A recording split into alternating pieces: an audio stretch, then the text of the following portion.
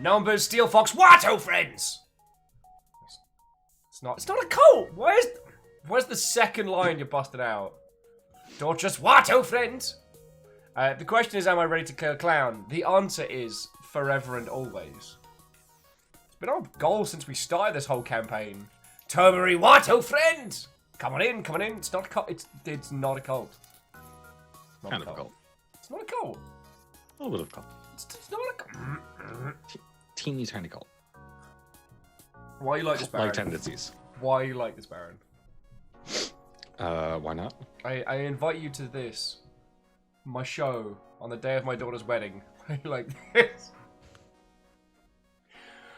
Favor, Vanderbeest, what? Ho, friends! I got a little FTL on the background at the moment.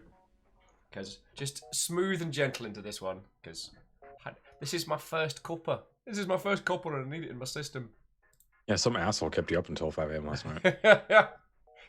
I mean, I'd blame it on 2 assholes, of which I was one. But we did solve all the world's ills. So, you know, congratulations. I'm sure a lot. Yeah, well, okay, like a good 70% of, you know, the human condition. We got a good chunk knocked off the list. So, Vanderbeest, Thelmsby, what ho friends? Thrame what ho friend? So Tommy's asking how the Blackout Club go. What was the last thing you saw? Like, because I talked to a god. We had a few stalkers. Stuff got weird. It was dead interesting. But it was... Yesterday's session was bloody good, friends. Like... It continues to be one of the games that... I didn't expect it to have such a massive impact on myself. I thought it was just going to be a bit fun with some spooks, you know what I'm saying, Baron? Mm-hmm. And another thing we talked about at great length. Baron and I stayed up late last night just solving problems and talking nonsense. And it was wonderful. Right. Alright, Bit Tracker should be working. You're bringing the technology to bear. Yes, so unless Twitch changed their API, in which case I need to switch to the other version that I was sent, but I think they haven't yet. I think it's at the end of this month. Numbers, I said hi! Unless that got eaten by a conversation with ads and whatnot. So then I will say again, Numbers, what, oh friend? If you missed yesterday, holy crud, holy crud. The idea showed up, stuff got interesting. Yo. Just yo. With an additional round of yo. Oh, Meatbot did its job, holy crud. Someone get used to this. Aaron Feathers, what, oh friend? How are you doing? All of you, please take mercy on me for at least a little moment while I inhale my first cuppa. AR, what, oh friend? Aaron, it's definitely sleepy. It's definitely sleepy. And I tried washing my face thinking it would make me at least look less like I just woke up. It did not. It did not. Tal's like, no mercy! Tal, why? Oh. Oh. But... You assume we're not going to make you cry at some point. I do not have a response to that, Baron. Numbers did 33 hours of board game testing this week. No big deal. Numbers has kept up in sleeping. That's a consistent. But Tal, it's wonderful to see you, friend. Step Jen! Did yeah. the scary sounds get turned off? They did, Step Jen. Oh, Baron, have you got the new alert noise? The new alert link? No. Let me change that. There's actually something that Baron and I talked about last night. Was that if Memnol starts getting into that space, if you all want a spook, you can request it. I mean, it was definitely a more nuanced conversation than that, but as I said, Baron, I'm having my first cuppa. Oh yeah, I know they can't see this, but this is my energy drink. This is my backup energy drink. Just Also, like, there's enough coffee in the house to fuel like a doctoral thesis, so we should be good. so I'll be Dr. Thick McRunfast by the end of this. Also, yeah, so Stepagen, I remembered to turn off spooky alerts just because Baron and I were talking about it last night. And Vanderbeest, thank you for refilling the pint glass, yo. Thank you for refilling the growler. Dude, I still can't. It still grinds on me to say. It grinds a growler. Baron Winifred. Godzilla Washington Sheep. How dare you? This is going to be a day, isn't it? Yeah. Alright, so I'm signed into Memnol. Launch game. Cool. Thrain, thank you for adding some bits on there as well. Let's get this party started. So, as we do pre-waffle, I'm just going to move on over to me and Baron. Wait, no, that's the pit. Going to move over to me and Baron. There we go. Yay! You can see a Baron face now. Yay! A thing nobody wants. Oh, shit. I voluntarily hang out with you on the regular, and you know this. I mean, I assume you're looking past me. Wow. Tiga's saying, Baron, did you hear something about Twitch chat APIs changing? Yes, and I have a backup version of the thing that does this Nice. for when that happens, because AR is awesome. I mean, I've only seen like snippets of, and AR again. Feckin' thank you.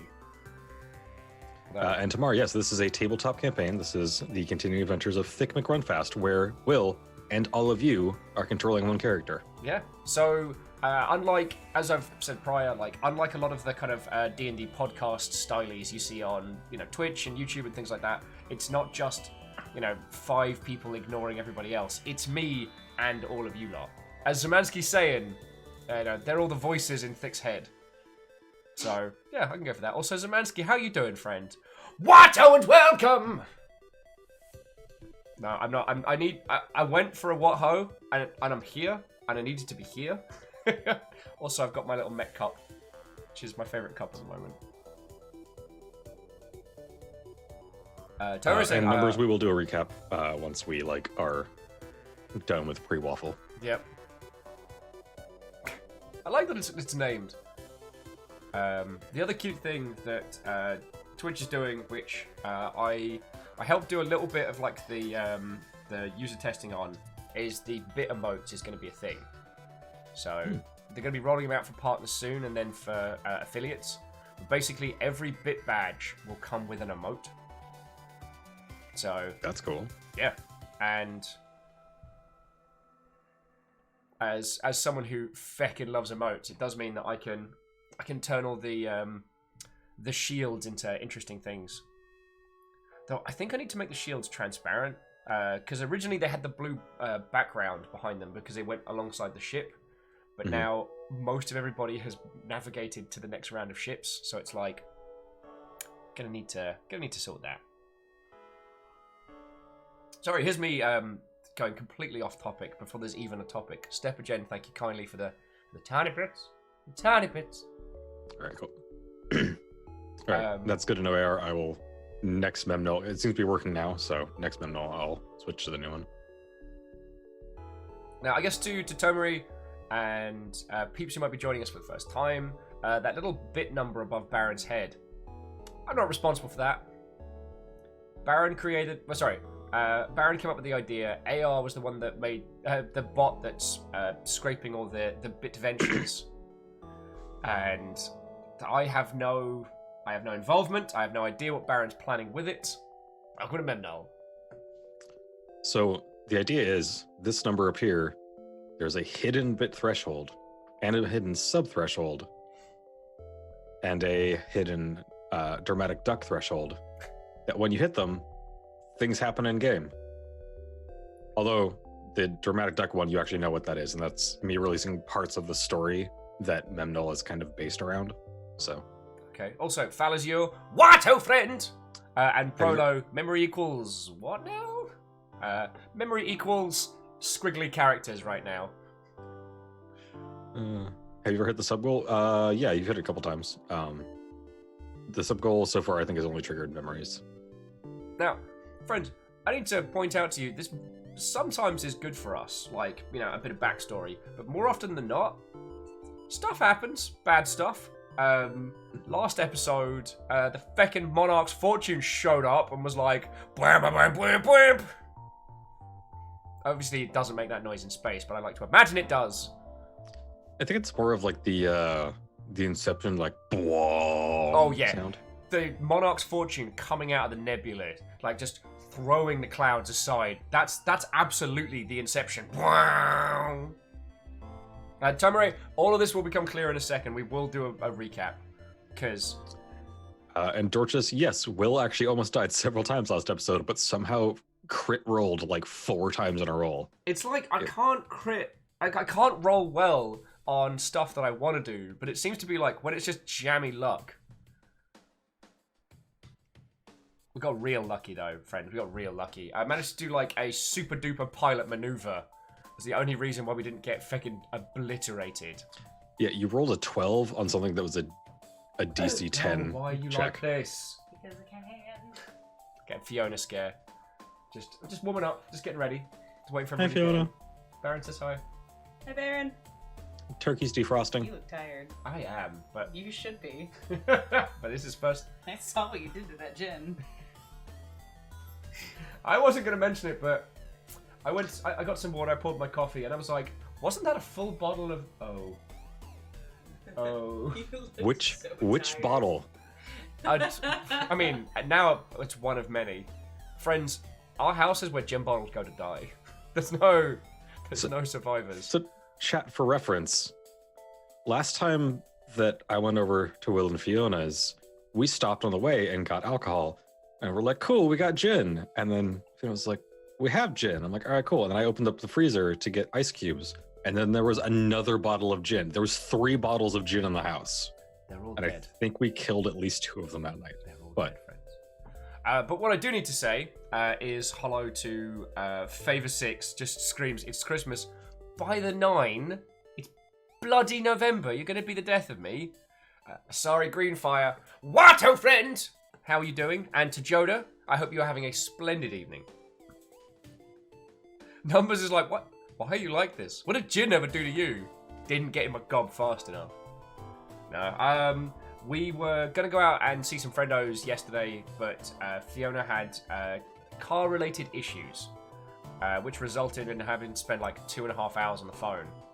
So I was like, Mandalorian and gin? And I don't want to derail the pre-waffle, which I believe is possible, but I will never ask you how you do it, but if you find a way to watch The Mandalorian, oh boy, this is the way.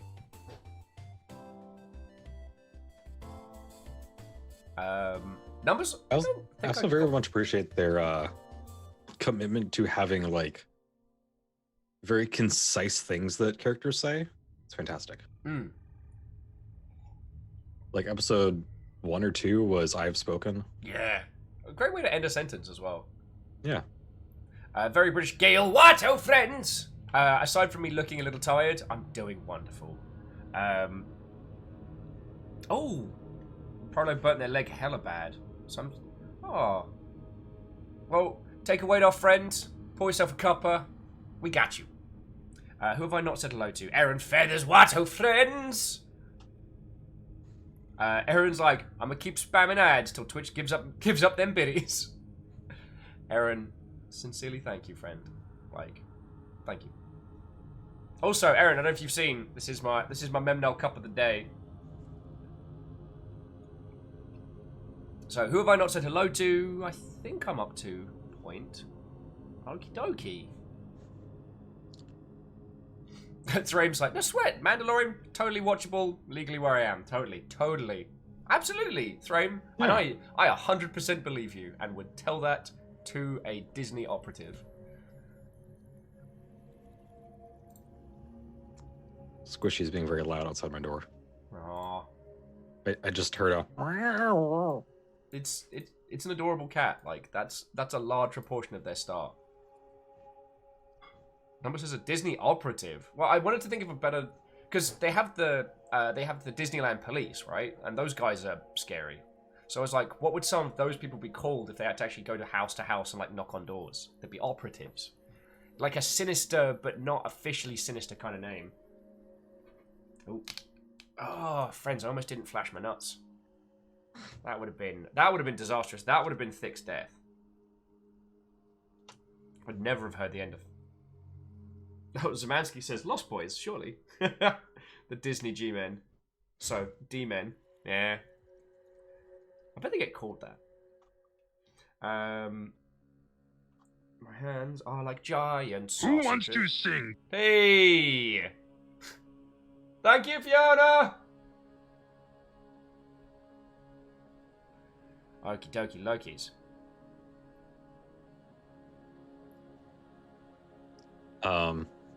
And Dorcas, for the record, it is ARTAS. Okay.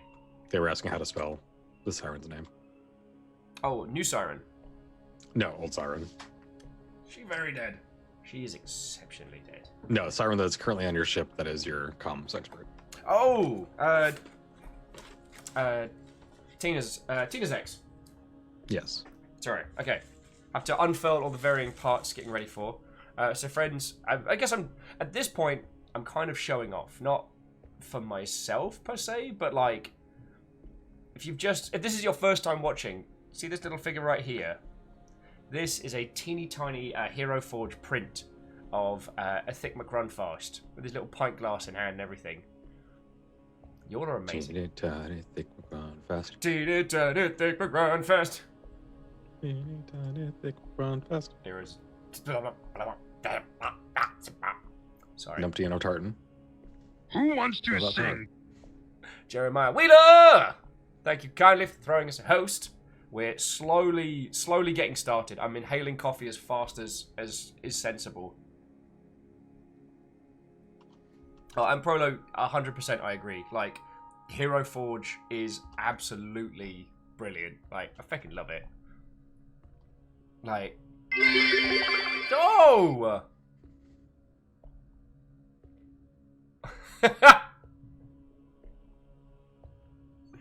Dispensing wonderfully terrible jokes via the medium of bits. So Tomare, thank you kindly. And adding, before the crowbar is invented, most crows drank at home.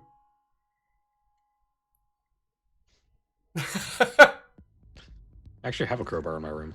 Stop that incessant clicking. It's professional, it's professional. And J-Post on a feckin' roll there. Current head of House Carl, J-Post. Thank you kindly for gifting us up to Jeremiah Wheeler. You feckin' ledge. Since Twitch added the like track number of gifted subs, you can just be like, that is clearly the most named hunter. Now there are lots of House Carl hunters that operate off the grid, and that's cool, but now we have a named character. Okie dokie Lokis. No! Tinny tiny beep beep, tinny tiny beep beep.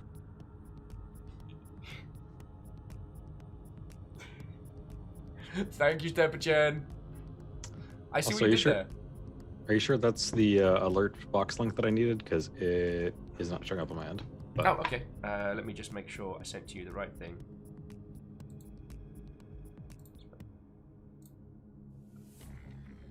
Because that should have said to you, albeit very loudly, teeny tiny beep beep.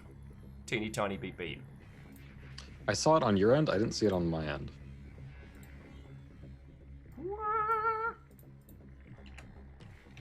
Yeah, that should be it. Give it a refresh. Here's us getting started. Hindle Watto, friend! Alrighty. So I say we'll give it like 3 or 4 minutes of pre-waffle, and then let's get into recap and adventures. Because we worked out how to do it last time. It's I give you full screen, right? Yeah. Okay. And then I can do things like this.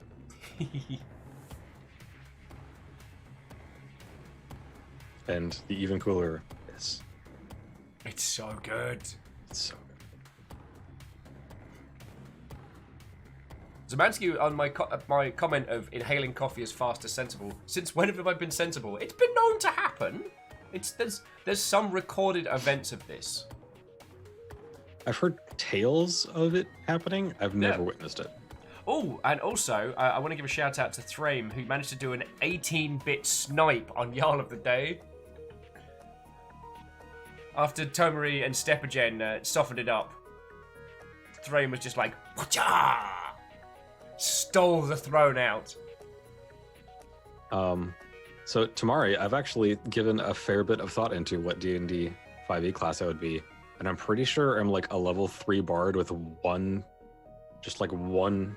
level in barbarian, if only because apparently I have the skill intimidating presence. And it stopped Will from getting punched in the face once, so you know. Oh god. How to tell this story politely? As we were coming back to ours, actually in the same evening where we mentioned the aforementioned acquisition of booze, because there was none at ours.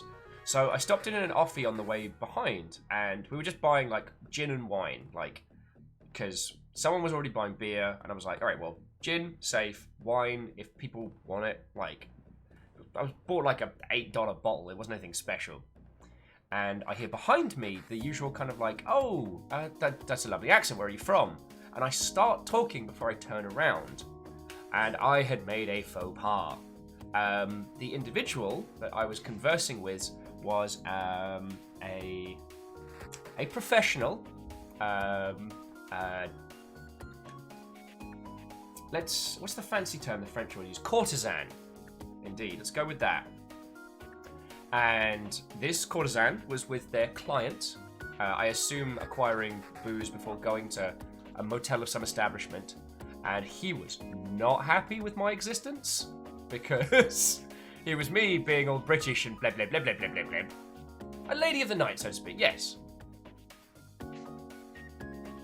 But, yeah, this gentleman was not happy that I was there and conversing with someone that they were apparently in the middle of, shall we say, transaction. And Baron managed to basically give him the step off look, which stopped me getting punched in the gob.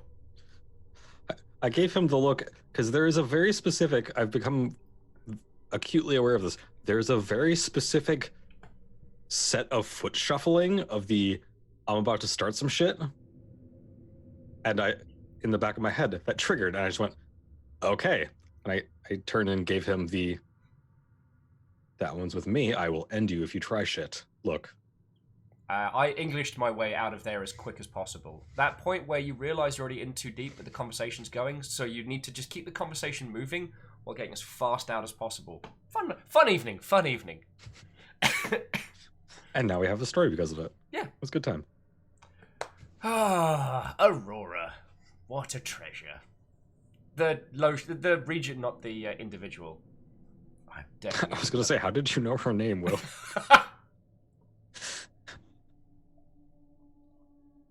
Well, I will never judge a person on how they make a living. It was more the client that was perturbed by my existence. But that's another story. Right. As Fueled by Coffee is here, I first want to say, Watto and welcome! Stop that incessant clicking. J-Post, you fucking ledge! J-Post, sincerely thank you. Like, it's been on a spree the last, week, and I do really appreciate it. Like, even on being a legit quiet month, we're, still rocking at 230 peeps. Like, that's feckin' dope. Y'all are too good to me. It's mathematically proven. Okay, so Baron, I'm just gonna quick pour another one of these, and then recap and start. Yeah. Because I inhaled my first one. I leave the helm with you for a second. And Hindle starts singing Sum 41 on it.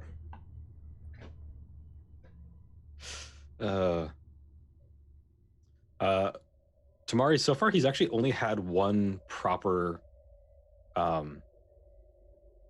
combat, but that's partially because this system, and I've been very upfront about this system that we're using, which is called Stars Without Number, is incredibly deadly. He actually just now, as of last session, has 12 hit points. At level 1, he had 4 hit points. A goose with a butter knife could have killed him.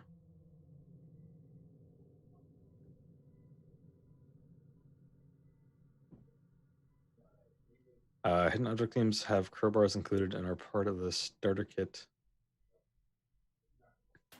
Standard thing for most to find to get past doors.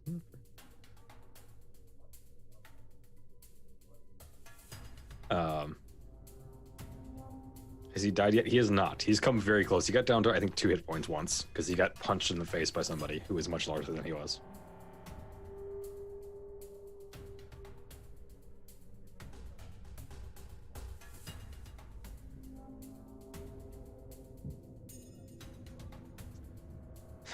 Would the goose have required the butter knife? No, that would have been a blessing on his part because it would have been a swift and painless death. To be fair, That's what you get. You're just bullying me.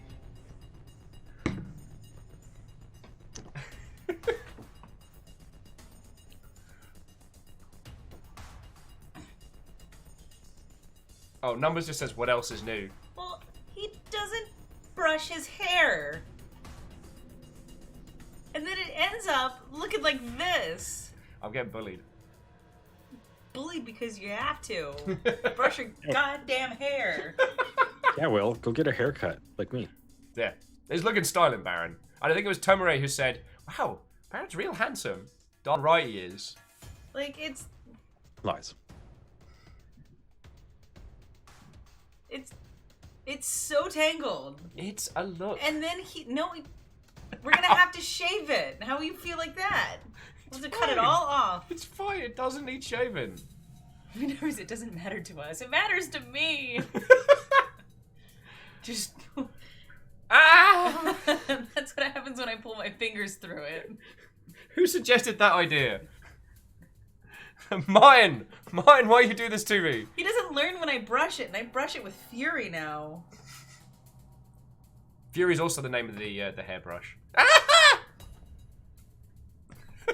Aaron's like, brush your hair, you bumpty. Ow! Beadora, I don't know how to braid it. I fucking... Yeah, I would be totally down for that. I would braid it for you, but you never brush it, so I can't. So, memory equals null, giant robot. Ah! Fuck! You hit the boop. Oh, and just very quickly. River's here. Hey, River. I know. It's gonna be one of those. So, thanks for ratting me out, everybody. That's my job. This is gonna be Kind of a her good job. day. Right. Aw, Asari found a D&D group to play with. Yay. Also, That's not the response to that. That was River. Bullshit and chips. No one else knows. Asari's found a D&D group. Baron was like, we're super happy for Asari. They found a D&D group, and then you just let rip. We're genuinely very happy for you. on that similar note, though, we are working on Longship D&D, so people want to join in. There's no long-term commitment. You can jump in and out whenever, the way that we're setting it up. Yeah. Where should people go to find out about that if they want to get involved? Currently, just the Dice and Yet More Dice channel in Discord. We might, just because the way that this is going to work, we might have to create a channel specifically for it. But that's okay. I mean, that's a later problem. In fact, you're more on top of this than I am. You got Tal and everybody if you need this. If you need Yeah, extra. I mean, support, caffeine's sir. in there, so caffeine can. Oh, done and done. And Vanderbeest, thank you for refilling the pint glass. You fucking leech. We have. Oh, I guess I added it to you so you know. But the DM for the DMs is just called the DM. The DMDM. So currently I'm getting a lot of trouble from everybody for not brushing my hair, and Thrame's like, is the longship is writing a bad season 8 of Game of Thrones. It's like, oh, my life is like a season 8 Game of Thrones sometimes, but the rest of it's fine. Terminate's burn it off. It would be easier to write a good season 8 of Game of Thrones. Well, see, that's where it's kind of like a vicious backhanded compliment. You have the ability to write a season so bad. I wish I could remember the comedian's name who used to say that it's much, much harder to play piano badly than to play it well, because you have to have enough competency and knowledge of it to then play wrong. If you just wail on the keys, that's not playing badly. That's noise band, certainly, but yeah, it takes effort. It takes concerted effort. And that's the last season of Game of Thrones. Although, part of me does really appreciate that there's now a generation of people named Daenerys, which is basically like saying, hey, yeah, you just named your daughter after Hitler. Good job. Dragon Hitler. Dragon Hitler. Oh, I mean, the arc up until those last couple episodes was an interesting one of kind of like, you know, power corrupts and everything like that. And, you know, Daenerys always having good intentions, blah, blah, blah. The way I like to think of it is that the army of the night won. And that everything past that point is like a fever dream. So, River is desperately attempting to unmake the bed once more. It is not working. You have to put some effort to that one, River. Okay, friends, you have put up with enough of my inane waffling. And thank you all for waiting, because I desperately needed this. That was Zemansky with. And John So wakes up, realizing it was all just a dream.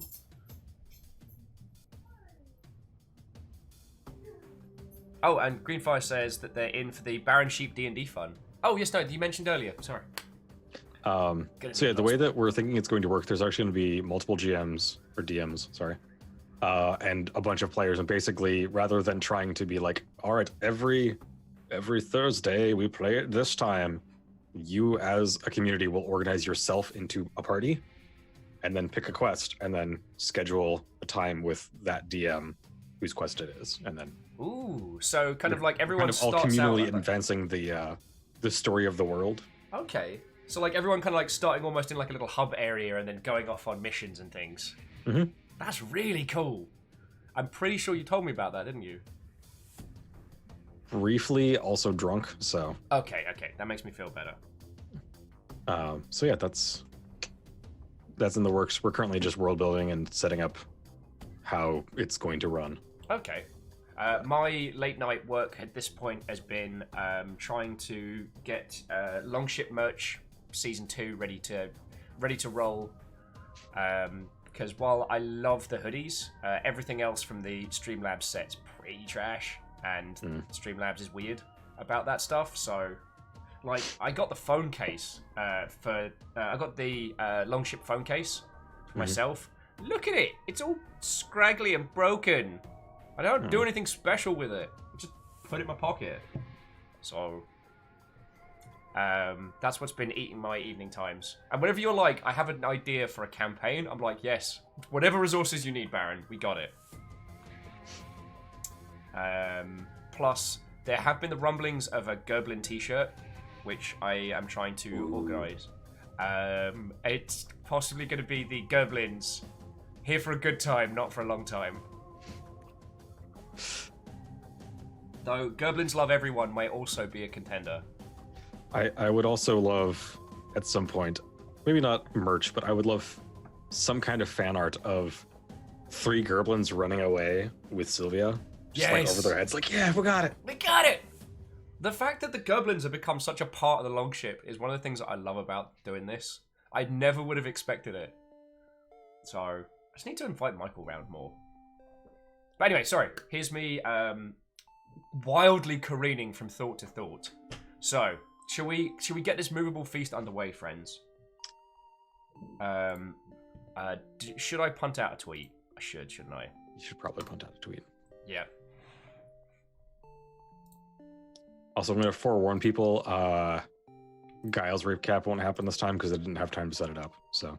Yeah, as brilliant as that was last week, I also understand how much work that was. And if that's time you get to spend on, getting Memnol stuff ready, then that's always where my heart is, you know what I mean? It's also just I forgot to grab the second webcam because it requires a second webcam. Because that's the one that's mapping your face.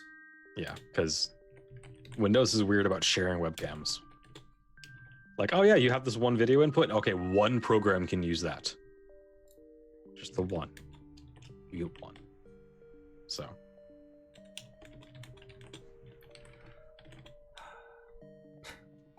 Sorry, I was tapping out the tweet and just had like one of those little moments. I'm just realizing we've been doing this now for like well over.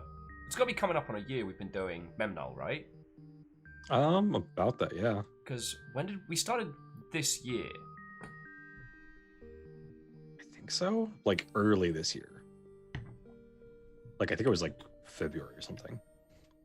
Because I think it was right around my 1 year mark of being in Seattle.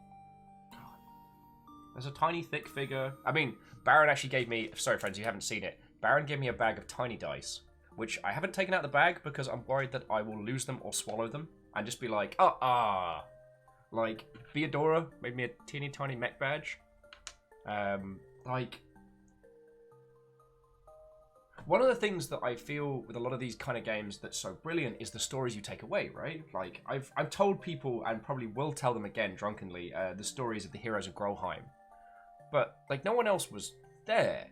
But these stories aren't mine, they're ours. Like, you can tell the stories of Thick McRunfast because you were there and you were part of it.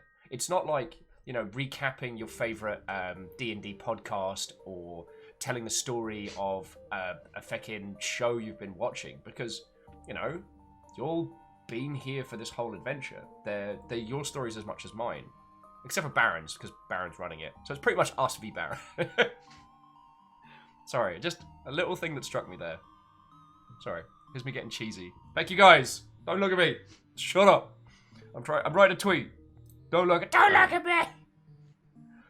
Arrow Griffin, hello. Watto friend! Zamansky says they might be on Baron's side. Oh, number Also, that's actually something that came up in the DMDM is that I make a very clear point whenever I start a new campaign that I'm not here to try and kill you. I'm here to help you be heroes. But if you do stupid shit, you die. Yeah. It's more... it's more Hero's Adventure, less Goblin Slayer, you know what I'm saying? Yeah. I mean, I like the idea of those kinds of, like, to the rule super lethal campaigns as, like, one-shots or things at events.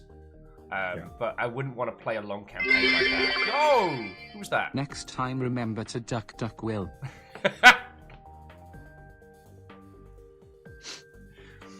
Thank you, Stepgen.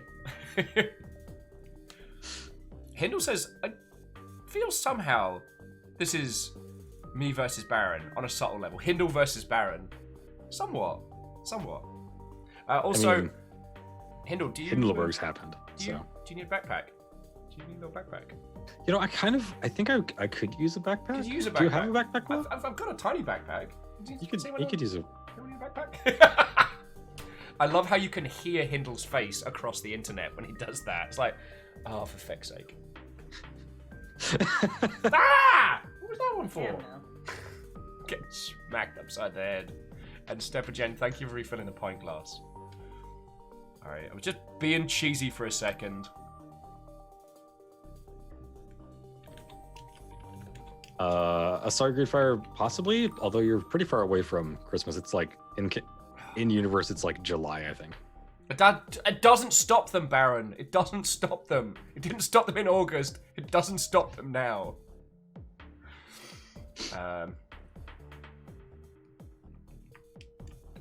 I was really close. Some number says March was Memnol 1. I said February because I thought it was right about my 1 year mark. I've also noticed that I spell Thick McRunfast literally different every month, but sometimes every week. Why am I like this? Sometimes different per hour. Like, Merry Wumpocalypse. The thing is, I fought against the Wums. It didn't work, so I've just accepted them. My desk is covered in tiny Wums. I'm just like, you know what? Cool. Great. And I guess to Tomare and people who haven't heard that one, there's a game called Whoopo. It looks like a kid's game. It ended up being one of the great experiences that we've done as a stream. And if you need a dope twin-stick Metroidvania with more depth than it has any right to have, I can't recommend it hard enough. And you know what's super cool is I can add the graphics that Shry did as a thing with stuff and the things. There we go. Also, I think much like you, that day I opened up Discord and looked in the Longship Discord and just saw ones in the entire Discord. And I just went, nope. That was like that was April Fool's Day. Everyone changed their thing. Just closed Discord. Like, no, I'm done. Yep. Okay. Then the Wumpire showed up. A Wum vampire started biting people. Wum vampirism spread. All right. So, tweet has been deployed. I have one last thing before we get into the show proper. For those of you who are using Discord on desktop, I need someone to tell me what this feckin' thing does. If you triple click the home button in Discord, it does like a little like happy Japanese phrase, and I don't know what it does. But it says enabled and disabled. Actually, if I bring it over here so you all can see it. If you do this. Oh, because I got streamer mode on, it doesn't play the noise. Alright, well, it just does this like happy little like, you know, kawaii line. I don't know what it does. I can't find anything on Google. So it almost looks like Korean. But I guess I'm not familiar enough to be 100%. Mon says it plays a connected, disconnected sound. Prolo says it just yells Discord in a Japanese accent. Okay, but thing is, if you then triple click it again, it says disabled. And I'm like, what did I just enable? What did I just do? Wraith's like, ask Thick, he knows Korean. Wraith, how are you doing? And to anyone who's shown up that I haven't said a proper hello to, like Katros and everybody, what, oh friends?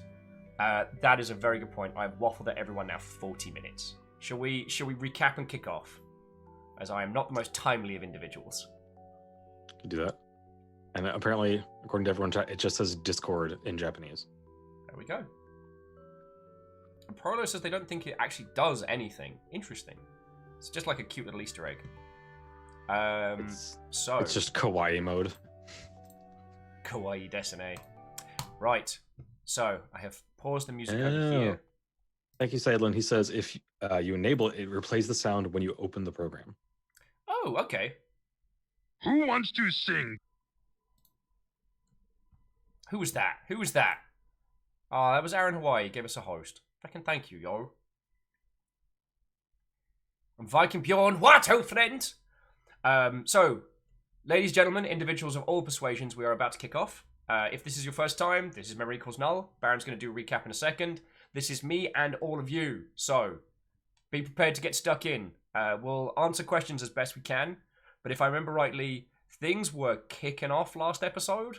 So, yay!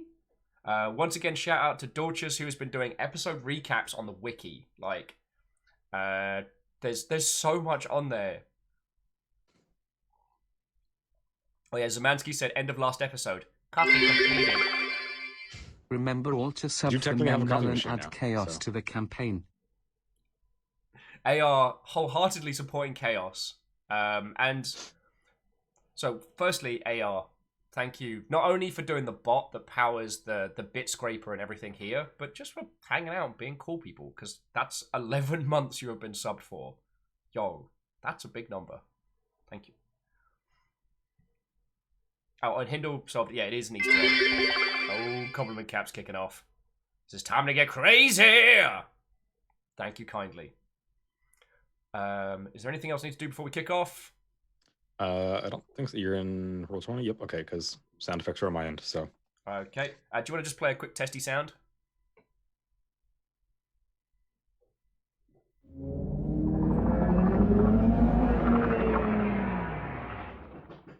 Cool. Now I'm terrified. All right, ladies, gentlemen, and individuals of all persuasions. Baron, you have the floor. And away we go.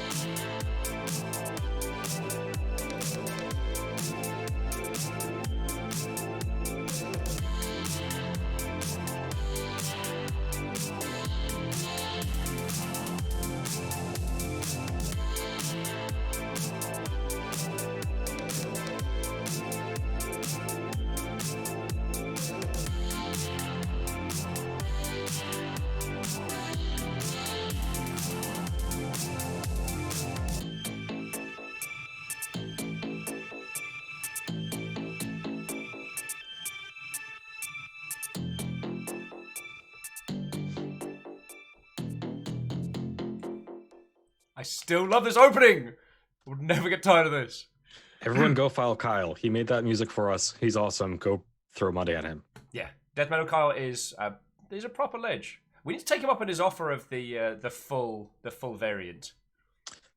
He has been a little busy recently, otherwise I think he would have. But I will remind him. He is dropping a new EP in like 2 or 3 days. So Ooh.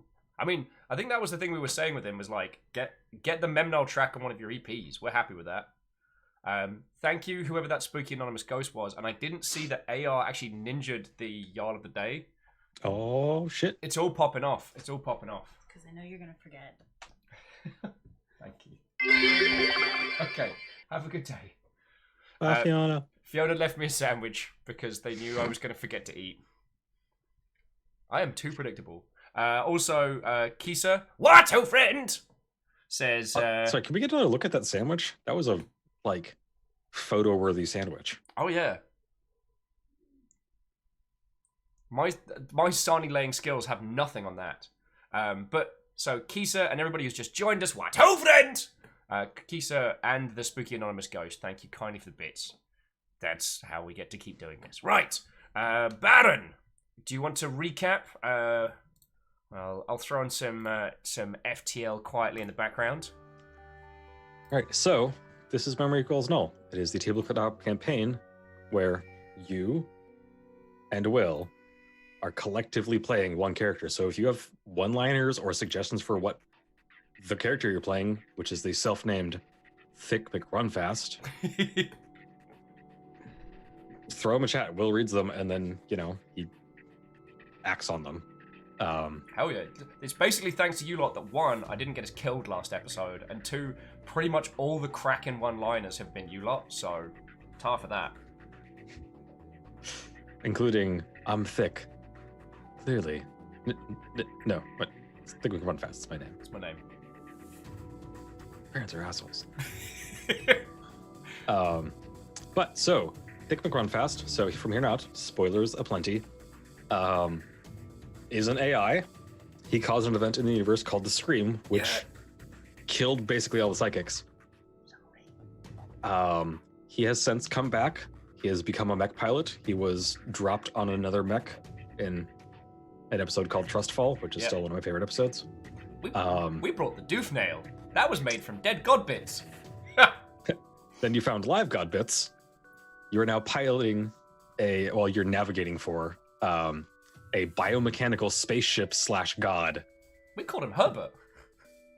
fighting something known as the Vox, which is a sentient hive mind that is kind of sort of taking over the universe. Which Baron hasn't confirmed, but may have shown up in the last feckin' Balu Bowl. Oh, that was a day. That was a day. Herbert Von Snuffling in chat's like, I'm sorry, did I hear my name? Yes, Herbert, come on in, come on in. So, you have rescued 2 people from a Vox-infested spaceship called the Monarch's Fortune, which is a legendary pirate ship. They've been taken over by the Vox. These 2 individuals escaped. One of them is a siren, who is an alien race that has like tentacles for hair. They are incredibly powerful natural psychics. They are, what's the phrase I'm looking for? They're practically immortal, kind of like they can regenerate their cells. So if nothing kills them, they keep living. Yeah. Except for if it's a possessed glug. Grun, sorry. A possessed grun. So yeah, they, unless something kills them, they just keep living. So they tend to be very careful and like, but you saved this one who had a very severe stomach wound. You also re-met up with Janice, the hybridly cybernetic murder clown. He killed bad people. And killed regular bad people. Yeah. Sorry, just jumping into chat already, because Gale's like, poor, very British Gale's like, poor Hammer, he died alone. You hope he died, because otherwise, it's much, much worse. Herbert's like, come on, you're already inside me. Oh my. Tomray says, did Thick watch Naruto? No, but now he knows what he's going to do on his downtime. Numbers says, are we still on the run from the Fortune? I think so. They're not directly chasing us now, right? Yeah, you're not in the same sector anymore. You managed to get away, like, just barely. Oh, do you have the link to the sector map so I can show people? As I always forget it, because I'm an idiot.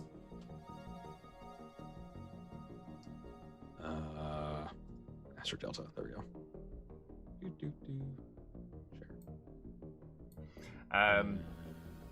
Share. Yeah, so saving the feckin' siren was just crit roll after crit roll. Like, friends, I couldn't roll for heck for stuff all round, but when it came time to save a life and pilot a ship, for some reason that seems to be when I'm like, yeah, feckin' 20! Like, that siren should have been dead to rights. Yeah.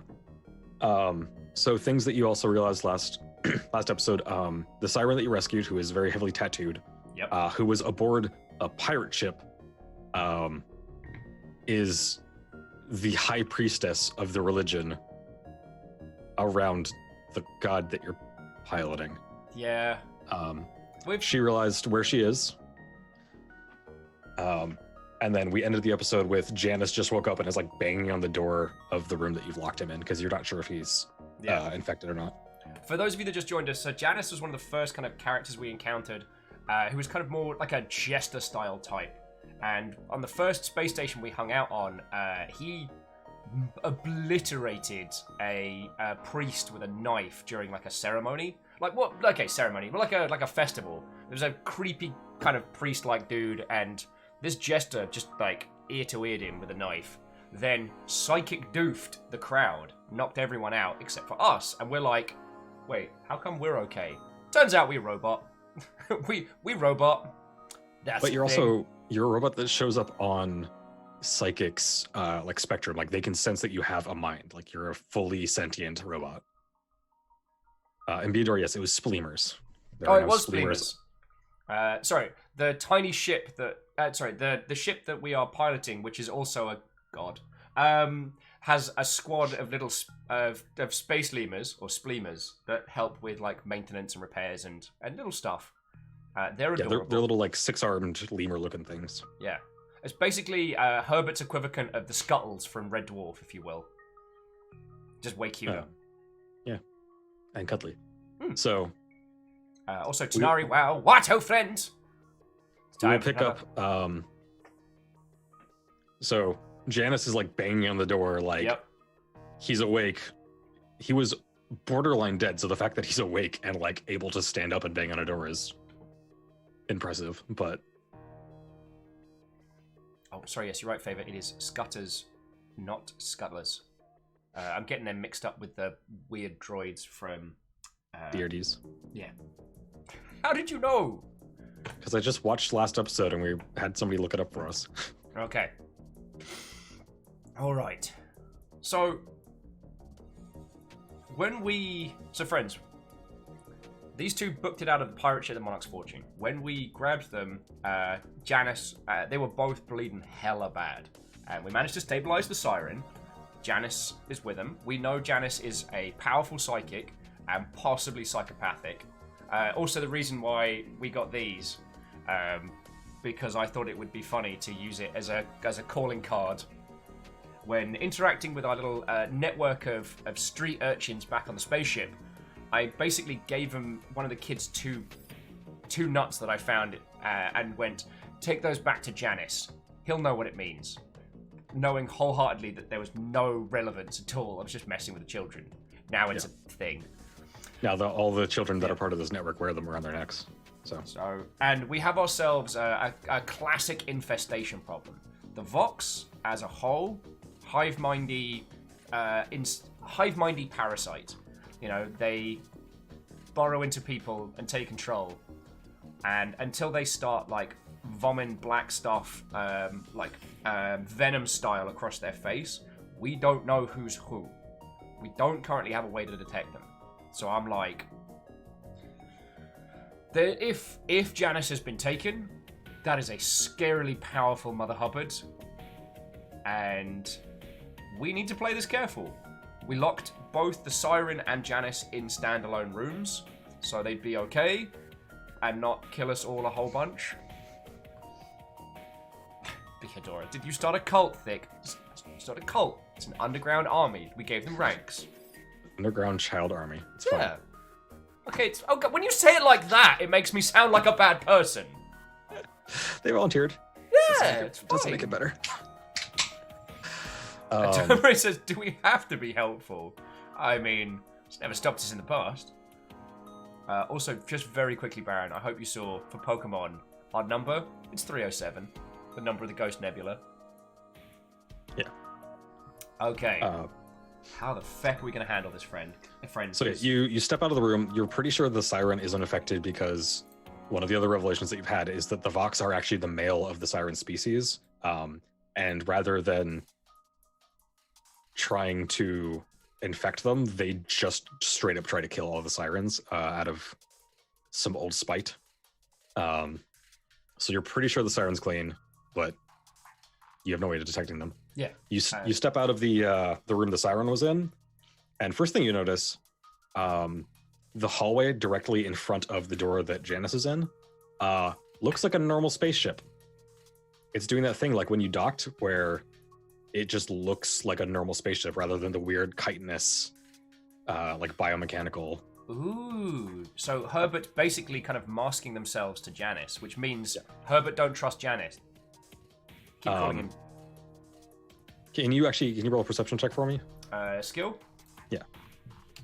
Hashtag skill. You can do the fancy one too if you want. Oh, no, well, okay. So, I don't want to throw that roll away because I rolled a freaking full success. So, it's this weird thing to you that it looks like a regular spaceship, but when you start looking at it, you can start to see like it looks really off and like out of focus. But you also know that Herbert is partially psychic, and so maybe it's just that you're psychically numb. It doesn't look as sharp to you as it does to most people. Okay. So it's more a projection than a morph. Okay. All right, friends. So let's go question a clown. Who's about? Who have we got with us? Everyone's with you at the moment. They like Tina, Hannah. I think actually the only person that's not here is Sank. Okay.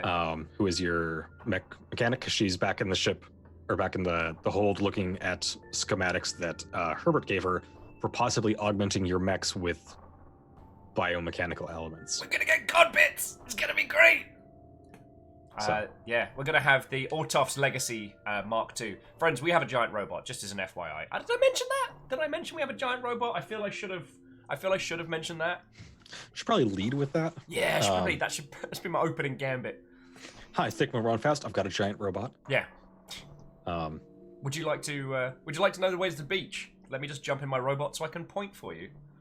It's there. It's over there. You're not pointing to the beach. You're pointing to your robot. I know. Right. Okay. So yeah, it's just a closed door right now. He pounds on it for a minute, and he kind of hears shuffling on this side. And then from inside, you hear him move a bit, and then you hear him say, like, I've assumed position. It's safe to come in. Okay. Tina, Hannah, with me, everyone else, take a few steps back. If this guy goes, he is scary. And very, very psychic. Tina goes, 1 second. She runs around to her room, comes back with, because before she had like a Magnum. Yeah. She comes back with a shotgun. Like you see her walk back around the corner, just, and then like aims down at the door. Yeah, that's safe. Okay. I've still got my axe. Actually, you know what? No, I'm not holster my stuff. I trust Tina. Because if I get punched in the face, then Tina and Hannah have got me. Okay. Tomo's like, give him a high five to break the tension. I'm alright with it. It's alright. If it's assuming he's not like a possessed, scribbly monster, we know him. Okay. Let's open the door. Alright. So there's like a little, there's a control panel on the side of the door. Yep. You pop it open. The door slides open because it's like a pocket door. He's currently faced away from you on his knees, like hands interlocked behind his head. Yeah. Like he understands the situation he's in. Yeah. So, Janice, Tina, how you... Sorry, go for it. Tina reaches down and pulls out handcuffs and hands them to you. Okay. How are you holding up, Janice? We're gonna cuff you just for the obvious reasons, but yeah. He goes, I would be angry if you didn't. Yeah. I must admit, friend, I'm still a little scared of you, so we're just gonna... And then, whilst kind of doing the typical thick waffle, just clip those suckers on. It was immediately like, oh, kinky. Tomorrow, it's not a kid, he's an adult. This is an adult. He's like, I mean, it's hard to tell because he's super cybernetic, but he's maybe 30 something. So I think you're handcuffing him, and like you stand him up, and in the background you hear Hannah go, Tina, why do you have handcuffs? and Tina and the siren shoot each other a look like, not a good time, Hannah. Just and Hannah's face just goes super red. Zemansky, Tina to Hannah, finish reading the book. So you stand him up. Do you want to do a pat down, or are you just gonna start interrogating first? Honestly, considering how many weapons this guy probably has on him, a pat down's gonna take us 20 hours. So let's just sit him down and get him talking. Okay, so sit him down. So Janice, buddy, what happened? We saw you two coming out in that fighter, and there's the Monarch's Fortune tearing ass behind. Like, we got away at a gnat's whisker, my friend. It was, yeah, I mean, there were a lot of very, very close calls. And looking at him now, so he had like several gunshot wounds that have since been patched. His faceplate, which is a cybernetic attachment that he can pop in and off. The top left half of it is blown off, he got either hit there or shot there. So there you can see flesh and bone through his face, and it's a little disconcerting. I mean, no more disconcerting than riding around in a living god. It's a little gruesome though. Ew. Sorry, we don't yet have proper medical facilities. Tomori says give him a hug. Maybe. I'm still worried about his murder powers. So he's like he's sitting down, like propped up against the wall. There's no furniture in this room because we don't have any yet. Yeah. So he's sitting there and he kind of sighs, goes, "All right, so I don't even know where to start. We picked up somebody. We realized they were Vox pretty quickly, and we quarantined them. But the Monarch's Fortune, their holding cell is just a room that happens to lock. It's not hermetically sealed or anything. And as far as I can tell, it got out. I'm not sure how, but it did. And when the Vox wants something, they take it very quickly." Fucking hell. Where did you pick them? Where did you pick this person up? Just so we can get an understanding of how bad this is spreading. Because they were in. I was a little distracted at the time. It was 401, I think. 401. So friends, we just left 307. 401 is fucking hell. So they've been blipping around. They must You're currently up in Oh no, you're right. We made it to. Was it 302? I think it was 302, yeah. It's 302 or 303. And I think it was 303. Because we're hauling ass towards Pippin right now. Yeah. Alright, so. Sorry. Okay. Yeah, we've had a little dealings with the Vox prior. I was hoping the Monarch's Fortune was going to be a bit of a help on this one. Now, the scariest ship that we know is now Fox Hive. Oh, good. Oh, good. He kind of chuckles. And again, so this room looks like just a normal, like, spaceship room. It doesn't look like the room that it's in. Yeah. He goes, "That's the scariest ship that you know." And he, like, kind of kicks the floor a little bit, just like with his heel. And he goes, and he looks up and he goes, "You can knock it off. I can see through this." Oh, well, then I guess introductions are in order. Herbert, this is Janice. Janice, this is Herbert von Snufflington. They are our friend. Oh. The image is still maintaining for the moment. He goes, "Fine, have it your way." Let's see. So this is either, from what I saw on the outside, this is either. Herbert in chat is hello and not welcome.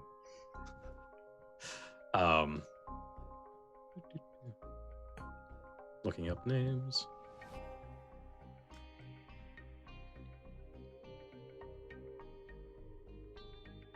It's like, so, judging by the coloration, this is either Scylla or a deuce. Which is it? No, it's definitely Herbert. It's definitely Herbert.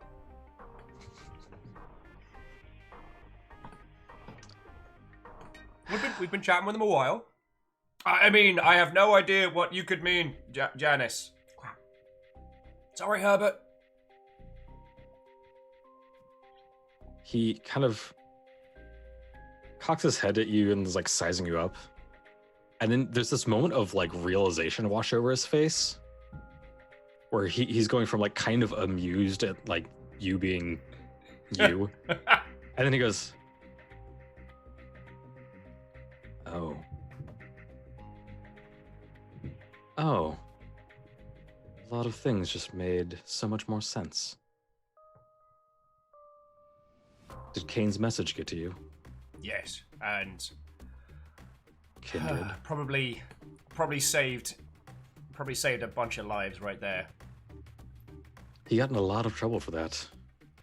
When they found that little loophole, they locked it down pretty heavily. Crud. What happened to him? They put the brakes on harder. Wait, yeah, I'm gonna go with numbers a bit. Oh, feck. Wait, hang on. How did you know about the message? Kane and I have a long relationship. I was primarily the one dealing with him because I was the only one that knew how to interact with one such as them. Also, he's probably the only reason we're not dead right now. Before we got off the ship, I kind of took the brakes off. Well, wait. So who is Kane? Thank you, Numbers. I almost forgot to ask. Oh, and Wraith. So who is Kane? All we saw was the message. He's one of your kind, in a way. Although, not as convincing and not as... And you feel this like a little like... You felt this a couple times, this like psychic ping, basically, like him trying to like read you. And you know from past experiences that like you show up on Psychic's radar, like you have a mind, even though you are a machine. Tomori, the only thing that Kane is right now is either being nommed on by goo or having a very, very, very bad day. Yeah, Kane is the proto-thick McRunfast. Less Kane and Abel, more Kane and idiot in a robot. So Janice like leans his head back against the wall and kind of takes a deep sigh. Because Kane was, I guess is, the remnants of some salvaged bit of code from Draco, which they repurposed for various reasons. One of which is so that he could navigate. That's what that was. Oh, that makes so much sense now. The strand, the corrupted strand. That was Kane. He goes, "Oh, I'm afraid not, if you're talking about what I think you're talking about." Wait, there's more? The Monarch's Fortune was originally a highly experimental ship built by the Omnitech Corporation. Inside of it, there is the mind of, and he like kicks the floor again, one of these. Fucking what? I'm just gonna do like, it's just the open mouth, looking at Tina, looking at Hannah, looking back to him, back to Tina, back to Hannah, back to him. What?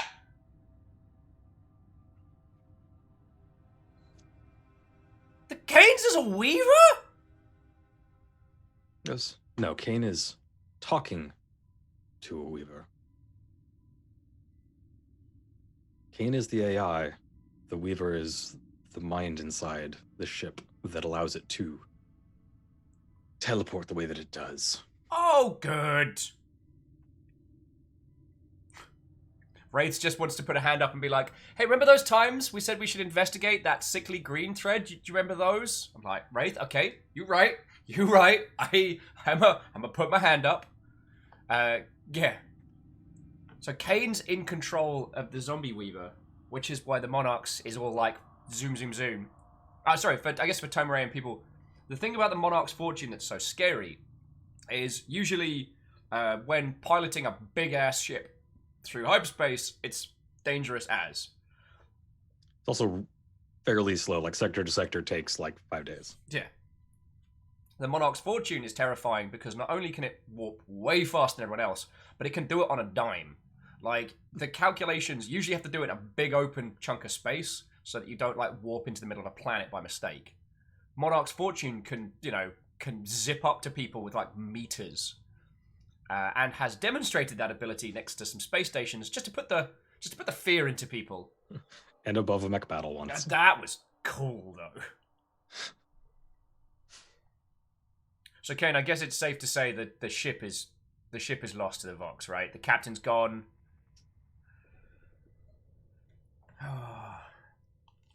Yes, unfortunately, I believe pretty much at this point, all of the Weaver, or all of the Monarch's Fortune is lost to the Vox.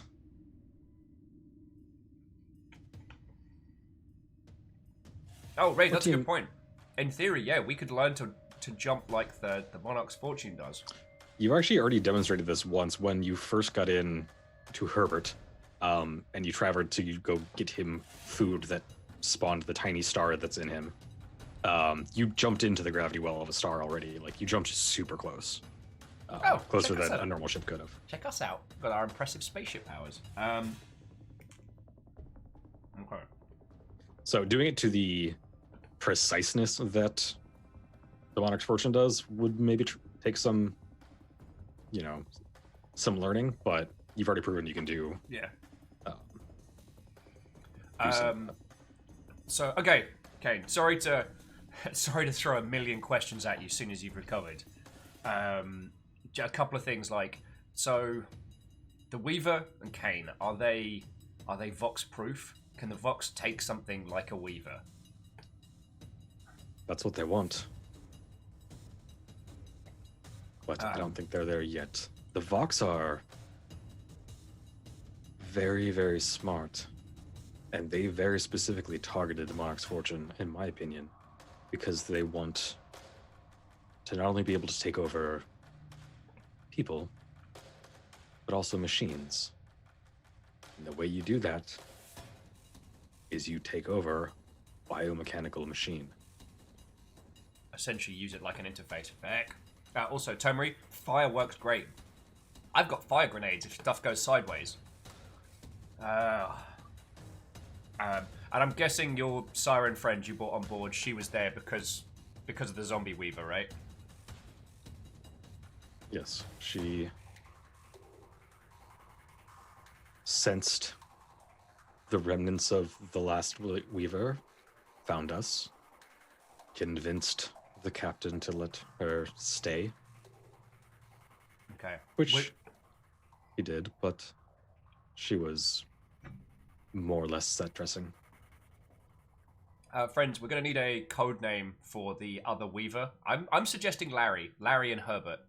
Larry's the zombie, Herbert's our friend. But I will take suggestions for the other code name. Atomer, a time to weave a tapestry of your end! We will... I'm saving that line. Prolo likes Horace. Horace and Herbert. Horace and Herbert, Weaver buddies! They're big spaceships. It's a kid's cartoon. We'll pitch it afterwards. It'll be great. Horace von Snufflington. Common Cap also votes Horace. Cool. Janice? What about Cousin It? Herbert, thank you for the 500 bits. It's been like, what about Cousin It? Katros likes Lawrence, but it seems that Horace is getting the... Yeah, okay. So Janice... This ship, we call Herbert, because sometimes conversations need to be had.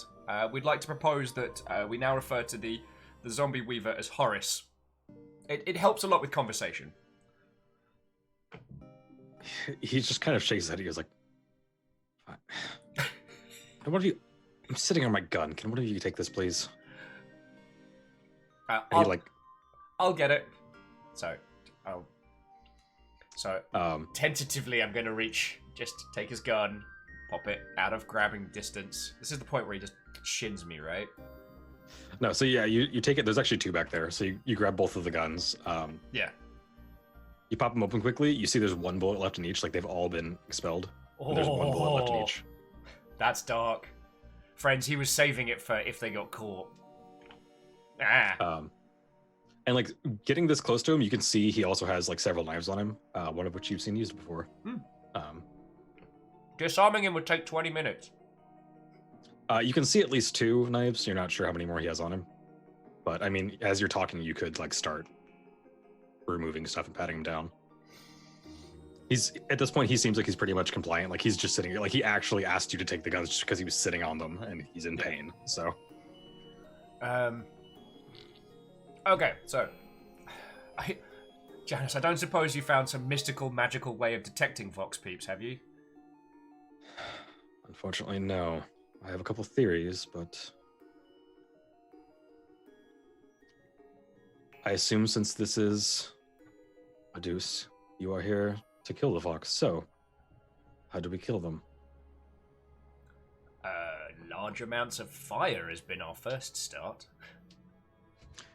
He cocks his head at you and goes, "You haven't asked yet how you kill them?" I mean, we were getting to it.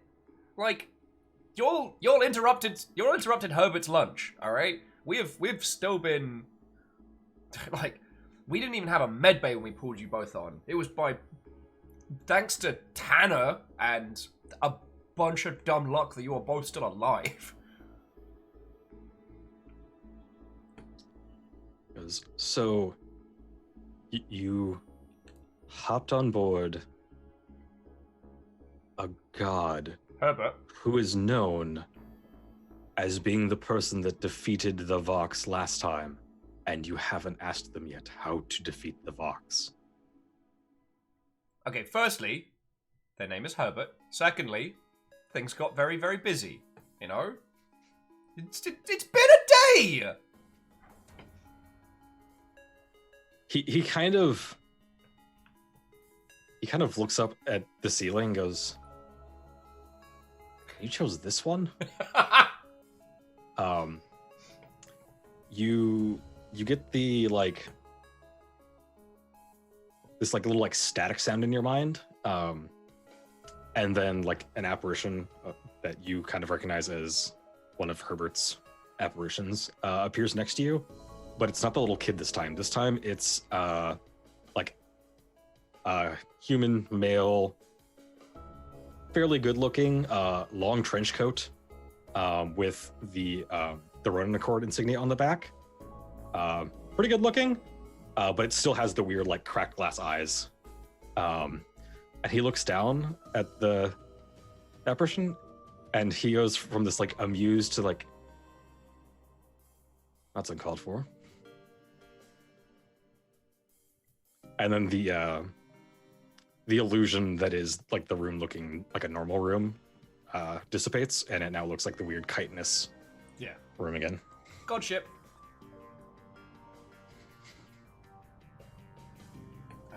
Number says it's Janice's boss.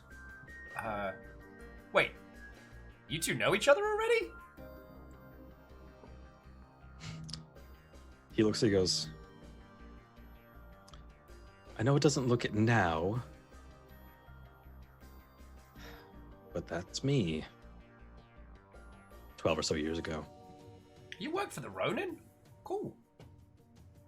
I was an undercover agent."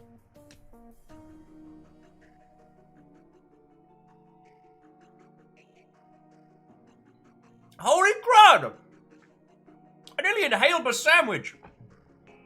AR's like, yes! Called it! You bloody did! You bloody did! Holy crud! You're the guy Kane told us about! He's just kind of staring at you at this point. Obsidipan! Watto! Get yourself a bevy. Come get settled in. We're finding out a whole bunch of stuff. Beaver was like, wait, only 12 years for such a change? Well, from the notes that Kane sent us, whoever Janice was, they joined the Monarch's Fortune to go undercover and went native. And since then, they've had a ton of cybernetic work. Basically had, their face reworked into this, Greenfire said, Phantom of the Opera, but it's more kind of like a mechanical swap mask. Yeah, his face is this weird cybernetic thing that he can hot swap in and out so that he can take on different personas. Yeah. So that he can go undercover. Terminus. So Janice was a person with some psychic powers who's just been modified up the wazoo. Herbert is the god, which is also the spaceship we're in. It's all very, very simple. Very simple. Sorry, I love this. I also love when people are like, my god, you have a god, a powerful ship, one of the greatest in the system. Yeah, we call him Herbert. He's a friend.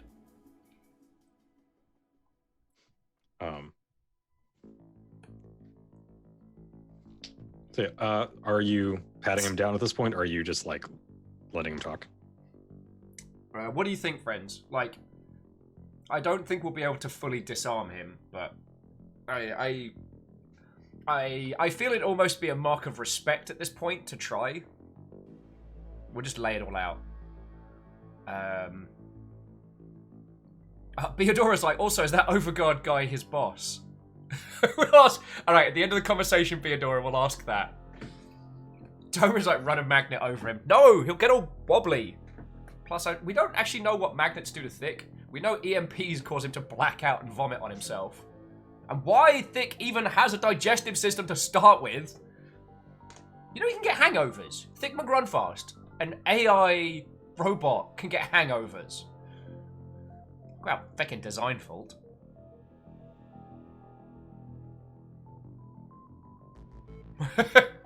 Alright, so while he's talking, I'm gonna... Now that the guns are, like, out of reaching distance, I'm gonna start doing the same with the knives and just be like, I'm sure you understand. At this point, he's just, like, staring at the projection that Herbert has put in the room. With this kind of, like, little angry, little sad, like, contemplating where his life is taking him. So yeah, you start patting him down. You find 3 knives. You find 5 dice. What looks like a set of tarot cards. Which you can investigate further if you want. I mean, duh. That would be awesome. All right, so. Oh, and as Tal's asking, what dice? Just like D6? Yeah, just like it's 5d6. Tomer's So- like, Janice wants to play some D&D. As a game starts within a gay. No, that is a bad idea. That's like turning a bag of holding inside out. You're gonna end the universe. Don't do it. Oh god, I never even thought of trying to do that. Actually, technically, in the way that the rules work, at least in Who wants to 5e, if you sing? turn a bag of holding inside out, it releases everything inside of it, but then ruins the bag. Oh, okay. And XD Johnny XP, thank you kindly for the host.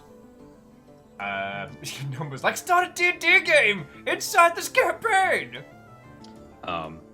So it's not like a full deck of tarot cards, there's just like a few. There's one that's like a jester mask. There's one that looks almost like this weird monster, kind of like the blood-starved beast, but covered in like red fur. There's a ram, there's a big cauldron, there's some kind of giant dog with like smoke and fire coming out of its mouth.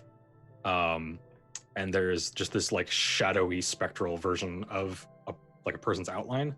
Okay. And then there's a couple other cards, but they're like, looks like somebody like took a knife to them and then like painted over them black. Okay.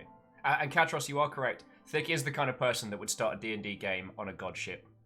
But I also remember when they used to let you use that card in Magic, which meant you had to start another game of Magic inside it. Yeah, those were some dark times. Things get wobbly, friends. You thought Inception was confusing. This is like that, but with a rule set. Kisa says, can the god play D&D too? That would be hilarious. Herbert in chat being like, look, if we're doing this, I want in. Of course, Herbert, we wouldn't start this without you. Okay. Focus, Will. Focus. So while we're unloading it, I guess Janice is looking. So, I guess we can ask,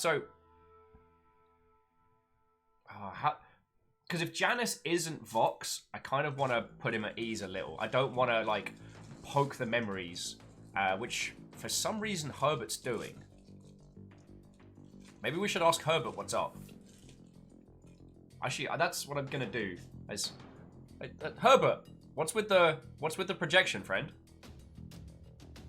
He turns and looks at you, and normally it's kind of that, like he's sounded like a little kid, but this time the voice is much deeper. Like it sounds like this person's voice, and it kind of sounds like Janice a little bit, but a little different. But it still has the weird, like, echoey thing going on. He goes, Yeah. I just tend to look like younger versions of whoever I'm talking to. In this case. And just kind of gestures towards Janice. The kid was us! The kid was baby Thick! Why are you like this, Baron? The whole time time we've been talking to babies think we run fast. Whole damn time. You never asked why you looked like a kid. You smug bastard. No.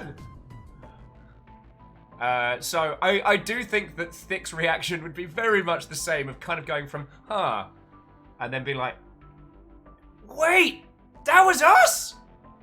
That was tiny us? Herbert, you didn't, Herbert!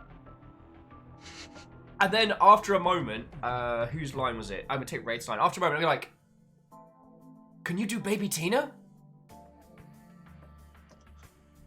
He turns and he looks at you, and the image flickers a bit, and then yeah, you see like, it's actually, you've seen a picture of this. It's like Tina at the age when she first hijacked a mech and like won the first mech tournament she ever entered.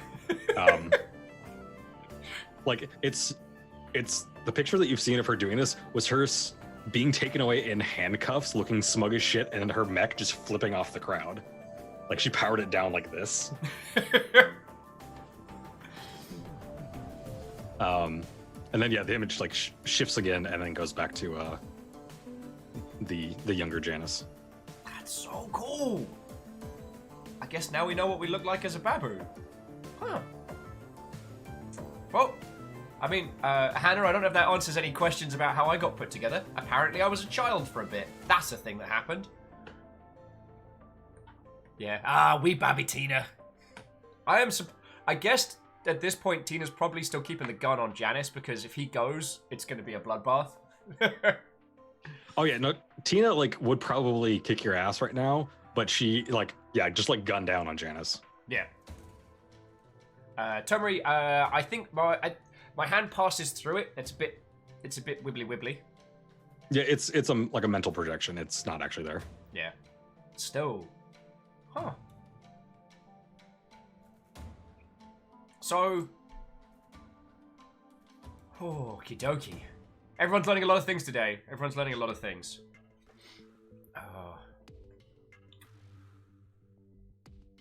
So Janice, is there anything that you remember from the takeover of the Vox that you can share with us? Like anything that might help? I mean, I'm desperately racking my brain to how we can check you out and make sure you're not, infected up the wazoo. Because if I say this with love and respect, Janice, like if you are Vox, we will need to flush you into a star, and if you are not, then we need your help.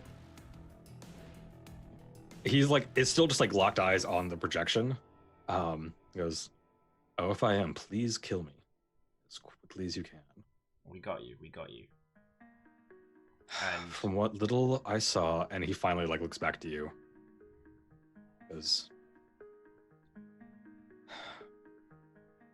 the Vox, for the most part, were just looking to infect until, and he kind of up nods towards the siren. Yeah. That one was around. They didn't even see them. They stopped,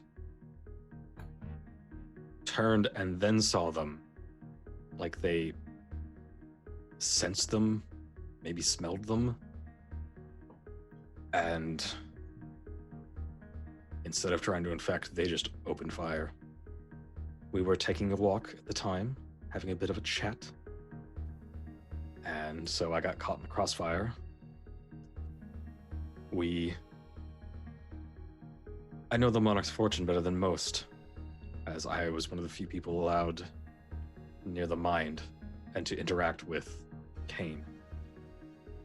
We hid there for a bit. I removed the brakes from Cain, which I'm still not sure how I feel about. Hopefully, that will hold them off for a while. But a large part of Cain's job was controlling the nanites that keep the brain alive. So he stops doing that. Brain dies. Weaver dies. But that might be a good thing. Well, they haven't walked after us, at least as we've seen so far. So, like I said, Cain seemed pretty adamant about helping you. So, hopefully he's just stalling them as best he can. And Well, without a plan, we can't bust him out. I'm gonna, Janice, I'm gonna process the fact that I have family later. Right now, let's. Yeah. Sorry, we don't need a gym on the ship. Although I did like the Zemansky asking, "Hey Herbert, is the kitchen ready? I'm gonna need something strong." coffee completed. Coffee completed. It's still crunchy for some reason. Herbert can grow some of the most sophisticated weapons and equipment in the galaxy, but the coffee machine's just like, ka-chunk. Okay. So friends, what can we ask Janice? So Janice, for those of you now we know, was a Ronin Accord operative sent to go undercover on the Monarch's Fortune, and they went native. They fully adopted their persona for whatever reason. Now, Kane, who they were talking about,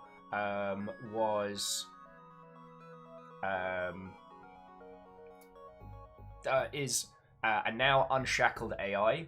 So essentially, kind of fam, one of us, and the machine, the Monarch's Fortune is an undead, or contains undead Weaver bits. Can you do a history check for me? I can, and I can click the cool thing to do it. Yeah. So, plus your int, you don't know what your history is yet, I don't think. Oh, so just do an int roll. I mean, you can still do the history one. It just, the modifier will be 0, and I'll add it on my end. Where's my brain? So there's. Oh, fuck it. I'll just do a skill. Yep. Oh, no. I rolled 3. Yeah, he said something about Draco, like you recognize the name, but you can't think what it's from. What is your history? Yeah, Beador was asking if Kane is part of Drake, who is the AI that went rogue and resulted in the AI ban? We need to learn more about that. Yeah, we might. There were several, from what you can vaguely recall. Like, there were several AIs that went rogue, which is why they're illegal. Well, unbraked AIs are illegal. You have another AI on one of your mechs. And Alpha's like, all this talk of tarots and personas, they're playing Persona 3 right now, so this is all kind of coming together. No, we're not going to put a shark pool on a spaceship, Cinepan. We're growing a doof gun. And a med bay, and I think we finished a coffee machine. Okay. So, Tomri with, what's my mother's maiden name? I don't know if we even had a mum. We definitely had a dad, who we know his name, which... Okay, I know Thick knows his name. Right now, I'm drawing a blank because I'm an Egypt.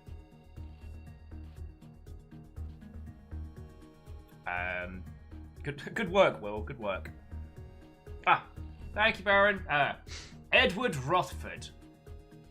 Always does it sideways, and you can.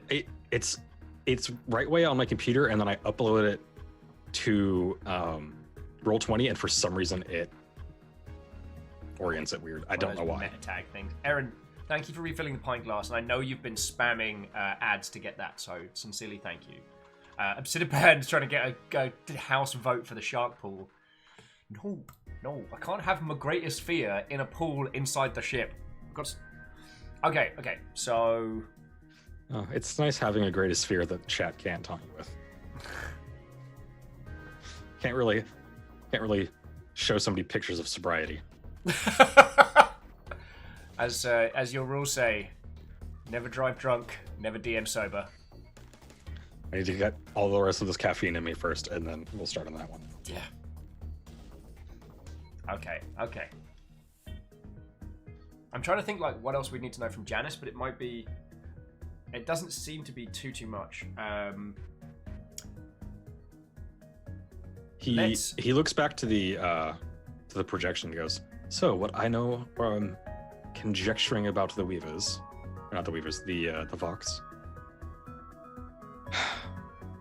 they are still creatures, and so I think maybe these ones, and he up nods towards the sirens, give off some kind of pheromone that the Vox detect, and maybe we can use that against them.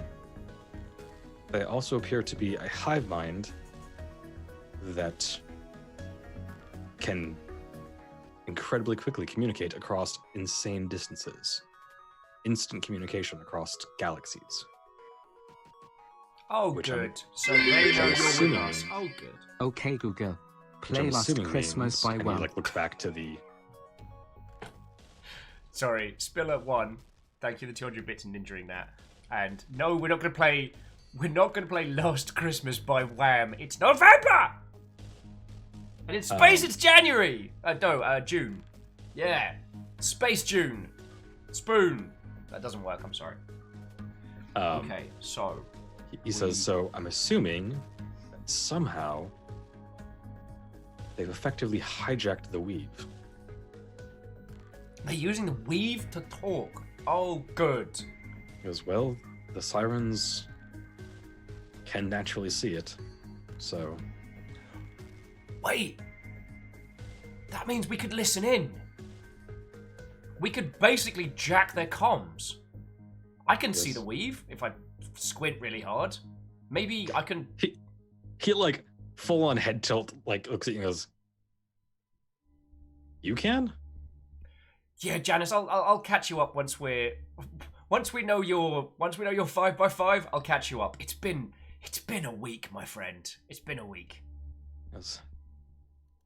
All right. By the way, and in patting him down, you also just found like a cred stick, and like there's a picture in like it's like in the lining of his coat, but as you're patting him down, you feel it and you like pull it out, and there's a picture of what you now know is young him and like some other young individual who's a little younger than him. Looks like they were like graduating like high school or something. It's one of those, like graduation selfies. Last like, you know. Christmas I gave you my heart, but the very next day you gave it away. This year to save like, at this me point, you from finish patting tears, down. I'll give it to someone special. Good. Favor, thank you for the 200 bits. Sneaking in some Wham lyrics there. When it actually turns to Christmas, I have no idea what you lot are going to do. So it can drive me loopy. I guess while Janice is we're chatting through, is like, do you mind if I ask who this is? He like looks at it and kind of deep sighs, and he's like, my little brother, he's somewhere in the Ronin Accord now, hopefully. Well, if you want us to reach out for you, we can. All right. When we left Gunnison 4, Dorian and everybody was trying to get essentially a rallied defense going. We have no idea what's going on there now. It's probably riddled at this stage. Goes, no, he probably assumes I'm dead, and I believe technically there's a shoot on sight order for me right now. Ah, yeah, we read the report. Yeah, I didn't think of that. But in fairness, we didn't know it was you when we read the report. Also, Kisa, thank you for the bits as well, friend. Okay. So Janice, I'm sure you can ninja out of them. We're going to keep you in cuffs and keep your weapons in the other room for now. Just as a precaution, at least. And more to make everyone else feel safe. Even though we're probably not.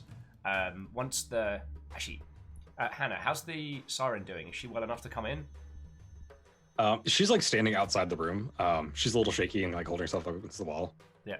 But she's been listening to all this. Yeah. What was her name again? Ninla. Ninla, do you want to come on in? This is as safe as he's going to get. He looks and goes, this is going to maybe be reassuring. I'm not sure. If I wanted you all dead, you would be dead. And he pulls his hands out from behind his back, and you see he's detached one of his hands so that he could slip out of the handcuffs, and then he like puts the hand back on, but like with the handcuffs still back on, but now his hands are in front of him. Yeah. So, Janice, I know what you are capable of. Show of faith, friend. Show of faith! Janice, yeah, Katros, I'm going to take that line. Janice, could you not? Just in a scathing tone. He has like this smug ass grin on his face. He goes, if I was Vox, you would all be infected already. Well, maybe not you, but They would be. Point. Just for everyone else, okay? But I understand. Feel free. Lock the door. I could use some water, though. That we can do. That we can do. Yeah, and I'll, like, slide the bottle of water in. Okay. And he, like, takes it and, like, pops it open and, like, Yeah. like, chugs the whole thing. Oh, you also, sorry, I forgot one of the things you find. On his person, you also find a different face. Oh. Okay.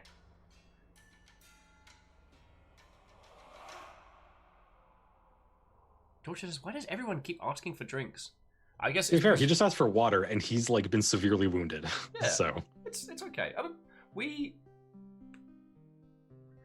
got him all fixed up. It was fine.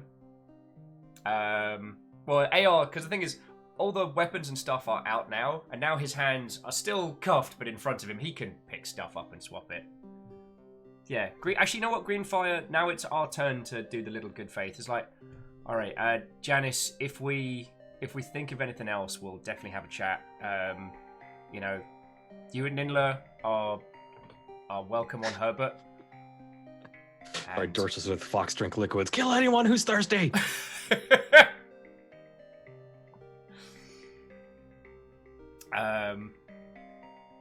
Yeah. So it's like, okay. So Janice will. Well, if we think of more, we'll definitely ask you. I'm gonna still take some precautions, but I think you're right because if the Vox got you, it'd be a bloodbath in here. So, yeah. But we're gonna take it easy. Are you hungry? Like, I have a feeling you haven't eaten in quite a while. So actually, for the moment, I think I just need to sleep. Okay. One last thing. And then almost from, like, a calm pose, like a super, like, energetic high five on one of his open hands. And I'm like, that was some dope flying, okay? No one else seems to want to acknowledge this. That was fucking cool! Okay, I'm calm. Still, that was so cool. Tina, at this point, like, steps in front of you and, like, backs up into you, like, pushing you out of the room.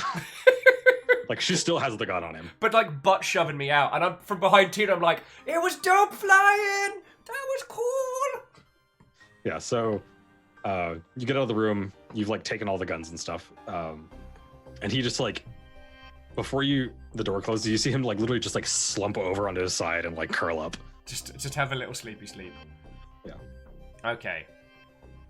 Well, so Beadora's like had the spleemers being a blanket. Well, this is the thing that we do need to be careful of. Is Janice ain't Vox, but Janice is not the most stable of people and is also psychic. We know this. We know the spleemers respond to psychic, so let's not introduce him to those just yet. That's actually what I'm going to say to Herbert in a second. Tomarus says, can you give him a pillow at least?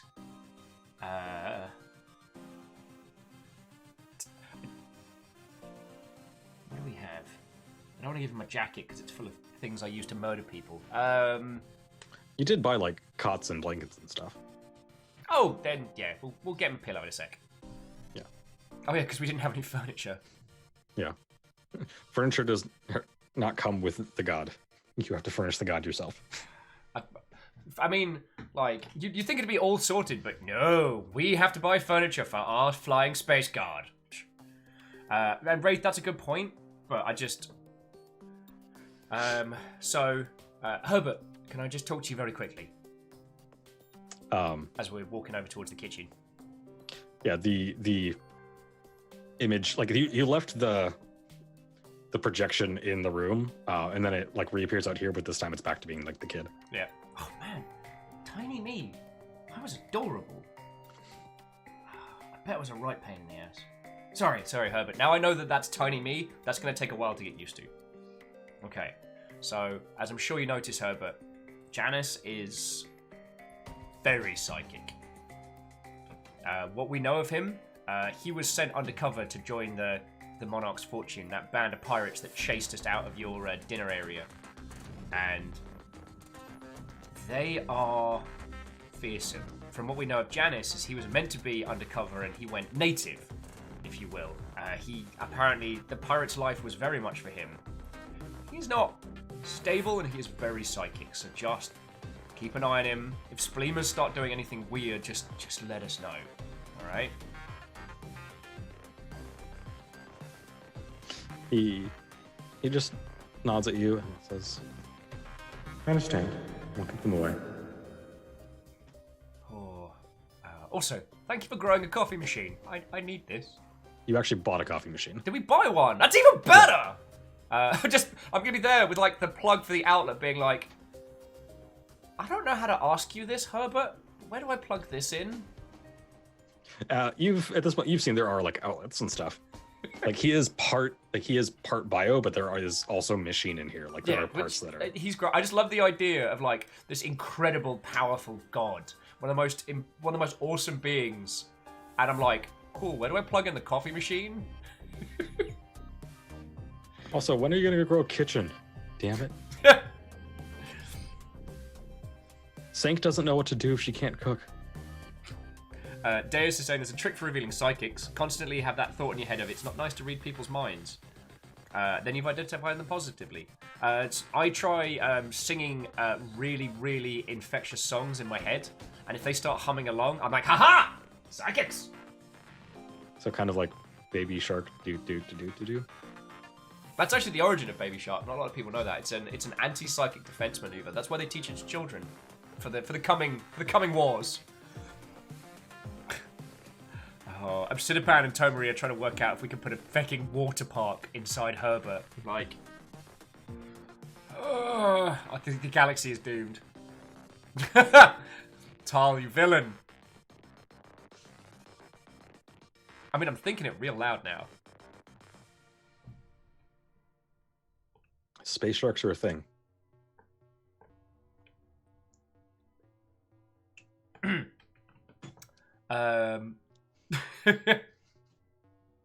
Oh no, I was just saying Baby Shark is the new national anthem. I'm alright with that. Okay. I don't know if Adus has a horn. It definitely can do like a death whale call, which is awesome. Okay. So oh good! Sorry, not sorry, baby shark do do do do do do baby shark do do do do do do baby shark do do do do do do baby shark. Mommy shark do do do do do do mommy shark do do do do do do mommy shark do do do do do do mommy shark. And now you're all protected from psychics and probably a little scarred. And Favored, thank you for the 200 bits, friend. Spiller's reign may be a short one today. Yeah, Yarn Day always swaps real fast on Memnar days. Okay. So whilst I'm fiddling about the coffee machine, getting it going, so Herbert, Janice is right though. How in the hot shite are we gonna stop the fox? They are a hive mind, but there is effectively a mastermind. Also not If sorry. we can go and kill Daddy the shark source, do do do do it do severs the daddy link shark between do all of do them. do do do daddy shark do do do and do then do they do daddy basically go shark. rabid and kill each other. We break the connection, we break the hive. Also, what I love is, you know, the idea that all of you, we are all the voices in Thick's head. The idea of Herbert being like, and now we face our greatest threat. This is exactly how we're going to defeat them. And then Thick starts singing the fucking shark song in his head. And Herbert's like midway through, like, and then using the power of the, are you singing Baby Shark to yourself? Oh.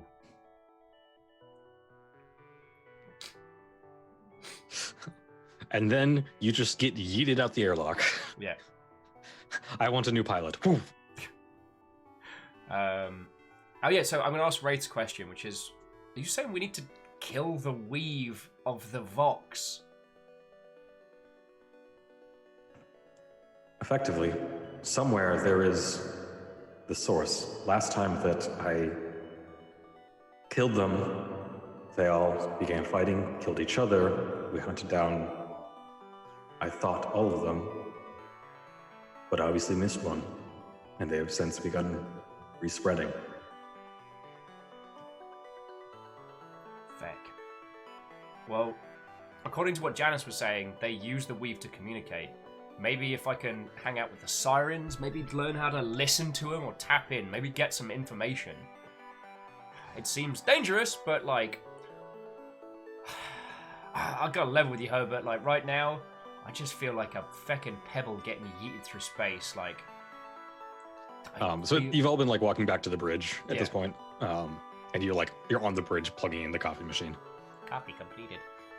I think you've plugged it in or like having this conversation, and Hannah, like not knowing what else to do, is just like making coffee.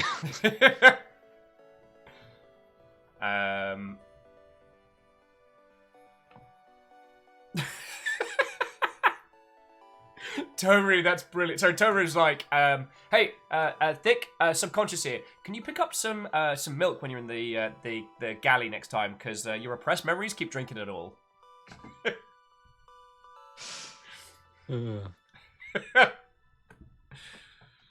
Yeah, Ray's like, Hannah doesn't even drink coffee. She prefers tea. I think she's just making it. It's very clearly like she needs to be doing something to distract herself from how in over her head she is. So numbers, I'm saving that line for like, that's the backs against the wall, laser fire coming down from the sky type last Butch and Cassidy moment. Just like back against the wall, pistol out, bleeding, like holding in a wound and just being like, I never got the chance to tell you.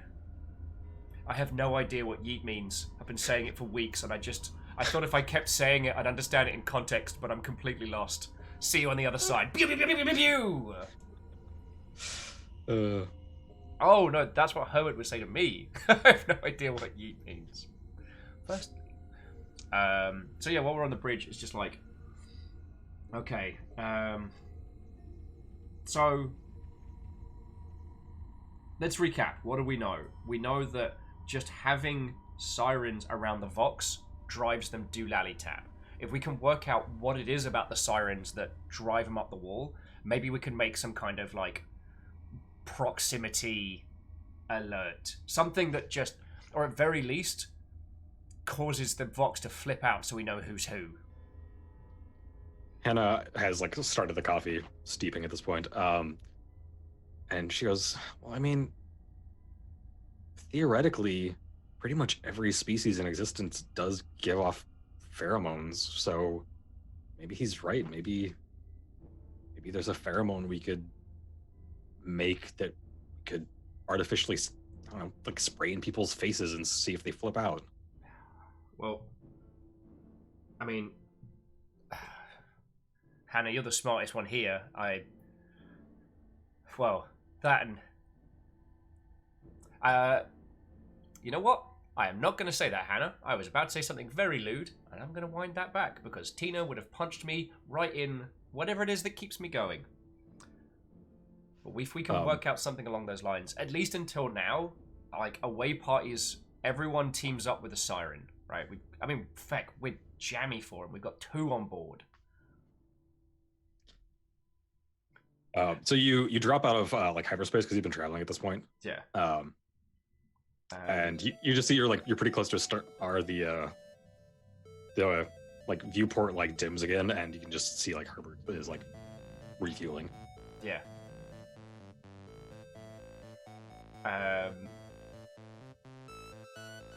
No. So Beador and Peeps, I was gonna reference the fact that Tina's sleeping with a siren, and then realised that's not something that Hannah is either needs to know, or if they haven't worked it out, I don't want to be the one to tell them, because Tina will beat me into a small pile of wires and goo.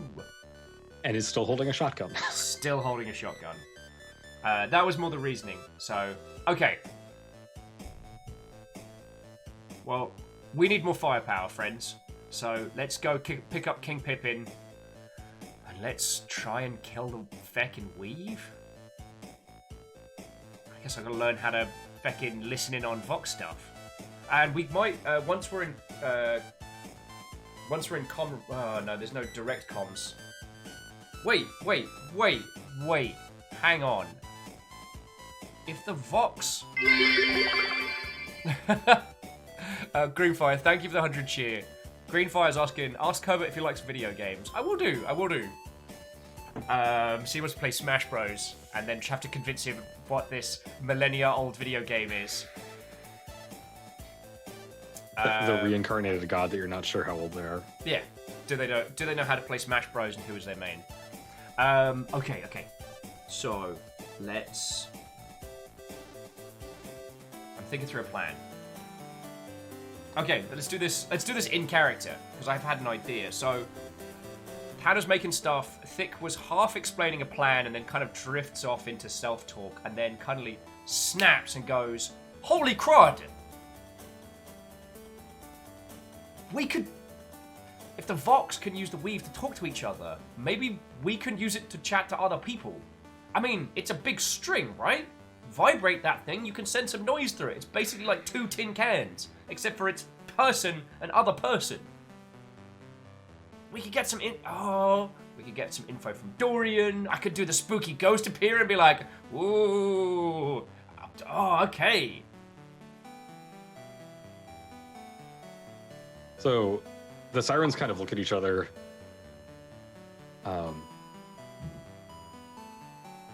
And they look back at you and they go, I mean, maybe? We've never used it that way, so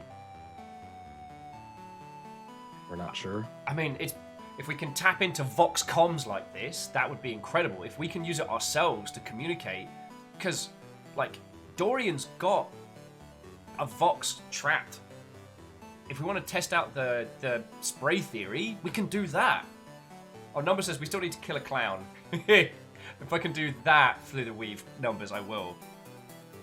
Oh, Beadora's asking what our current quests are. Currently, murder a clown, investigate space whales, get Herbert drunk. Wait, did we finish space whales? Because Herbert is the space whale, right? Yeah, I guess you did. So yeah, you would get that checked off. Oh, so we'll need to add a new mission in a sec.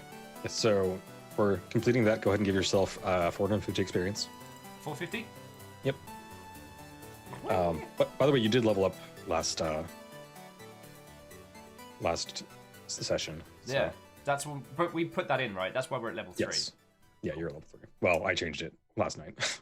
Thank you, dude. Dorcas says, cause another scream, but one that targets clowns instead of psychics. It's important to have goals. And Erin and Tomari, you're right. Herbert might not have heard of Updog. So, but I need to deliver it right. You know what I mean? Okay. So okay, friends, this doesn't change our mission. We're gonna go pick up King Pippin. Some more firepower is always better, and then we can descend upon trying to work out where in the bloody hell these Vox are.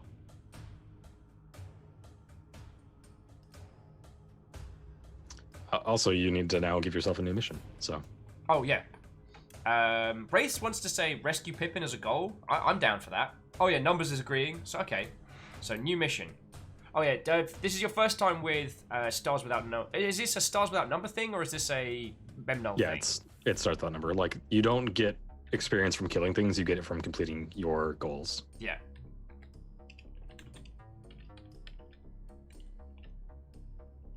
And it's King Pippin, by the way. All hail King Pippin. So we've set our own goals, of which we set 3 at a time. Each time we finish one in a session, we set another one. Tomari Pippin from the hit UK children's TV show Come Fly With Me. Ray says, isn't he Emperor? Yeah, but he's King of Mechs. Like, I don't want to have to explain his mech lineage to you. I'm sorry. Right. Now then. Yeah, so you do have 2 skill points to spend.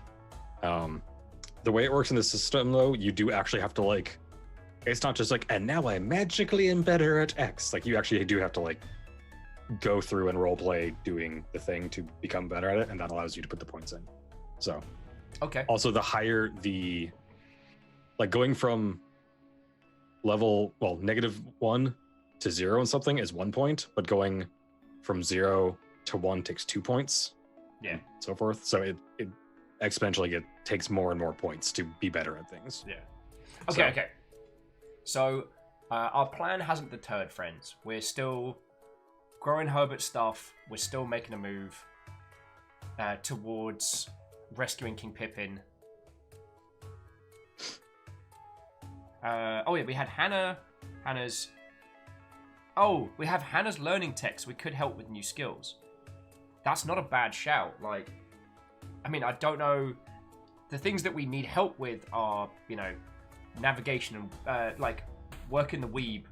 Working the weeb is actually the title of my very first book.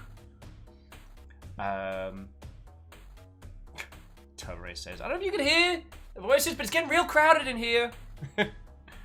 Yeah, Beadora says, so putting more points into learning weave reading. Yup.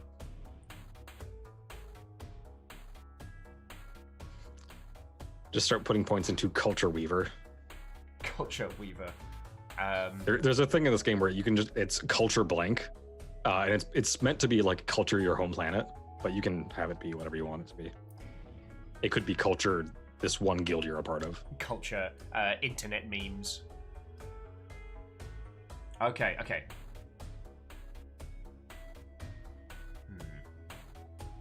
I feel like working the weeb is actually like some kind of weird, like anime waifu workout video.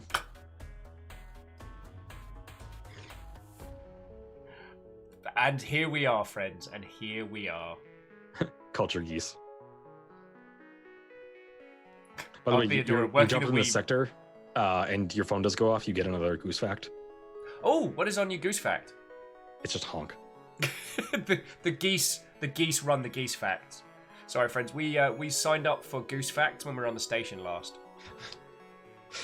Partially to try and annoy/distract whoever had tapped your phone, which you've since gotten purged. But yeah, but still, we're keeping the goose facts. Episode band culture space sharks. Everyone said culture sharks. Why are you all like this?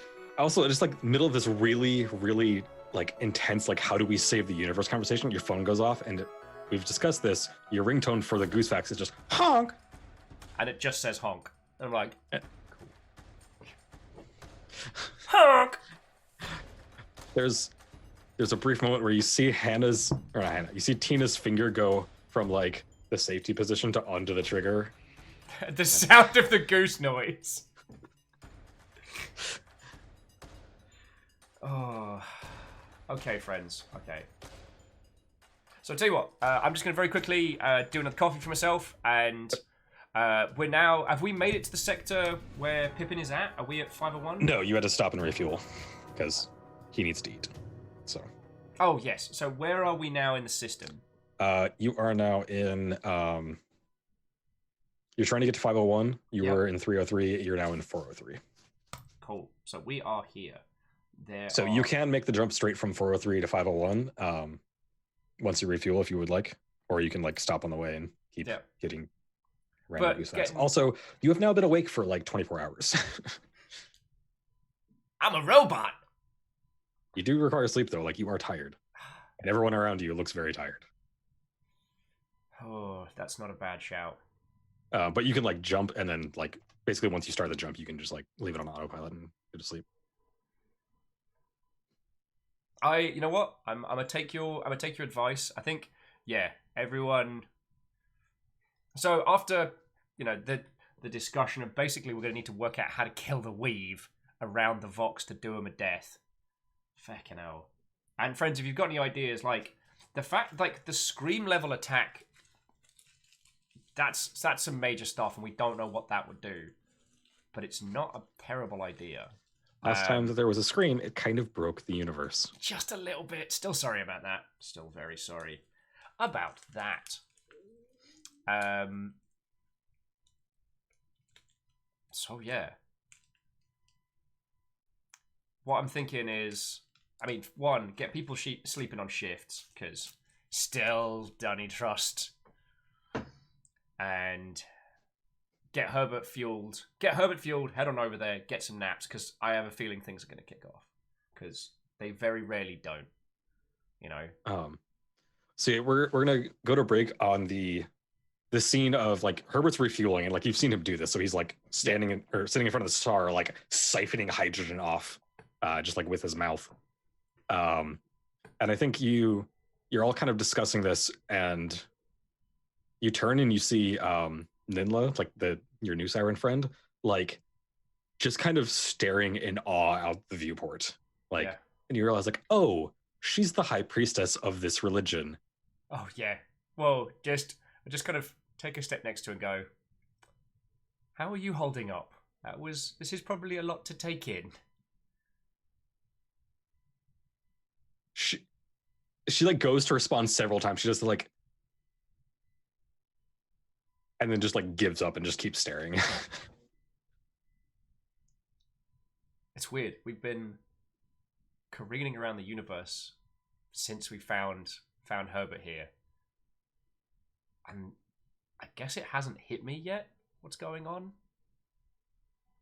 Calling him Herbert certainly helps. It's hell of a day, huh? Hell of a day. And I think Adriel like steps over and like puts her arm around her and like just to reassuring, like, you're okay. Also, she looks like she's about to maybe collapse, so she's like making sure she doesn't fall over. Yeah, maybe. And break time.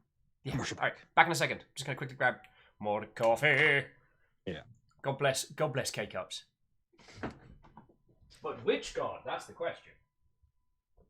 I lucked out, and at work, I know he can't hear this, but at work they had some event and they got that like box of pre-made Starbucks coffee, and they didn't touch one of them, and they just gave it to me. So I have a box of coffee downstairs. Although I think it might be about beer time, because I think if I have more caffeine than this, I might do myself a damage. So yeah, welcome to Ask Baron GM questions, I guess. I don't know.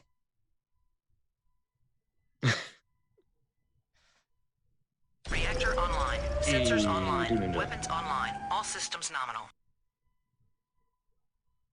Sneaky sub.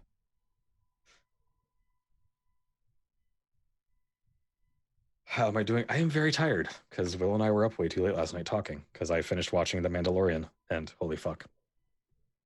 Well, catching up with Mandalorian. Also, real quick, my roommate, who is actually currently streaming, and you should all go follow them, twitch.tv/Raikou, she drew this and got them made into stickers. Okay, it's washed out because of the green screen, but it's a little baby Yoda sticker.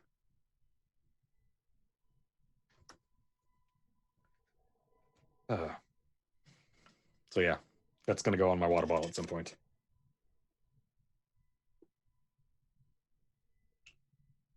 I should have to decide where. I'm running out of room.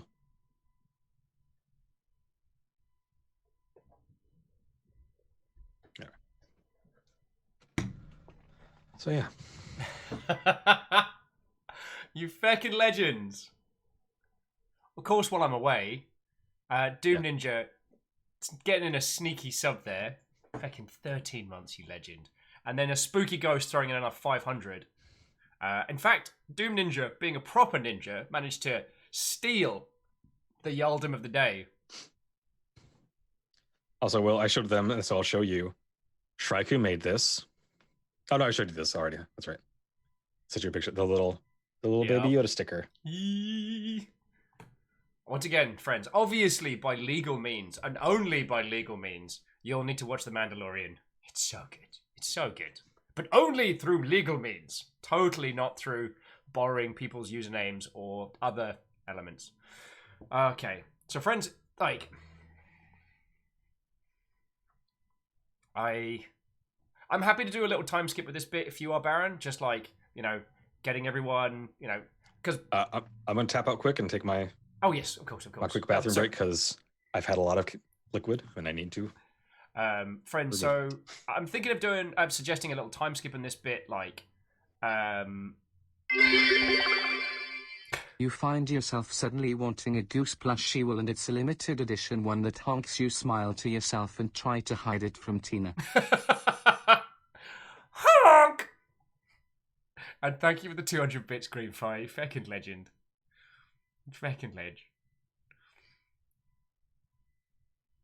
Actually, did Untitled Goose Game do plushies? That's a thing I need to know. That is a thing I need to know.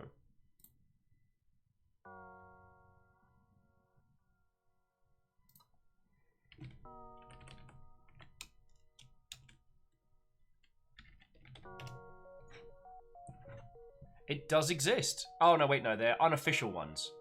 There is a cuddly, unofficial goose blush. Now we've all learned a thing. Oh.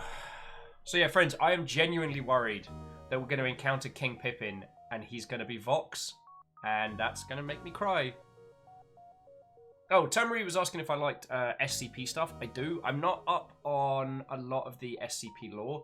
I was reading the manga that someone was doing, which is like little one-shots of all the different cryptids. Which I've really been enjoying. There's also a great game called Lobotomy Corporation, which I quite like. Hey, and Lizzie, Watto friends. Tyree says better than King Piccolo. That joke will never get old. Oh, it's bloody cold. I have to grab a hoodie in just a second, friends. I have a feeling that it's gonna kick off when we get to Pippin. Like, this... It feels like we're kind of on, like, a little calm part. Also, Alleged Man, Watto friends! And I think you mean the ghost of Kermity Frog. Though Alleged Animal is definitely canon. I couldn't tell you to what degree, but Baron did mention that, like, Animal is now legend. Beer says, check to see if Pippin mailed you. Also, mail and ask which star system he is in, maybe. So we think, to the best of our knowledge, we know he's in 501, which is where we're heading, which will be our next stop. And Baron was saying the way mail travels from system to system, it's almost like traditional delivery, so it takes a while.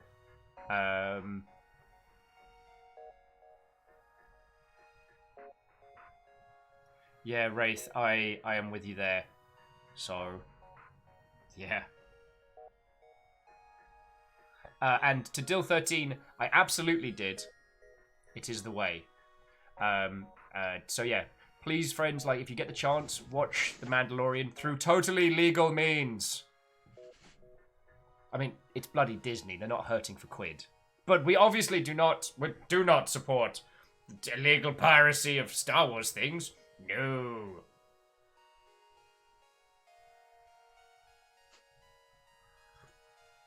I think I've banged that drum hard enough. So what I was suggesting to the crew here, and what I would suggest to you, Baron, is I'd like to time skip to get to Pippin's. Like, get people sleeping on shifts. We got our pilot is our mech mechanic is working on the mech stuff. Tarvitz, yar! There be no pirates here. Get everyone some sleep. Ask Herbert to keep an eye on Janice. I've decided it's beer o'clock. Oh. And I'm going to be drinking Kitty Cat Blues. Ooh. By Black Raven. Though you might have to send us a color picture of that on Discord, because it looks very Art Nouveau in the black and white. It's just black and blue and silver, like on the can. It's actually really nice. Which I'm a sucker for packaging. So like, if you want me to buy your beer, have good packaging. Oh and yeah, I'll probably try it. God. I mean, we drunkenly bought beer because it had a cat on it. Yeah, and it was all right. And it was really good. Yeah. I bought Skykraken before because the can is a giant squid fighting a blimp. And I'm like, you might as well just put it in my basket. Yeah. That's when you're walking by and you go, taking this. Okay. Yeah. Beadora, that's not a bad point. We should go check in on the mech. Just make sure that things are going to be ready. Joe! The ghosts have the floor, friends. Holy crud. Whoever that was, you fucking legend, thank you. A cacophony of spooky Mother Hubbards just threw in 1,500 bits. Thank you. Thank you. Yeah, Kisa, that ghost coming back strong. That's strong. Strong. All hail your new ghost, Jarl. Yeah. And Aaron, thank you for the bits as well, yo. Because, yeah, I know you had to go through an inordinate amount of ad watching. And more spooky ghosts! Okay, the ghosts work for House Chaos today. And Aperios! What, oh friend? Yeah.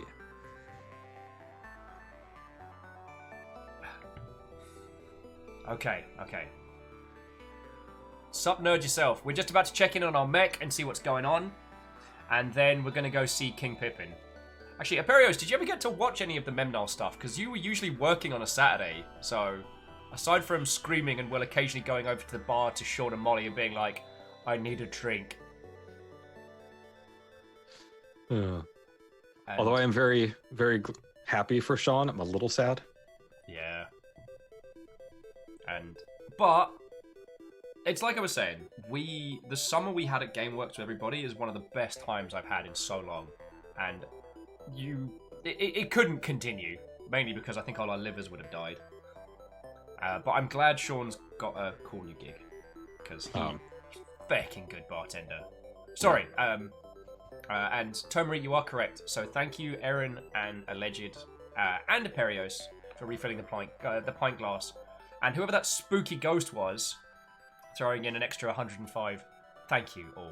Like, the fact that we get to keep doing Memnol, the fact that we get to keep doing all this is thanks to you lot. So, sincerely thank you, alright? Okay.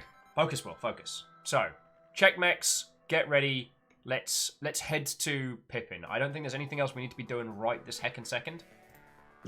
So I'm going to just do another navigation check, because you did drop out of spike space. So you can refuel. The star in the back of the ship has gotten a little brighter again.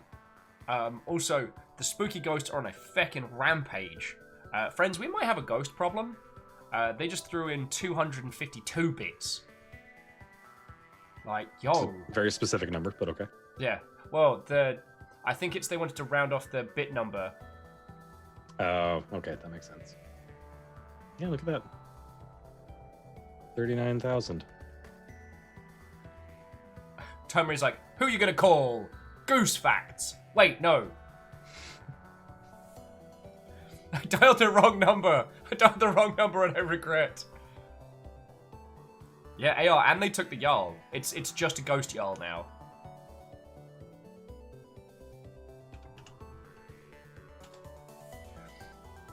Okay. So yeah, I'm gonna need to do a navigation check. And I remember how to do that. It's in skills, and then navigation. Modifier is 1, because it tells us. Wait, no, the modifier, that's our int, right? No, that's the modifier is your skill, and then it'll ask you for which stat to use. Okay, modifier is 1. Attribute intelligence. This drop down is super cool, because then it does this. 12. All right, yeah. So you plug back into the chair, and again, like, you plug into the chair, and you see the weave, like, before you in this massive complex strand. And you reach out for, because you were going to 501, not to Pippin directly, correct? Yeah. Okay, so yeah, you find that star's thread and grab it, and you like warp into the tear in space that Herbert opens. And the entire time, like, Ninla's just like jaw open, like watching you just like plug in and be like, and this one. And she's just like, I mean, and then once you're traveling, she's like, I need to go lay down. That's for the best. Although I do want to reserve the right in the future, once Thick's got the hang of it, to be able to go, Herbert, engage, when we do the warp tear. Yeah. I reserve that right for the future. Tomari, I think what you mean to say is it's just a step to the left. Wait, no, it's a jump to the left. Oh, crap! I blinked us into a sun because I did the time warp wrong. Fuck. Aperios, they are available on the YouTubes, and I made a playlist for them. So if you want to catch up, There's quite a lot. I'll pull it up. We were going to like just audio podcast it, but I can't do that from my end because any of the just rip all the audio from this sites, all the episodes are way too long to let you do it. So Yeah, they get we real, would have to do it on his end. They get real grumpy about that. Because it's like, oh yeah, 30-minute video, sure, but they're like 5 to 7 hours. per Who wants episode. to sing? Who was that? Who was that just did us a host? Starcat Studios, thank you kindly. Yeah, so that is the full playlist of Memory Equals Null. Okay, Baron, take it away. Sorry. So yeah, you jump into Spike Space, and everyone's kind of like, okay, sleep needs to happen. So yeah, Okay. you all go to sleep. And I'm gonna try something, and I don't know if it's gonna work or not. Go You've secret scrolled Discord. through the limited editions honk G's before bed. You see a shiny and purchase it. It's 150 credits. D, it's a silver/cream with golden feet and beak with black eyes. 2-3 days for shipping. D, enjoy your purchase. Okay, I will deduct. So, Asarith put in 200 bits there, and I do want to say, hella thank you. I'm going to. Yo!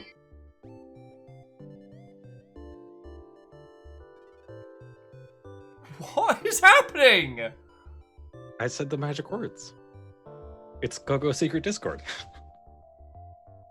What the heck? You weird. But are you all fucking?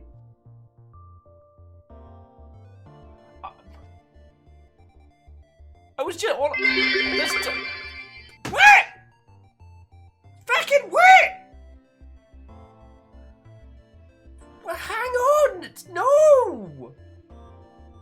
I like seeing the cup that empty. Uh, Hey, no, stop filling the cup. Empty that shit. House chaos.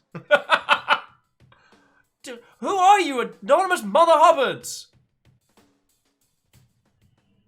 Catch us like, what do you mean? No. Oh. I mean, large chunks. We need to empty the growler. Woof. Honk. Also. Worth. Also, Tegan, thank you. Just whoever that was that just threw in, or whoever's the squad of ghosts that threw in 1,000, then 5,000. Tika just threw in a whole bunch. Like, oh! Go secret Discord indeed. Y'all were planning this! I like that there's clearly one anonymous ghost that is trying to make this not an even number, and there's another one that's like, no, make it an even number. Doing battle. Lizzie, you're right. I can tell. I have no control over this. I can say no. Nothing's happening. Wraith, I saw. J-Post, holy crud! J-Post threw in another 1,000! Yo! Fucking legends! Thank you. Oh, fucking thank you.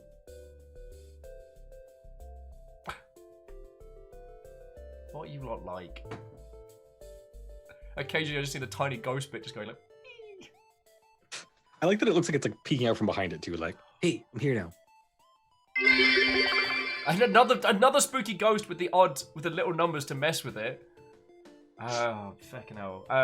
Alleged, to answer your question, I got that in Vancouver because Pride Lucifer had a rainbow fan that said gay AF, and the snap of that fan was very satisfying. And I saw one that just said woof, which has kind of come a little shorthand in our lot. So yeah.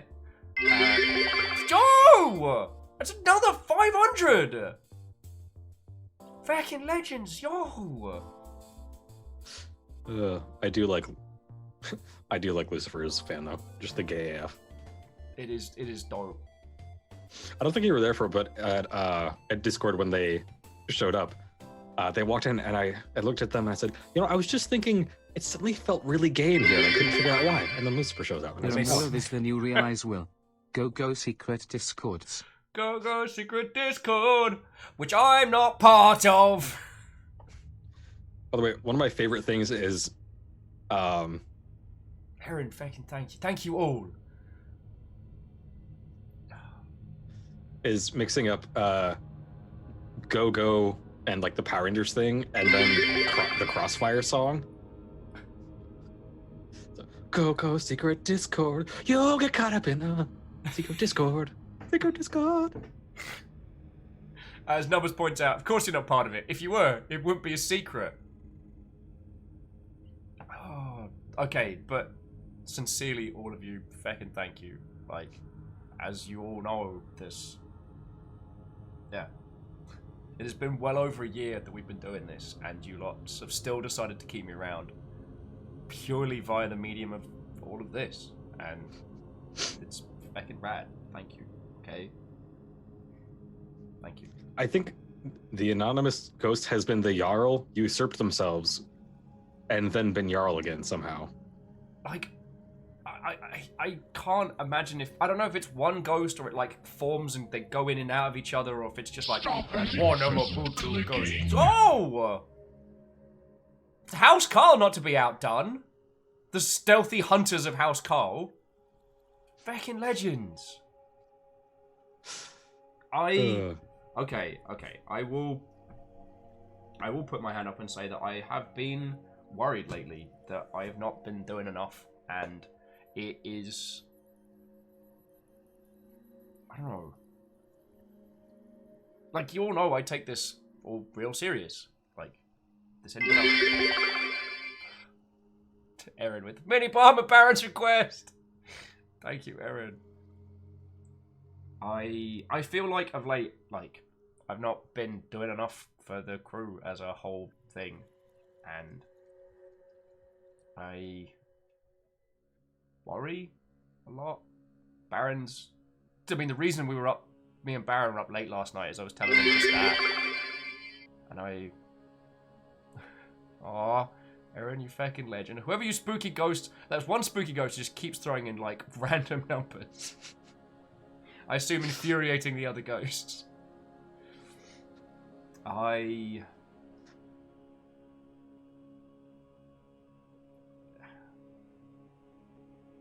want to continue to be a part of... Oh, spooky ghosts, keep going! Heck. Alright. What I am saying is that I am exceptionally grateful for all the time that you all spend here, and for, like, hanging out on the Discords and being here for shows. My goal is to be people's second screen, but also, like, to make the kind of... Oh! Aaron is really leading the charge here. Aaron, sincerely, thank you. Yeah. You lot mean a whole bunch, and I worry I don't do enough. To friends in, like, the Seattle area, there's so many people I don't spend nearly enough time with, and for you lot, there's so much stuff that I want to get done and don't. Like, I want to keep bringing everybody together, and I want to make sure that the Longship maintains. We had that year of fighting for just survival, but if I let up now, I know that things will keel over, because that's just the nature of internet. Okay, I guess what I'm just saying is massive thank yous, because you lot do stuff like this. I get it. Heck.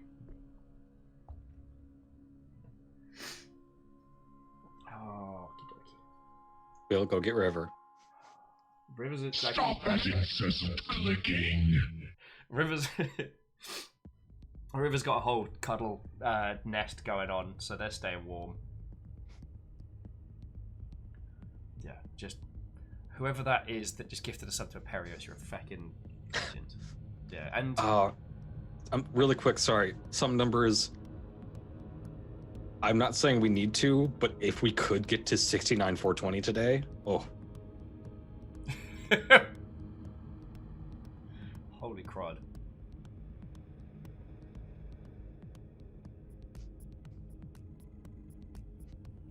Tomo's like, reset the counter. You did.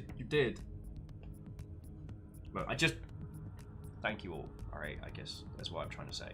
I love doing this. I love spending time with you lot. And it is worth all the hours. And it's because...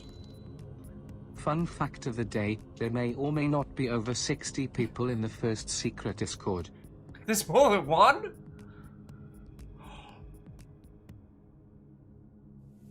Also, Erin, thank you so much for throwing... Yeah. Thank you all. Thank you all! Okay, okay. Oh.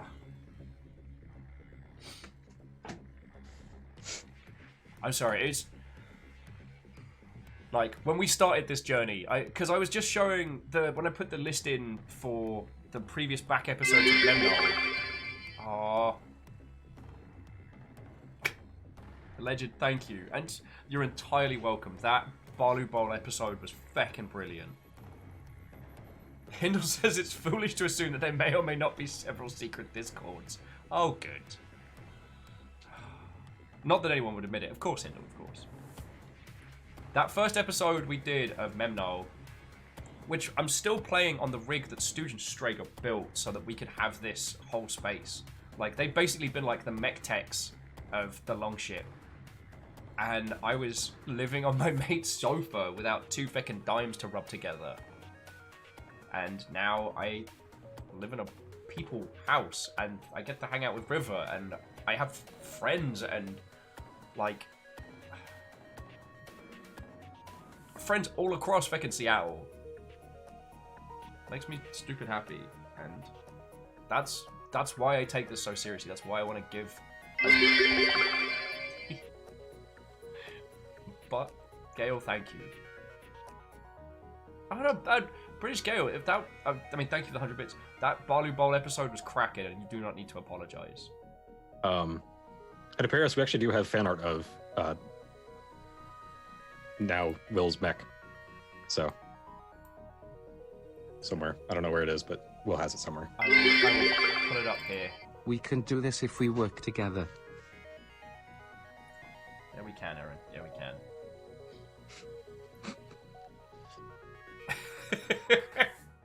I like Tomer is just doing psychic defense with bare naked ladies. Oh yeah, and also as very British Gale is saying, oh, and Erin managed to ninja the Jarl of the Day from the Army of Ghosts. Oh, very British Gale, thank you. Yeah, Nigel Forsyth for MVP of Balu Bowl, the world's greatest middle manager. I do feel it's very in character that match ended with him just like sobbing in his mech. Yeah, just an ugly cry.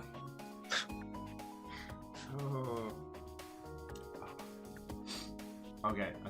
So, I love you lot. All right, you're an excellent bunch of humans, and for all that you do, I make you all the same promise every time you crush my tiny feelings, which is I will continue to dedicate myself to, you know, the Longship, the crew, these things, because it makes me stupid happy, and I like spending time with you lot, and I want to do that for a long time yet. Okay, so there. I like you all. Shut up. I'm not crying. The face is dumb. Okay, let's kill something with a robot. Well, actually, no, we're in space, so.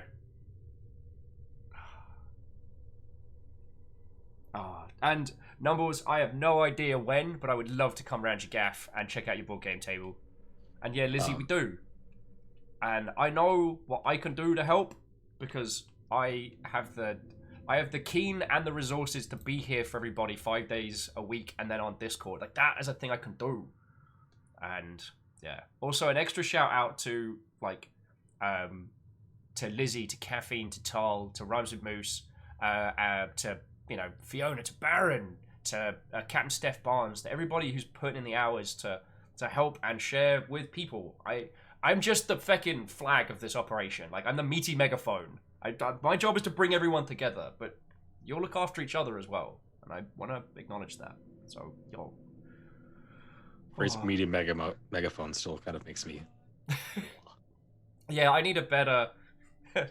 Superior's like, Will, the meat flag.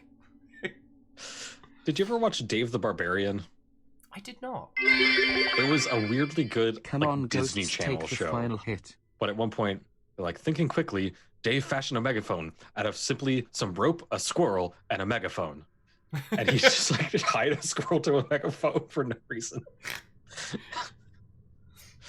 Oh, Aaron, thank you again for the 200 cheers. Aaron, I don't know if you're trying to encourage the ghosts or infuriate them, but yo. And Paris is asking, is that the one where the barbarian is stuck in a normal life? And Obsidipan, back at you, friend. Back at you. No, friend. it's actually in like barbarian times, and he's got like a talking sword, but he's like not actually particularly barbarian-y. It was a weird show. So, I also once saved Caffeine's life with a megaphone in The Miscreated, but that's not a story.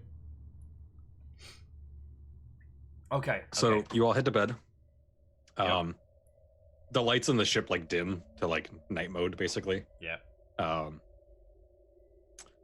At some point, you like get up in the middle of the night to go to the bathroom, and like as you're walking down the hallways, like the light like follows you down. And then, as you're walking back to your room, a light shows up down the hallway, meaning there's something there. And the first thing you see are the dead, black eyes staring at you. This sleek, almost aerodynamic body. And then it opens its twisted maw. And you hear, honk!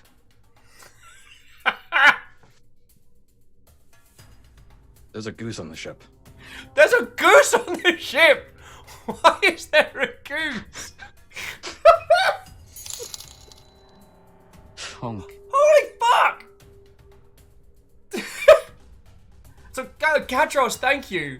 Saying 3 cheers to the friendos who got out of the way to fake a flock of cats into a crew. Also, who remembers Dave the Barbarian? And then me from the future, fucking time-traveling Viking douche that I am, just donated $50!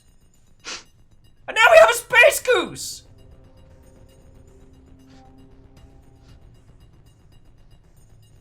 I mean, I'm processing a lot of things simultaneously here.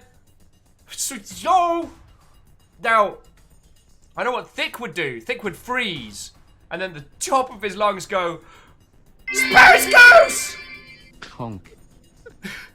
J-Post, holy crud! I'm processing a lot of things at once! Okay, thank you. All of you, thank you. Thank you. Goose! Crew! Goose! So one of the doors slides open and Hannah very sleepily like stumbles into the hallway, like putting her glasses on.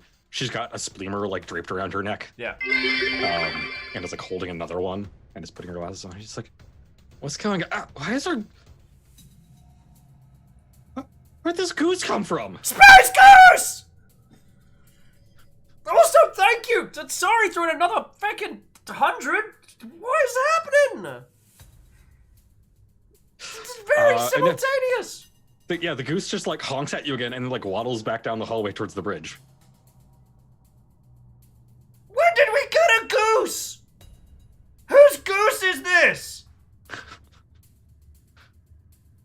Are we under attack? Is it a pet? I don't know. Hannah, there's a goose. Why? So, hearing all of this screaming, a door flies open and Tina comes out like shotgun in hand. Yeah. And I'm just like, Tina! Space Goose! Space Goose! And she's like looking around and she's like, have you been drinking? Space Goose! And I was like, no, there was actually a goose. I don't know where it came from. Also, to Quan and Fwan, whoever that was, thank you for the 100 bits. I'm dealing with a lot of things simultaneously, in and out of game. There's a processing of feelings and goose. Space Goose. So yeah, do you try and follow the goose It's going towards the bridge. Of course! Right, so you go into the bridge. Ninla is like sitting down, like legs crossed on the floor, like meditating or praying or something. And you see the goose like slowly reaching up to like grab one of her tentacles. Luna! Space Goose! She Space Goose! she kind of like snaps out of whatever she was doing and turns and just sees a goose right here. She's like, "Ow!" And, like falls over. Whose goose is this? And then the goose just honks and does the like flappy run. And like goes down the hallway. How do we have a goose? Wait, didn't Thick say he was gonna be a goose? He was gonna rear geese? Competitive goose breeding, I think is what it was. Yup. Okay. I'm feeling a lot of things simultaneously here. Oh my word.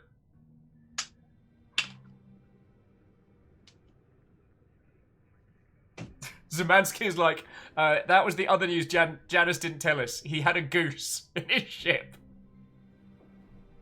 Charles asking, how long have you been planning this, Baron? I think the day before Soba. Okay. Also, you can partially blame Lucifer because they sent me a thing about having the goose in D&D. So, Space Goose. Okay. Herbert, we have a code goose. Repeat, code goose for goose. It's a goose, Herbert. It's a goose. if you see a goose Go in the ahead. club, It's a it's goose. a goose. So yeah, you Space Goose. it's waddled and honking down the other hallway now. Can Hannah, you've got like mind powers. Could you assess the goose? We have a goose. Why is there a goose? Janice, did you bring a goose? Spunk space honk. Space Goose donated $5. A legend threw some bits in. Everything is happening so much right now. I don't know how to process this. Goose! Space Goose! Spoose! Hindle's just honk. What is happening? You see, Tina is like really confused for a second. Goes, Hannah, I'm gonna need you to stay here. And she like walks down the hallway and you see her pull a knife out. No! Space Goose, no! Because it's actually, as Asari is reminding me, before you all decided to unravel me, I could... Starcat, thank you kindly. The dramatic duck for a Space Goose! About this Space Goose! Yes, Asari did a 200 bits earlier so that I'd spend 150 credits on a limited cuddly duck. Now there's a real goose. Y'all made that happen. No goose? Yeah, Lizzie, we gotta go save the goose! And also be afraid of the goose! This is not where I thought today was gonna take us. Yeah, here we are. Also, you realize the goose is heading towards your mechs. Run. Thick runs. Okay. We can't have a Spruce Goose in a robot. I think as you follow Tina down the hallway, the camera just pans back to like Ninla like sitting on the floor kind of confused. And then Hannah just hands her one of the spleemers. Yeah. And she's just like... The spleemer's help. Emotional support spleemer. Yeah. Tomer's like, why has the goose got a gun? Can the Vox infect goose? Is this like the most insidious? So yeah, you're like running down the hallway, and you get into the hangar, And can I get you to roll a perception check for me? Yes, skill, right? Yep, skill perception, which you actually know. I believe. No modifier. That's intelligence, right? Yeah. Boof, 11. You don't see the goose anywhere. Herbert, I need a goose scan. Stat. Where is it? And like Hannah's looking around as well. So you both sprint into the hangar. Like Hannah's holding a shotgun over one shoulder and has a knife out. Sank is still like poring over whatever schematics Herbert had given them. And she like sees you walk in. She's like, "Is everything all right?" Space goose. Unhooking my axe from my belt. No intention of using it, just more as a protection means. You don't have it on you because you were like in bed, and I'm assuming you don't keep it on you when you're sleeping because that would be uncomfortable. That's a good point. Okay, so Thick assumes like a karate pose, despite realizing that Thick doesn't actually know karate. So he's like, I don't know if Thick doesn't know karate. I mean, he might be able to like throw things around, but Thick does not know karate. Thick is pretending like he knows karate. Or sorry, yeah, Tina. My emotional support axe. That's pretty much what it is, Zemansky. It's decorative. And it has, what is it? Yeet on the blade and Kobe on the handle in water chomra. Because it's a really nice axe too. It's a nice axe. Okay. So assume karate position. And Tina's like, "Did a goose come in here?" It's like, "No, darn, I think I would have noticed it. Where would we even get a goose? Space goose. We're in space, aren't we? Like, where would you goose. even get a goose?" That's what I wanted to know. And then goose. And every time like Thick goes past like a box or a crate, kind of goes, I'm the terror that flaps in the night. I am the batteries that are not included. I am the raspberry seed you can't floss out. I'm the $10 service charge on all returned checks. So I think I am Darkwing Honk. Whose goose is this? very British game. 1. Thank you kindly for the $5. That is brilliant. Darkwing Honk! Whose goose is this? That was exceptional. Thank you. And Vanderbeest, thank you for refilling the pint glass because the ghosts, to quote Wraith, it gave my growler a pounding. So you go over to like one of the wall like panel screens and you like pull up a scan of the ship and like you can see all the like the people and you can actually see where like all the little spleamers are. Yeah. Also, there are a lot more spleamers than you realized. A lot of them, there's a very large concentration of spleamers in Hannah's room. And based on like when you walked past, it looked like they were maybe like all sleeping in the bed with her. Also, Lizzie, thank you kindly. Although technically it's me from the future, which is the current Jarl, but I'll take it. And yeah, there's no goose on the scanners. There's no. Okay. Tina, like I'm not like I haven't got like a virus. Like you saw the goose, right? You saw that goose. It honked. It honked. Yeah. I think you're doing like the fake karate thing. She's actually like doing like point turns around like your mech's feet and stuff looking for it. The idea is I imagine like Tina properly doing like search and check, and then I'm kind of like jumping out behind corners and being like, "Hata!" Oh, no goose She's doing here. actual breach and clear. You're just like, "Hata!" Ooh, no, there's no goose here. What would Thick even do with his not karate versus goose? Also, I would like to imagine that you're like doing this and then like checking the screen with this hand, like Hata! And then, no, this is a deadly weapon, Goose. At any point, I could use this on your goose face. And Tina like pushes you out of the way of the panel and like forces a rescan of everything. And yeah, like no goose. She's like, My God. Today is really weird. I'm going back to bed. I'm gonna lower my defenses. I sure hope no goose comes out of nowhere to attack me with its deadly goose beak. Oh boy, sure am defenseless. I'm gonna lure the stealth goose out. Tina, watch. I'm gonna lure it out. I can't resist. Boy, sure would be bad if something goose-related happened to me right now. She like grabs the collar of your shirt and starts dragging you towards your room.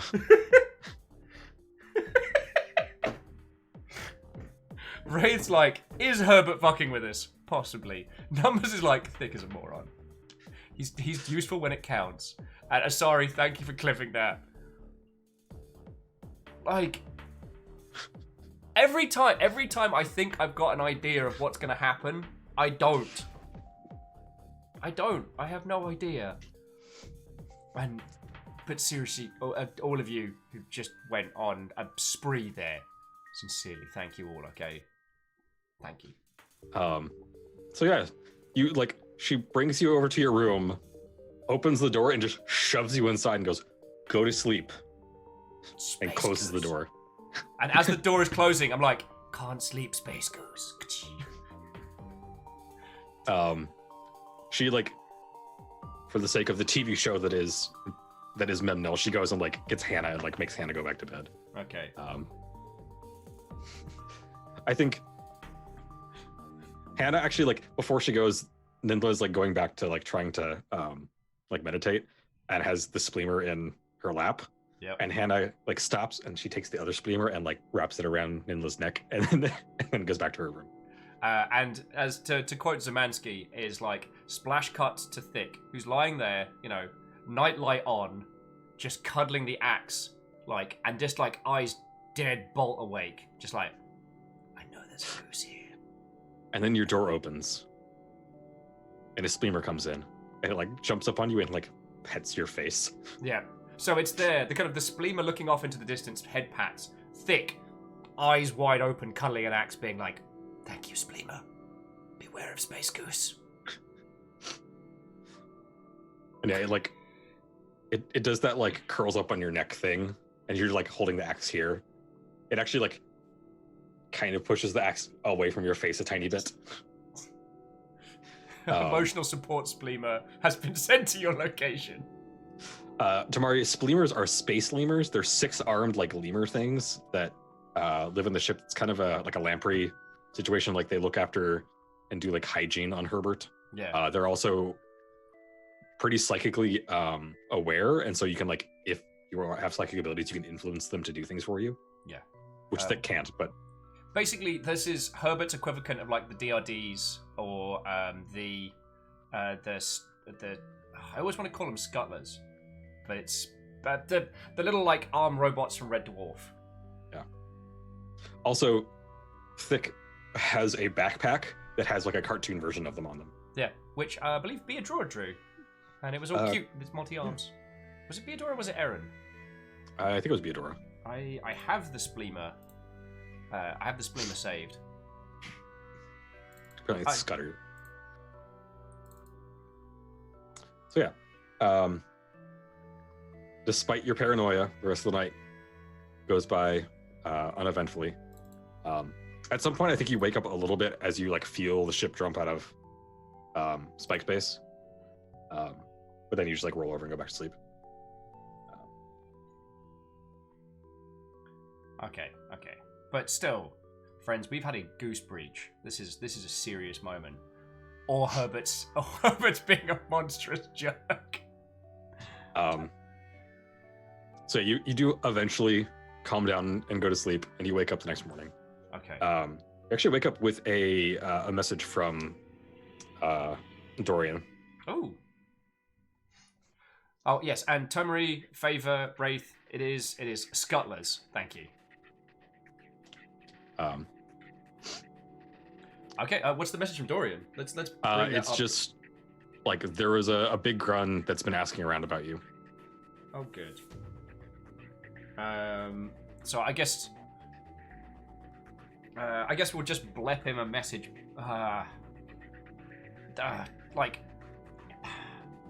See, the thing is, has Dorian been compromised? Because what I want to send him a message is, hey Dorian, we think we have a... What I want to say to him is, hey, I think we have a potential Vox detector, but we haven't had a chance to test it. It's siren pheromones. It causes the Vox to flip out and go murder frenzy. But if Gunnarson's fallen, if Gunnarson's been taken over, we might just be telling the Vox how we know they're Vox. And the Vox are parasitic and evil, but they're not dumb. They're very intelligent. Like, it's a hive mind, not a hive mindless creature. Katros is like, that's not a detector, that's a trigger. I mean... Give the Vox some space cocaine. Spokane? Which is in Seattle. Yeah. Oh, in Washington. And also, it's pronounced spook cane, which I will never get tired of telling people. So, as you may know, I'm originally from Omaha. Do you know what you call people from Omaha? I don't know. What do you call people from Omaha? Omahanians. I'm not kidding. I wish I was. It's actually Omahanian. That sounds like a superfood. Or... At one point, like, the mayor was trying to give a speech and started it with my fellow Omahanians, and like the crowd was just snickering for the rest of the speech.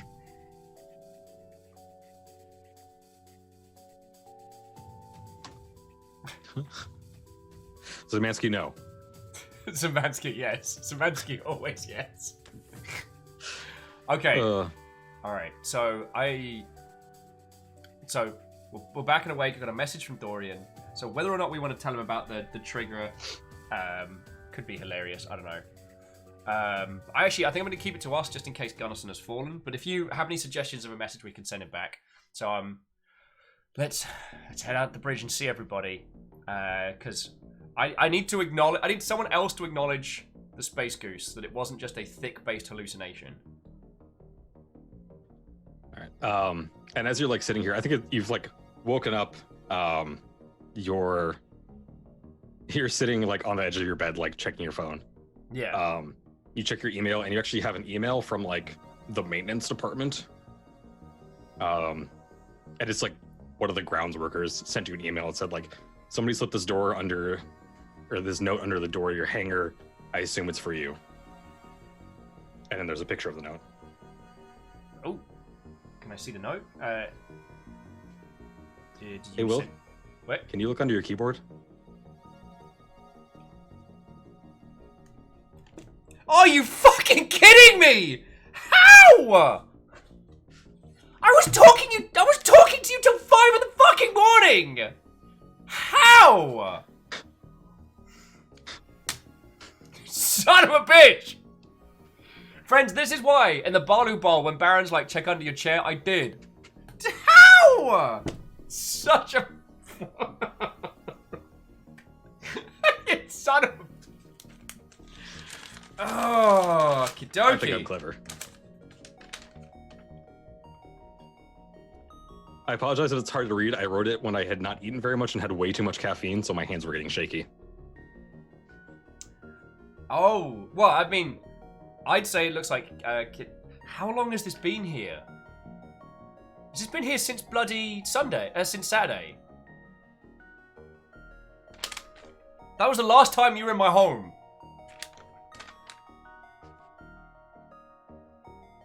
So, okay. So, friends, this is the note. I'm going to read it out to you all.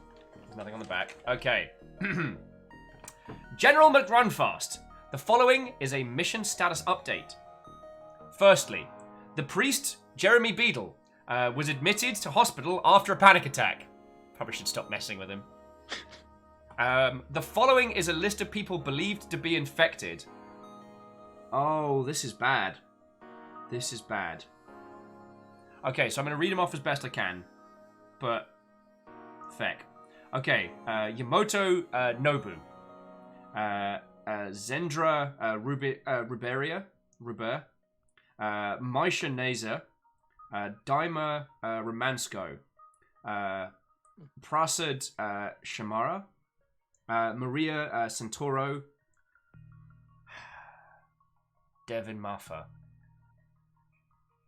Kuru, Aito Daisuke. We will keep you posted. Lieutenant Amber. So friends, Lieutenant Amber... Lieutenant, by the way. Sorry, Lieutenant Amber.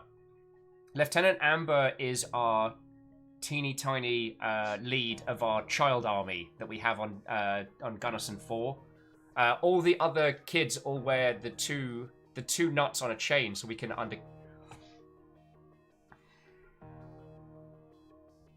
yeah. So that means that Dorian is in danger. Plus, we've been leaning on Devon a whole bunch. Feck, that means Dorian is in serious trouble. Ray's like, you know who's not on that feckin' list? Feckin' Karen. Feckin' Karen. Fucking bland ass potato salad. Yeah, bring that bland ass nonsense. And as you're sitting here and you finish reading this message, you hear honk. It's your phone. It's your goose fact. But at the sound of honk, Thick immediately leaps into like a into a karate position, into like a bad cartoon karate position, and looks around before realizing it's just his phone.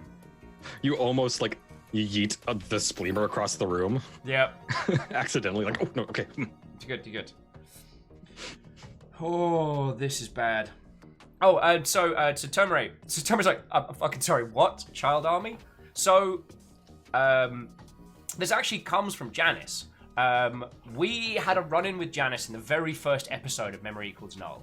And because we weren't affected by his psychic doof attack, he was like, you're very curious. And so we ended up not making friends, but keeping a line of comms. And what he'd do is he'd use the street urchins on Gunnison 4, like the homeless and abandoned kids, to send us messages. And for the record, there's a lot of them on Gunnison 4 because it's primarily like a mining colony. Yeah. And so mining accidents happen, so a lot of homeless kids. Yeah, and the Gunnison 4 was meant to be the station above a terraforming operation, and the terraforming failed. So that displaced a lot of... Falazur says, how do we know Amber's not infected? We don't, but Amber's smart and squirrely. I trust him. I trust him to get away. And you warned them like what to look out for before you left. So but yeah, so we were using the street urchins to send messages back. The joke was, in one episode, I just gave one of them 2 nuts to give to Janice, and was like, deadpan was like, all right, take these, send them to my contact. He'll know what it means. It literally didn't mean anything. I just sent him 2 nuts. I thought it was funny. But then every time that Janice made contact from somebody that wasn't himself, they were wearing 2 nuts on a chain around their neck. At the Mech Prom, we went to Mech Prom earlier. During Mech Prom, one of the other investors was wearing a gold-plated pair of these as kind of an indication that they knew Janice. Now, what ended up happening was we basically took control of the underground network because we were... I can't remember if Janice left them to us or if we... he more or less is like, I don't need these anymore here. Yeah. So we gave them like food and resources and gave them kind of like a little mini mission, which was to keep an eye on what was going on. Also, spray paint, the Vox are coming everywhere, which gave Jeremy Beadle a panic attack, and he is now in the hospital. Congratulations. You've hospitalized somebody. Well, Beadle also thought that we were like imaginary for a bit, which was funny as. We did unfortunately miss Jeremy Beadle's potluck. Jeremy Beadle being a priest of the Conclave of the Weavers, who worship Herbert and Herbert-like beings. So yeah. Anyway, so I have a tiny army. That's what sent through. Now, the reason why, for Tomori, the reason why Devon's such a big deal, Devon was our point of contact. He's the head of security on Gunnison 4. He was a guy, like, basically, when we needed shit to happen, we talked to him. He is head of security for the biggest corp in that area. And arguably one of the big corps. This is bad. But But yeah, and Wraith, to be fair, we made sure Beetle was safe. To be fair. We made sure Beetle was safe. He's got a Can I get you hand. to roll a just like a history check for me really quick? What would that be? History plus your intelligence. So skill. Oh, my history. Oh, yeah, it's just gonna be skill because I don't know my history.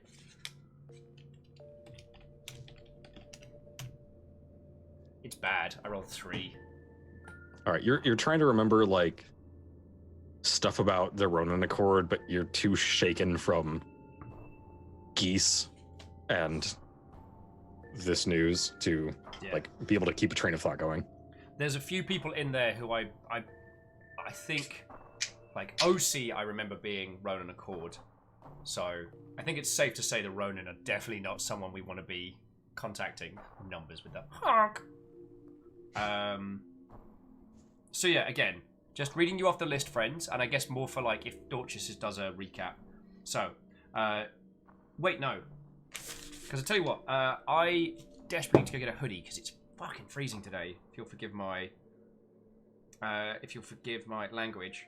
So what I'm going to do, friends, is I'm going to take a photo of this and I'm going to throw it in both Discord and up on screen, so you all can see it. Also, Baron, I gotta hand it to you. I can't believe you pulled that off. I am in here like 6 days a week, 5 days streaming, 1 day paperwork, and you managed to sneak this in here, which means that if you did it by hand, you did it a week ago, and I never saw. Or if you had operatives. Tomori says, so if our boy is an idiot, does that mean he is dummy thick? He certainly has the powers. But yeah, I just need to go get a hoodie. I just wanted to drop this. So friends, this will be in the Dice and Yet More Dice channel. Over for Memno.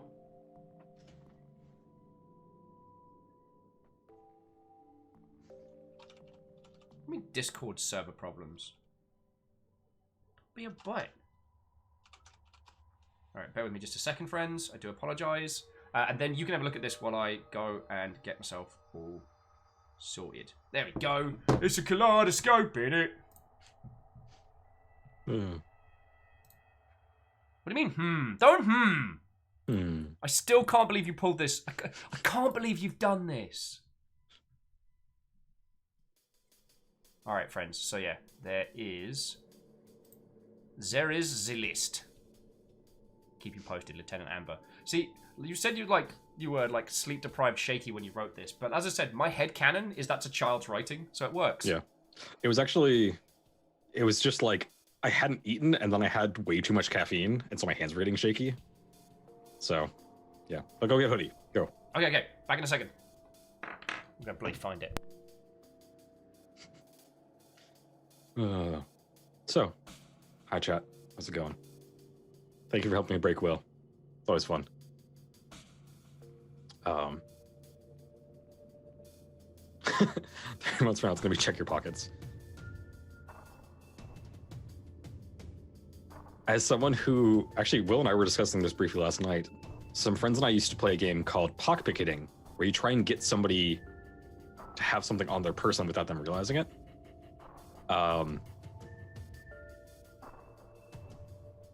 And at first it was just sneaking things into people's pockets, but then it ended up we started getting really good at that. And so we had to try and get people to hold things without them realizing it.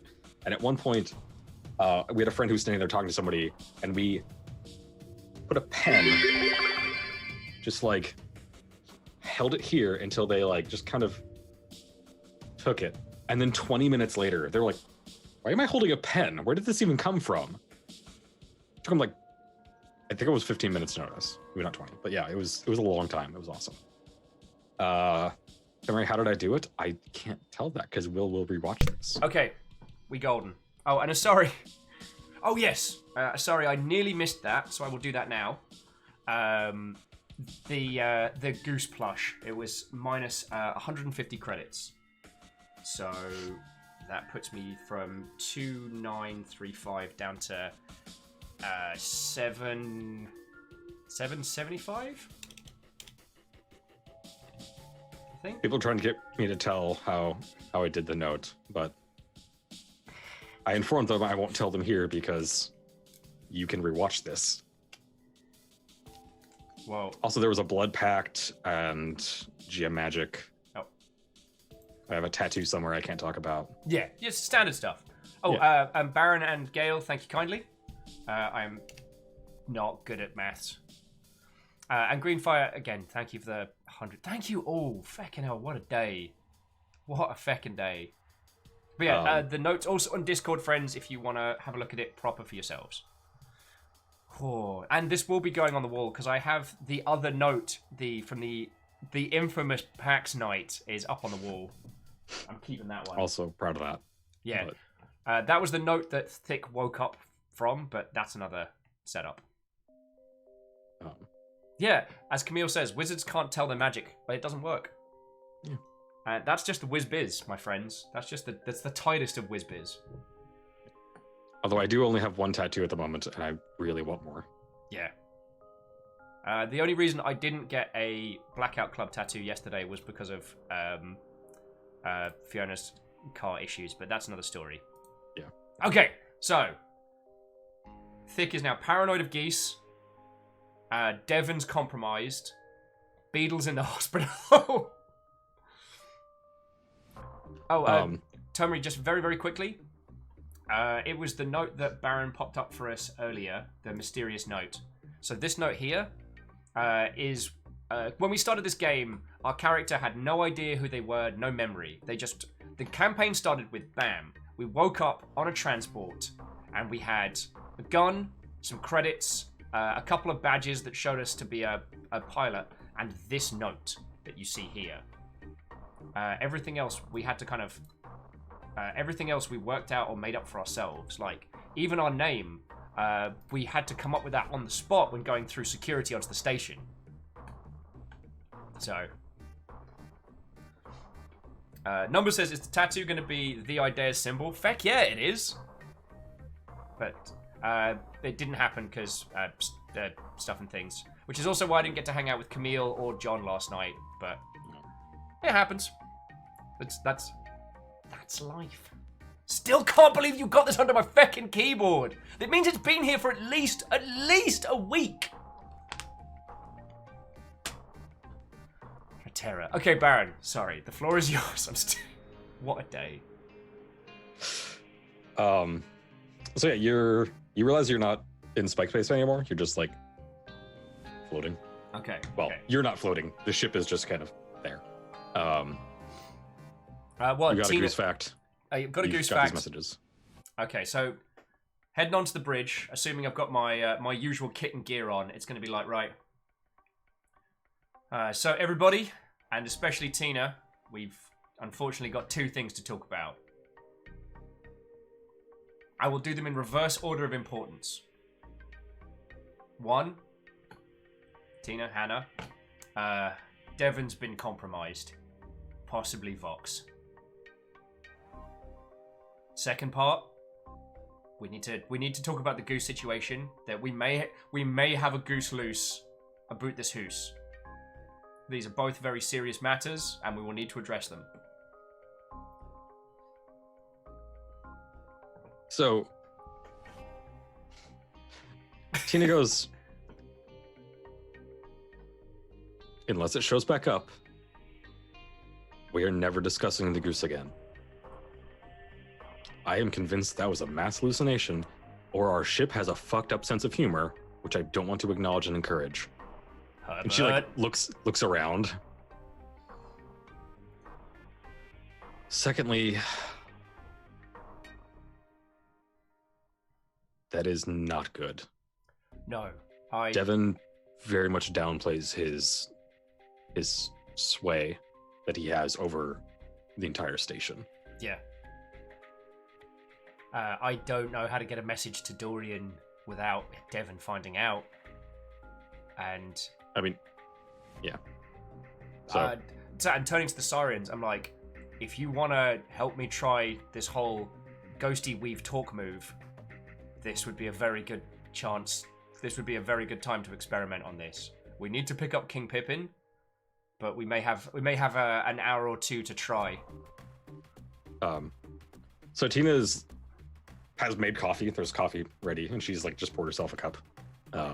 Oh, see, Tomari, the thing is, so Dorian runs the company that made our robot and all the coolness that we worked for during the Balu Bowl, during the big robot fight. Devon's his head of security. If I email him, Devon's going to see it, because of course Devon skims all that stuff.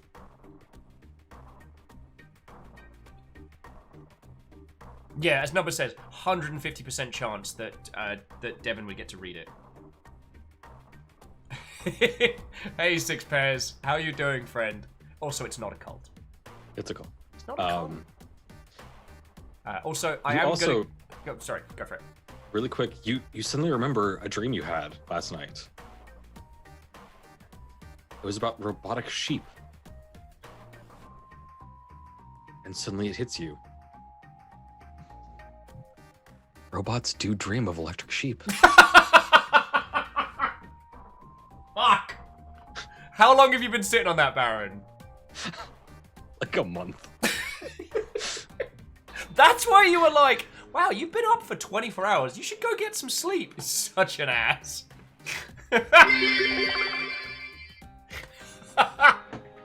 Oh, Aaron. Thank you. Why you like this? Thank you. See, Prolo knew where I was going. Oh. Yep, congratulations, Prolo. You saw that one.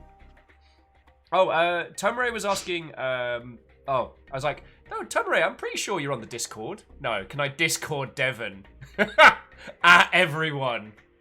Sorry, at Dorian Balu Discord. Oh. Wraith says that Baron's notes for the week were just make Will sleep, underlined 10 times. Okay. / cry, underlined 20 times. Yeah. I do also need to get my the club tattoo, which Arrow Griffin has drawn, and it's awesome. But that's not the story. Oh. Okay. Yeah, so turning to both the sirens, and like, if we wanted to try doing some weave talking, this would be the best chance. Dorian is basically... Dorian's our backing, our support, and has been good to all of us. If Devon's gone, if Devon's been Vox eaten, Dorian and everyone on Gunnison 4 is in massive danger. Can I get you to do a tech sci-tech roll for me? Tech, sci-tech. Which you don't know, so it would be 0. So you can just roll a skill and just, as the modifier, just put 0 since you don't know it. See, the thing is, I really like doing the cool fancy one where it pops up and everyone can see it. Yeah, that's what I'm saying. Like, do the fancy one, do the fancy skill thing, and just when it says like modifier, just say 0 because you don't know what it is. Okay, so that and then just put your intelligence. Tech, sci-tech, modifier 0. Do that int 6. So you do remember that there was a very brief conversation where you found out that Dorian is a psychic. Specifically, he has precog. Ooh. Also, Tomare, go get some sleep. Thank you for being a part of this wonderful silliness, and I hope you've had a good time. Okay, so if he's a fellow psychic, that does make it easier for us, right? He'd be able to sense my... If I did to ghosty ghost. It is. Also, he's a precog, and he can often... He gets, like... If he's in danger, a thing precogs can do is, like, they have basically danger sense. Yeah, They could... So, he might be okay for the time being. You're right. But... What do you all think, friends? Because we need to go pick up King Pippin. Like, that's why we're here.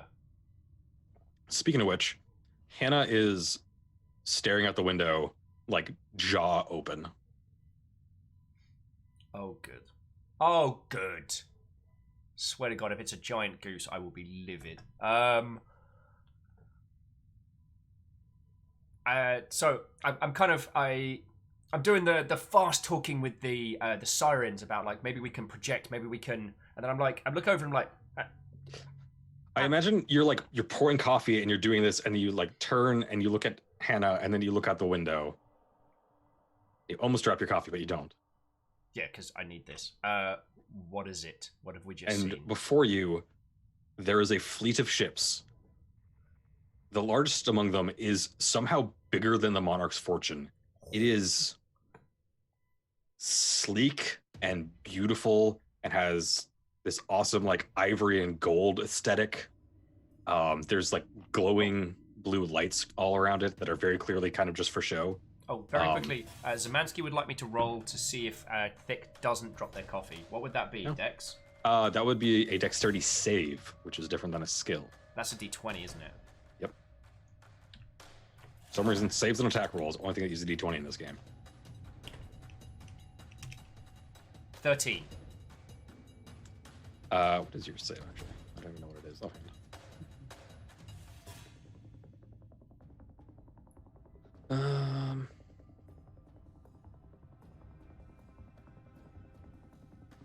Oh yeah, you make... I did like Wraith just put in chat like the goose is just floating out, but not floating like aimlessly, but like stone cold Deadeye drifting. Yeah, like, just I know. I'm a goose. I know. I'm in your dreams. So yeah, no, you do not drop your coffee. You made the save. Congratulations. Thank you. I'm gonna take Common Cap's line of like. So we found the Chambron fleet.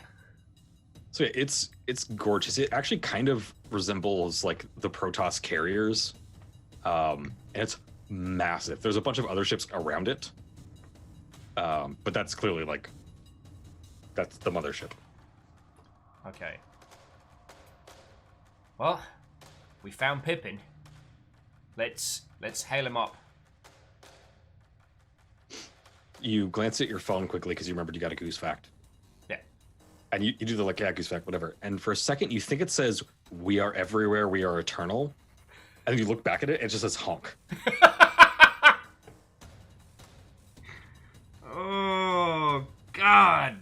It's one of those like, yeah, whatever. Don't play me like this. Don't play me like this, goose. Okay. You check around quickly for a goose. There's no goose. We're learning to read goose. Okay. Yeah.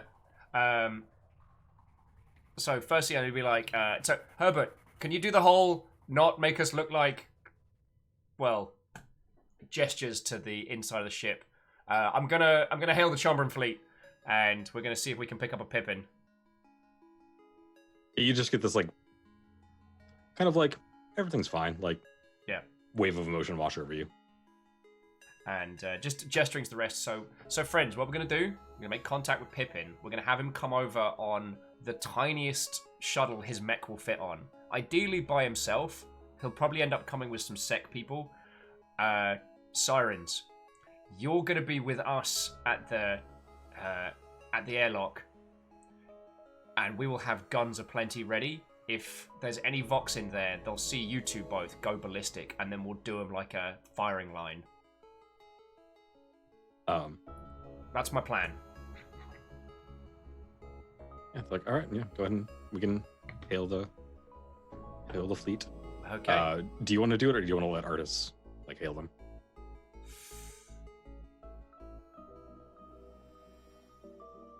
Oh.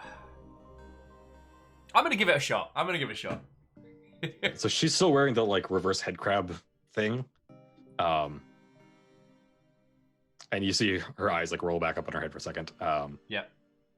And then she like you're standing next to a panel, and like a light on the panel goes green, and she Actually, like, if it's gestures at okay, you. I'm gonna belay that. As Zemansky says, I'm gonna let him because I'm in texting region. I'm in texting distance now.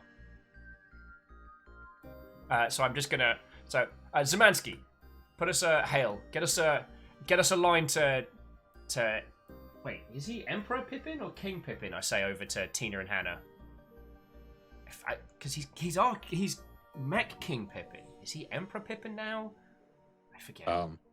Do you or anybody in chat remember Pippin's actual name? Because Pippin's not his real name. That was the name he assumed when he was hiding from his royal duties. Oh, feck. Zemansky's got it. King in waiting, Theodore. Theodore. Theodore. Thank you, Compliment Cap. Zemansky, you were very close. Yeah, it's do I have it written down somewhere? I'm pretty sure I do. Thaydor. So Theodore. there you go. Yeah, it's pronounced Theodore. Okay. Thaydor. Theodore. And you do know that the Chombrun have an empress, or had an empress. You're not sure at this point because you knew she was very sick. Yeah. And did we decide on what we called our ship to Normos, like the HMS Herbert? I mean, so far the artist has always just referred to it as Weaver 1. Because, I mean, ships have, weird ship names. You've had the Triton. Being Weaver 1 isn't really that unusual. Oh, all right, Weaver 1 it is. Oh, Zemansky was reminding me of our identifying code is H3R-BT1 Herbert. Yeah. But yeah, so Weaver 1, it's a bit self-aggrandizing, but, it's fine. I mean, it's a ship name. People call their ship done. like, my penis is this big. That's fine. They have to actually pay to register their ship as that. People are weird. Right. Yeah. And then I'm just going to kind of sneaky text Pippin, be like, we outside. So yeah, she hails them. She says, Chumber Fleet, this is Weaver 1. We have business aboard your mothership requesting permission to dock. And then, waits for a second, and then she, puts her hand over, the mic. Yeah. It's like, they're requesting to know what our business is? What can we tell them? I mean, is diplomatic envoy? Is that correct? I could be diplomatic. I could do diplomancy, right? Right? Looking around at a lot of faces, all trying to avoid my gaze. You lock eyes with Tina, who just grabs the coffee pot and pours more coffee.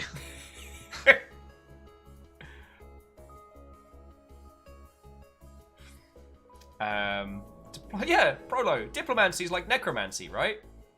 Necromancy is what you use when diplomancy fails. Beodorus want to buy mech tech. I don't know.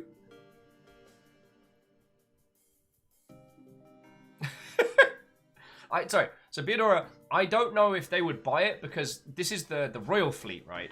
So we'd need to be wanting to buy some super something that would require us to speak to a royal. And the thing that made me laugh was Alpha saying thick, right? Right? Everyone, including the voices in Thick's head, just an echoing silence. We're selling these fine leather jackets. You do know from previous roles that the Chombrun's homeworld got destroyed somehow. Yeah. And so this fleet is effectively their home. It does travel, but if the Chombruns have a home, it's that ship. Yeah. Ooh! Wraith, that's a pretty good one. Wraith suggesting we want to pass on our regards to the royal family in this time of transition. That's not bad. You could also just, drop names and be like, we're here to see Theodore. You could try that. But yeah, whatever you guys want to do. I will... Because, yeah, we can name drop. We know the guy that owns this fleet. You know what I'm saying? Oh, Zemansky, we do have... because we have, the siren on board, we could say, it's a religious envoy. Charles with, get Pippin off the ship. Eat the ship! Just having fucking Herbert just being like... like a snake eating a cow. I'm remembering something. Can you roll a perception check quick? Yes, I can. That is just a skill roll, right? Yep.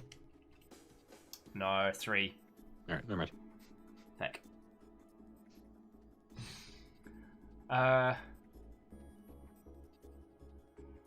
While you're thinking, pro tip for any GMs out there, I'm not saying this is what I did here. This was actually a real perception check.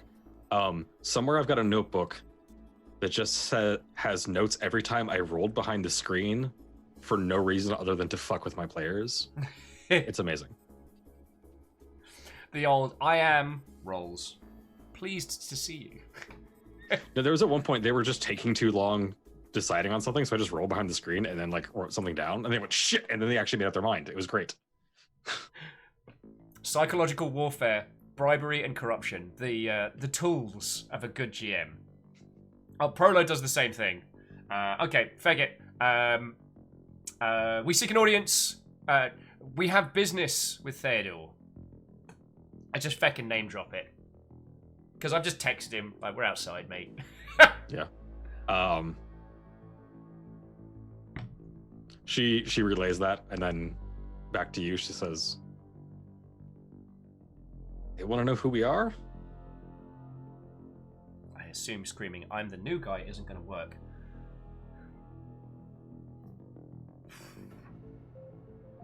Friends, I don't want to play the hand if we are about to go eyeballs deep into a feckin' Vox-infected Walter Chambron ship. Like... but if we tell him we're a diplomatic envoy, or if we tell him we're the Weaver's Conclave, that kind of plays our hand as well. Okay, think it through.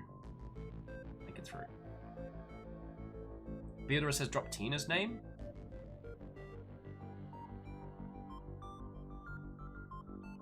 Oh, yeah, that's not a bad shout, actually. So, Beodora and Zemansky, I'm basically going to blend yours. Tell him we're here with... Tina the Tank Ortov on Balu Industries business. Right. So yeah, she relays that. And there's like a moment of like her listening. She goes, all right, confirmed. Thank you. And then she turns to Tina and she goes, Docking Bay 4. I was hoping to get them to come to us. Okay. Everybody, Herbert, I don't know what we're walking into. We could be walking into a meeting with a best friend and a severe hangover, or a severe Vox infestation. This could go any number of ways. So, tool up, stay frosty. Herbert, be ready to bounce at a moment's notice. You are the literal weapon to save the galaxy. If it gets bad, eat the docking bay and book it. We can always steal a ship and come meet you, all right? Like, I mean, spaceships aren't too hard to fly, right? Looking around at the team, like you say as Tina sits in the chair and gets needles injected into her neck and then starts flying. I mean, that's easy, right? Right? You look over and like her back is to you, and you just see flipping the bird backwards. Yeah. So yeah, Tina flies you over. Who all is going to go on board? Okay, we need a siren. We need Tina.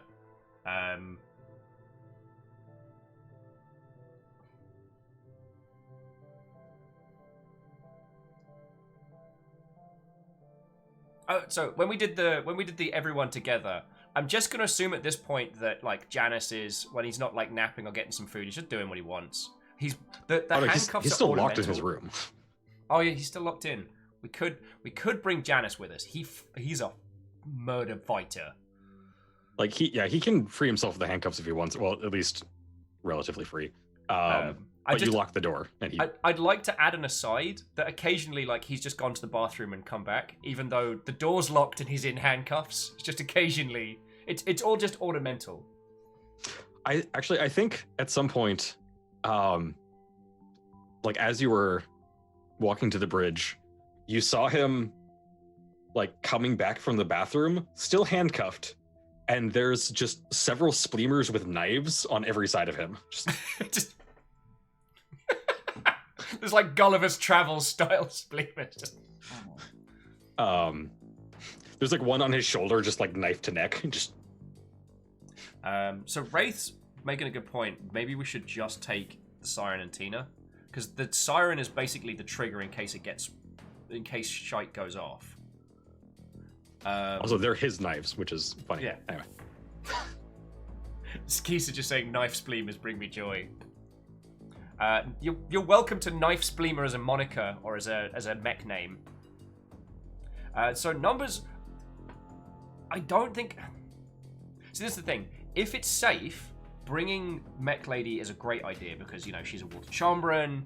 Although I do speak Walter Chambran apparently, so we'll be fine with communication. But he also has met Pippin as well. Yeah, but if it turns out that we're walking into an infestation, she's a homely little mech tech. She's not a fighter, and I don't even want to have that on my conscience if we have to leave her behind. So that's what I'm thinking. Zamansky says, how do you know she's not a fighter? She makes cupcakes. She's adorable. She's like mech tech good grandma. I'm not taking her into Murder Town. There may have been a time where she was also a monstrous badass in that regard. Now she's a badass at robots, and it's fine. Just, if I'm the one that gets her killed, y'all ain't never gonna let me forget that. Wraith in general, you're not entirely sure. You've seen her do like super badass things with her teleportation, but that was while she was in her mech. And you know that her mech has like augmentation and like amplification capabilities. Yeah. So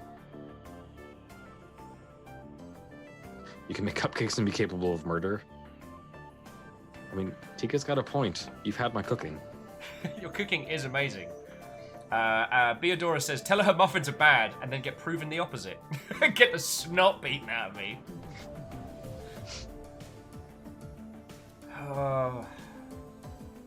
I do want to keep it to a small team just in case it goes sideways.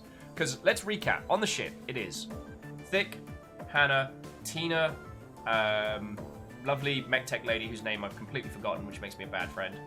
Think. Then we've got Tina's ex, the Siren, and we've just gained Janice and New Siren. So we're at 7 people on board. Like, if it's a piss up, I'll feel guilty that we didn't bring everyone in for a good time. If it's a fecking siege, I want us to be light and fast. And yeah, so I'm thinking Tina's ex, Thick. That is the away party. Also, her name is Artis. Artis, thank you. Shouldn't refer to people by their relationships. I know. I'm just terrible with names. Never forget a face, though. AR says, alternatively, defeat the Vox by saying we don't like their cooking. They eat people. AR, they eat people. That's your food telling you they don't like your cooking. Okay. They hollow them out and wear them like puppets. Yeah.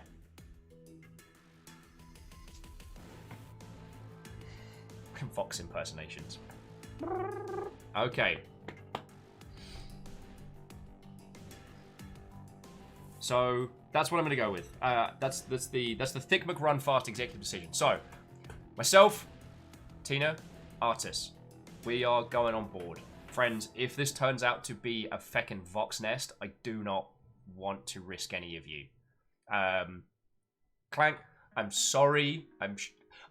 If this goes well, you will get to meet Theodore, as we know him, Mech King Pippin. And I will make it up. If it turns up to be a piss out, I will bring all of you leftovers and booze, I promise. Alright? Alright, so you... Although, Clank's got a good point. If Janice was Vok, he would have already flipped out. We could bring him with. I mean, maybe. You also know the Vox have, like, lane and wait for things, so...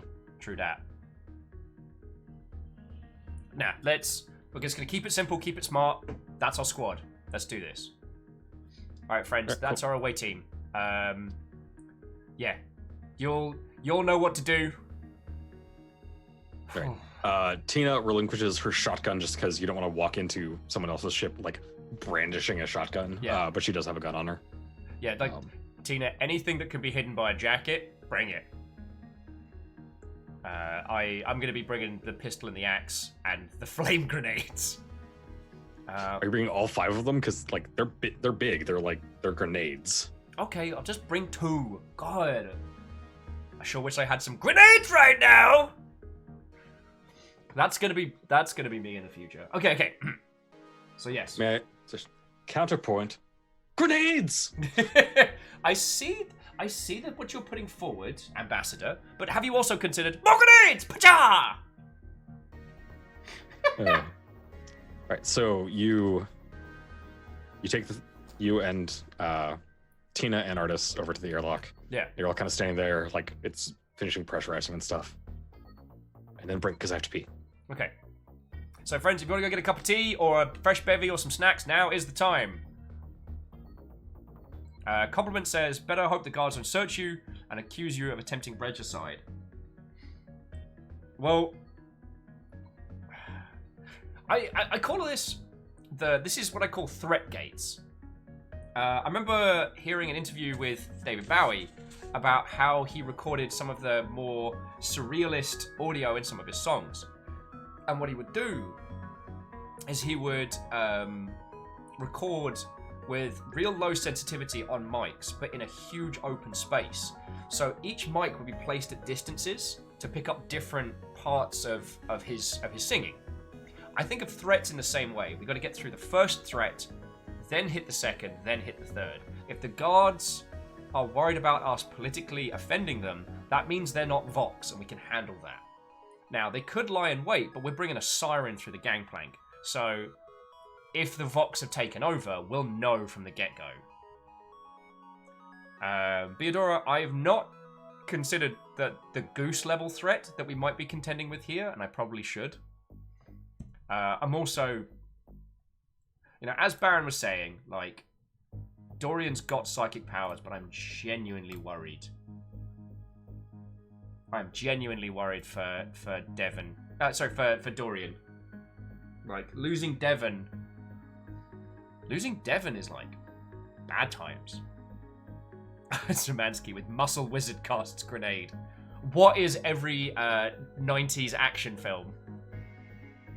Oh, I guess more like late 80s.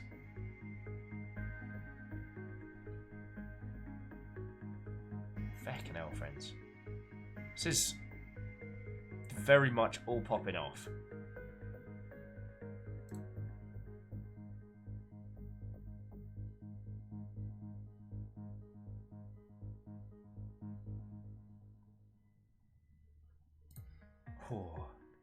Beadora says, would psychic powers make you more resistant or more yummy to the Vox, though? I don't know.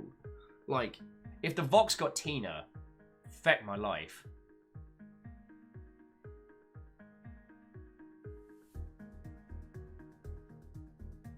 But let's not think about the maybes.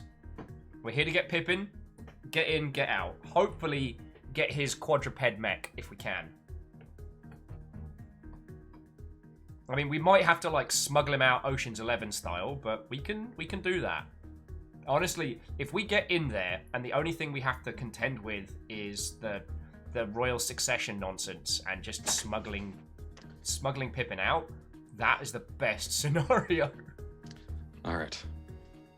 I have Run the Jewel stuck on my head. Hey. Picture this. I'm a bag of dicks. Put me to your lips. Letter.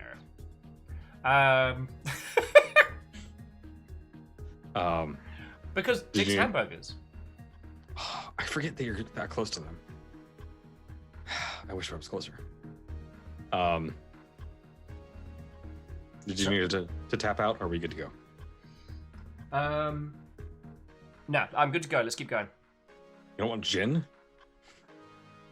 I may need gin later, especially in response to you lot with all of the... But I'm not thinking about that right now. Like, I've had a little... I've told you my feels. I've had a little cry. It probably won't hit me until after the show. This isn't... See, I was about to say something very dumb then, and I stopped myself, which means that I'm doing very well today. It's not the Break Will stream? Because it kind of is. I meant that it wasn't a... how to reference it without referencing it. It wasn't a... Oh, fuck it. It wasn't a tea or popcorn level scenario. Like, that... I found the photo of the attempted stream of Below, where we played none of the game for like 6 hours. And also, Vanderbeest, thank you for refilling the pint glass. My Jarldom will eventually end, and I know this, but that's okay.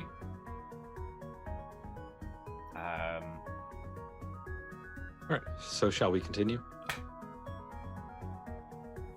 We shall. Or do you need tea, where you put the sugar and then the tea bag and then the milk and then the water? Okay, I will go get a cup of tea, alright? But just so I can make it right, you incredulous heathen bastard! Can't believe you got that note on my fucking keyboard.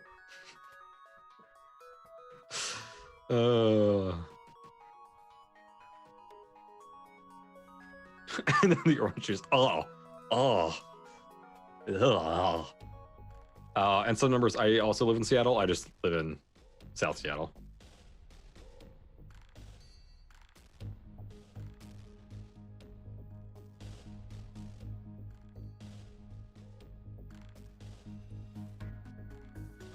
There's gonna be something hidden in the kettle. Just a little ceramic goose.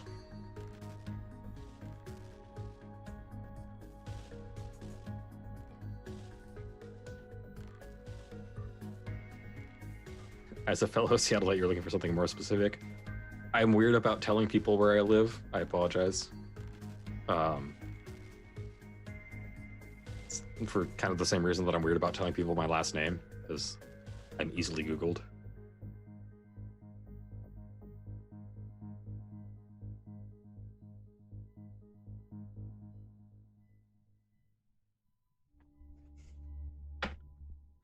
And I have legal reasons that I'm not supposed to tell people. So yay. But yeah, welcome to Ask a DM Things. If you guys want to know things about being a DM. Also, yeah. Tika 2. Welcome to the live show. Good stuff. I'm glad you're actually here for it this time.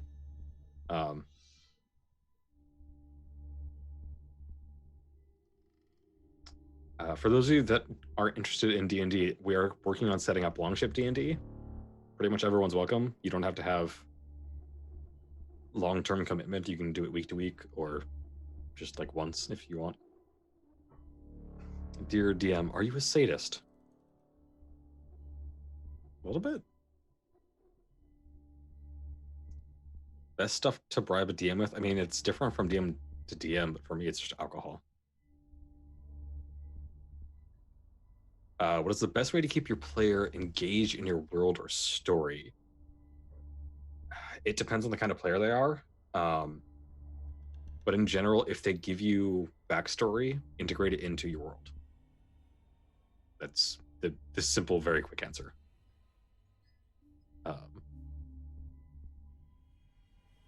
Keeping them interested, making them feel invested is a big thing. Like giving thick things that he cares about and like being able to understand the things that he cares about, and then making either them at risk or making it so that he needs to protect them or just take care of them.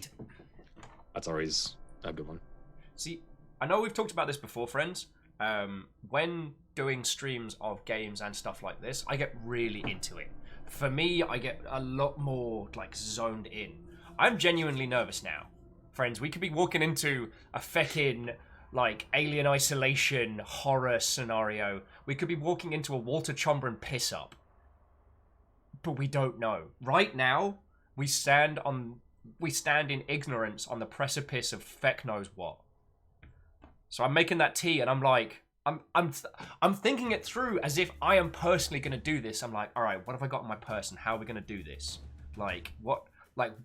What's gonna happen when the other side of that airlock opens? And yeah, Zemansky, walking to a security checkpoint one way or another. Yeah. And I take it you were taking him through your main rule. It was just ask a DM things. And then somebody brought up, they asked what the best thing to bribe your GM with. And I said, it depends GM to GM. For me, it was alcohol. Okay, let's do this. Beodora is saying that I should leave my axe. Nah, you're right. No, you know what? No, as I said, we'll hit security checkpoint. Once we know things are okay, then we can discuss with security about potentially, like, you know, leaving weapons or as needs be. But if we hit that security checkpoint and we're not armed up the wazoo, we're gonna have a bad time. Plus, my axe is in Walter Chombrin, so that might earn me some cool points.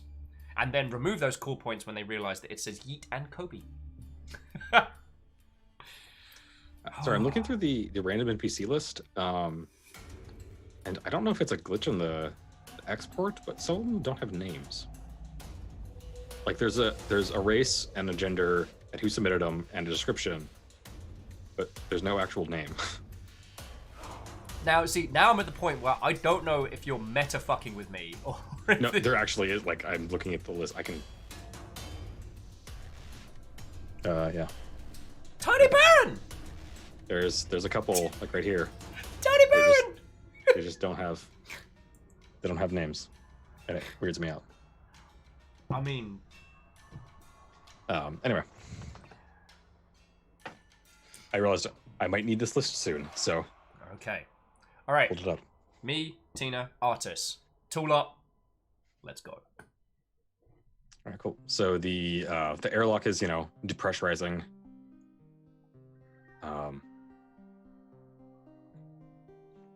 And there's this kind of tense moment where you're all kind of realizing, like, we might be walking into Vox. We might have been traveling with Vox. We don't fucking know. Like, we have no way of knowing who's who. Yep.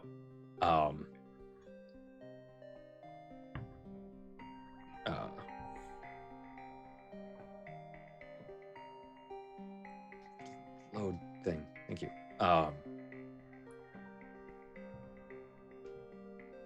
So the airlock finished pressurizing. The door's open. There's a short corridor, and then you see waiting for you on the other side. There's 4 guards and then a person. The guards are all wearing, like, you can kind of see they're wearing armor, and they've got like poles with, like, it kind of looks like maybe like a taser weapon or something on the end. They've got tabards with like the Walter Chombrin Royal Crest on them. And then there is a male Walter Chombra standing kind of in the midst of them. He's wearing like very nice robes, has the Walter Chombrin Royal Crest on their shirt. They're like hands behind the back, like waiting for you. Okay. All right. Slow and low. Slow and calm, friends. Slow and calm. Like we've been here a million times. Wait for. So you walk in. He goes, "Welcome aboard. I am Sonard. I am High Chancellor of this particular ship. I understand that you were acquaintances of Theodore." And switching into Walter Chombrin, I'm going to be like, indeed we are. This is Tina the Tank Ortov, who you will probably have seen as one of Barley's top pilots. And we require an audience with Theodore just to discuss some of the projects that he'd previously worked on. More to get his technical input as well as his vast knowledge. Yes. Yes, no. Despite his mother's persuasions otherwise, Theodore was always one for tinkering. The Chancellor, that does not play down his abilities. His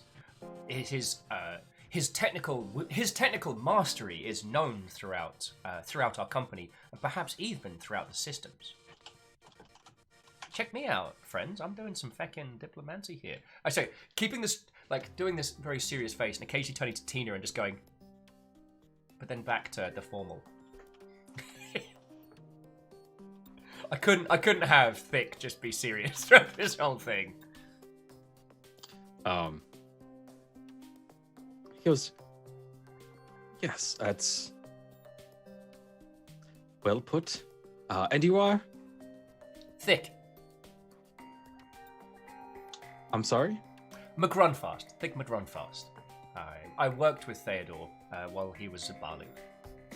I'm sorry. Your parents... Anyway, and you are, madam? And Artis steps forward. She goes, Artis, priestess of Weaver's Conclave.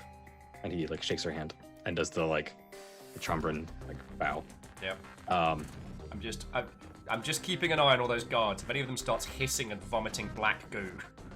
I mean, they're all, watching you, but they're not, being menacing. They just, they're guards. He goes, so I was actually... Well, walk with me. And he, gestures. Yeah. And yeah, so there's, 2 guards in front, and then, your little non-military party, and, the 2 guards in the back. Yeah. And as you're walking, it's you and him, and then Tina and Artis. He says, now, I'm rather hoping you might be able to help us with Theodore. He's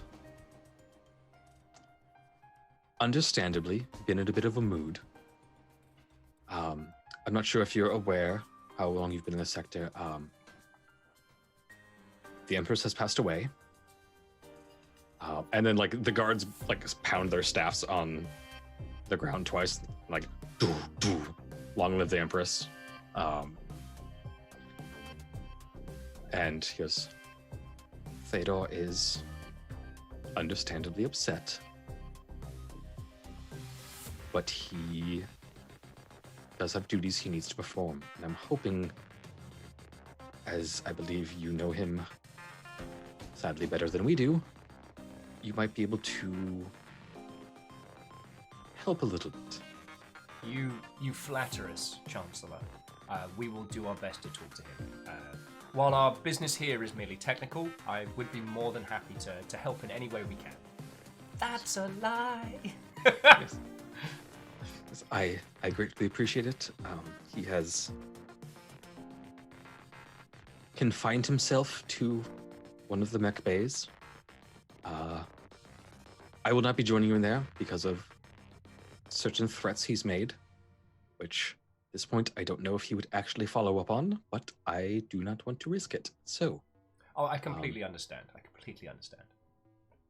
And as you're walking, you're going through this mech or the ship, and it's gorgeous. Everything here is form over function, 100%. There's gorgeous fountains. All the hallways are that same the ivory and gold with the shimmering lights going down it, lighting everything. It's the place is gorgeous. At one point you're walking through, it looks like a training ground for the military, and you see there's a couple of Lotochambran that do not look so good, exhausted, a lot of bruises, and then you recognize them and you're like, oh shit, that's the people the Pippin beat up. And they have a drill instructor who's just screaming at them. Oh, they're asking in Lotochambran. Theodora, you are correct. We should have brought muffins. I should have thought of that. I'm sorry. And Braith, we did miss the chance to do the walk this way gag. I am very sorry. I have a feeling I know how this is.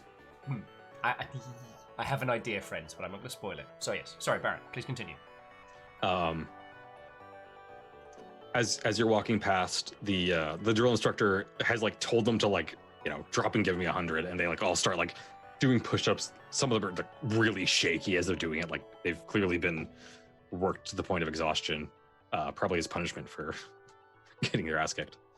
And the drill instructor nods. He's a very clearly older Lotochambra, white hair, pulled back in a ponytail. Lot of scars, Yeah. Most of the Lotochambra here are in very formal attire, or military attire. This one is in just like military. I'm blanking on what they're called, but just like the military pants and like a tank top. And as you go by, he like gives a stern nod to High Chancellor Sonard, and the Chancellor like gives a gracious little nod back. And as you're walking, just kind of to fill the dead air, he goes, "That was actually Theodor's instructor as a child. He's the one that taught them how to fight. Theodor was quite good at it, and we had high hopes that he would continue pursuing that. Obviously, he had other interests, but it seems as though he..." From our Some of the observations, tutoring Theodore stick. has remembered all of his teachings. Yes. Actually, I believe in the retelling of the stories, you were in there somewhere. Something about a shoe? I worked with what I had. I wished to do no harm, but to not understand the situation as my lack of understanding. I merely wished to be involved and not do any lasting damage. Turns out I was entirely superfluous. And you glance over your shoulder and you see like one of the Chomran who's like gritting his teeth is like missing several teeth. Poor bastard. Now, again, friends, we know that the Vox are capable of being very patient. So we may be walking deeper and deeper into a trap. Please don't take my my polite conversation tones as relaxed, because I ain't. This could pop off at any moment. Okay, sorry. Please continue, Baron. Sorry. So you're walking for a while. There's just some awkward small talk. He kind of explains some of the, as you're passing things, he's like, "Ah, yes, this is the fountain where blah, blah, blah, blah, blah." You know, basic tour guide shit as he's just filling air till you get to where you're going. And that sounds like the kind of thing that Thick would tune out. Yeah, you start not paying attention. Eventually, the corridors get a little more, not dirty, but clearly not as like well maintained as you're getting towards the more like militaristic. Like, this is where the machinery is dealt with, and so it gets more worn. You approach a door. There are 6 guards in front of the door.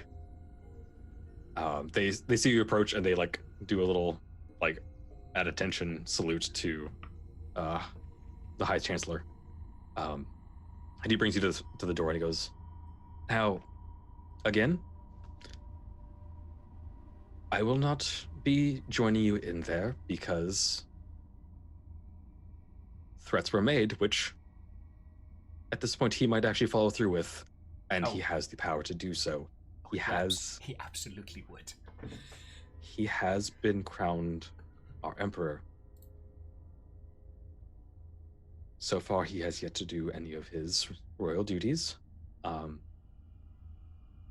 just ask that you talk with him." Of course. And again, thank you for the wonderful tour, Chancellor, and thank you for your time. He looks at you very, very seriously and says, "Our people have very little except for their culture. If we do not have an emperor or an empress, we do not have a culture." And then he like pushes the button to open the door. And just kind of... Yeah, it's Pippin talk time. Okay, so we head on through. Is it just Pippin in the mech bay? What's going on? You enter. It is a very large mech bay. You recognize Pippin's mech, although it has been altered pretty significantly to have, instead of the normal, it had a brushed steel exterior. Now it's got like the Walta Chambran ivory and gold aesthetic everywhere. It looks way better and super badass. It's got the 4 legs. It's got the one huge fuck off gun, which is like sitting at a holder next to it.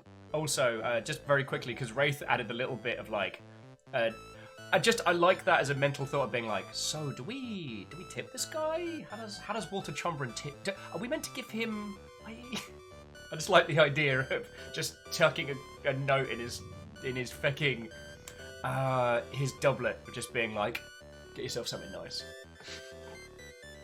Do you try that? No. Okay. Just maybe chortle. Okay. So Pippin's mech. I would like to legs think badass my of it. headcanon is you start to go for like a sway, and Tina just shoves you through the door. Yeah. I didn't know if we had to tip him. Yeah, thank you for that one, Wraith. The door closes behind you.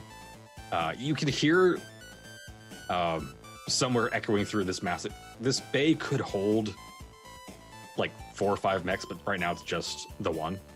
And somewhere echoing through this massive hall, you just hear like a wrench, like the ratchet.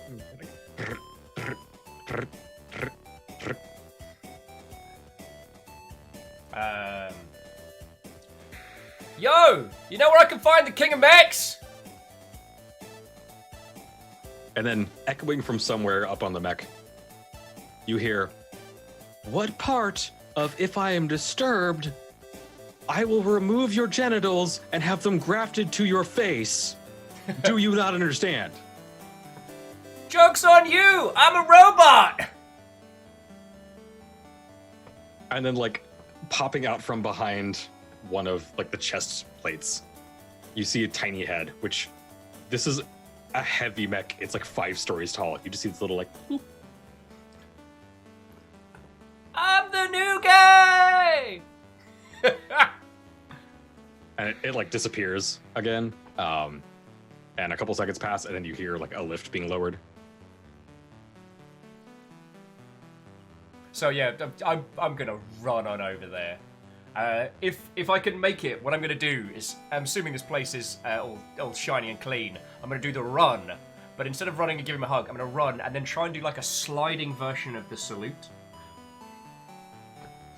All right, yeah, I mean, he was way up, and it's a slow lift, so it's coming down. He's just, like, holding the, like, down button. Pippin! You do the sliding salute, and then you look up at him. He looks like shit. Oh no! Like, it looks like he probably hasn't slept in X number of days. It looks like he's maybe lost a few pounds too, which for all jumper is saying something. Hey! He's like 3 foot. His clothes are just like covered in grease and like sweat stains. I don't care. Bring it in, little buddy. Bring it in. Give him a hug. Yeah, so you get down off, like the lift lowers and he like goes to start climbing down, but it's hug height for you. So you hug him and like bring him over. He smells terrible. Yeah, and I'm just gonna be like, I'll just over his shoulder to Tina, be like, I found Pippin, even though it's clearly obvious that it was him. And yeah, like he hugs you back, and then like just to like, okay, put me down. So you put him down, and he goes over and like he gives Tina a hug. He kind of nods to Artis and goes, "Artis, what are you guys doing here?" Oh, very quickly, to Yukon Cornelius. Thank you kindly for the follow, yo. Well... And Zemansky, yes, Herbert has a shower and a toilet and everything. Greenfire, we just found Pippin, so we're just saying hi. TLDR Pippin, shit's bad. Shit's real bad. We need you. Also, if you want to meet a god, we got one parked outside. His name's Herbert. He's really nice. Yes. Oh shit! You actually, it was real? Yeah, dude. Oh. Also, the thing that you fitted to the Ortov's legacy, the doof nail, yeah, turns out that was a god tooth. Huh. Figured you'd want to know that. I don't know how much is safe to say in here, but like, it's bad, friend. We need you. Oh no, we've got the walks on lockdown here. It's fine. We've got a couple in containment. You want to go see him? Fuck yeah. All right, let's go. Just super cash, like, fuck yeah. We got some theories we want to test out on him. He, as he's like walking you towards, not the door you came in, but like a different door. Yeah. You go by a table that's clearly like a workbench of some kind. And there's a bunch of food on it that looks like it has been sitting there and not touched for days. So in the, I guess the awkward silence, he's walking there is like, so how are you holding up? Like, oh, you know, got back in time. Got to say goodbye. I'm sorry for your loss, dude. I take And he it. just kind of like, yeah. And then there's like a bottle on the table as you go by, and he just like grabs that. I take it they're trying to pour all of the emporial duties onto you immediately, right? He's like, yeah. Really, really wish I could pass the stuff off to second husband's kids, but fucking. Whoa. I've got an idea, but we'll come to that. Let's go poke the Vox. I got a couple of theories I want to try out, and now we know you've got one of them. We can make this work. He goes, one. And he like just like throws the cork of the bottle that he got like in the hallway. You guys pass several guards and they all like high salute, like do the Wait. as you go past. So you've got multiple. How have you been catching them? There's one thing that we do well. It is tech. And we have some things I am a little morally against. But we're really good at noticing people's social patterns changing. Damn, dude. He takes another big swig of the bottle and then he like offers it to you. Yeah. Oh, Tomari, welcome back. We've just met Kim Pippin, who is very clearly both exhausted and in mourning.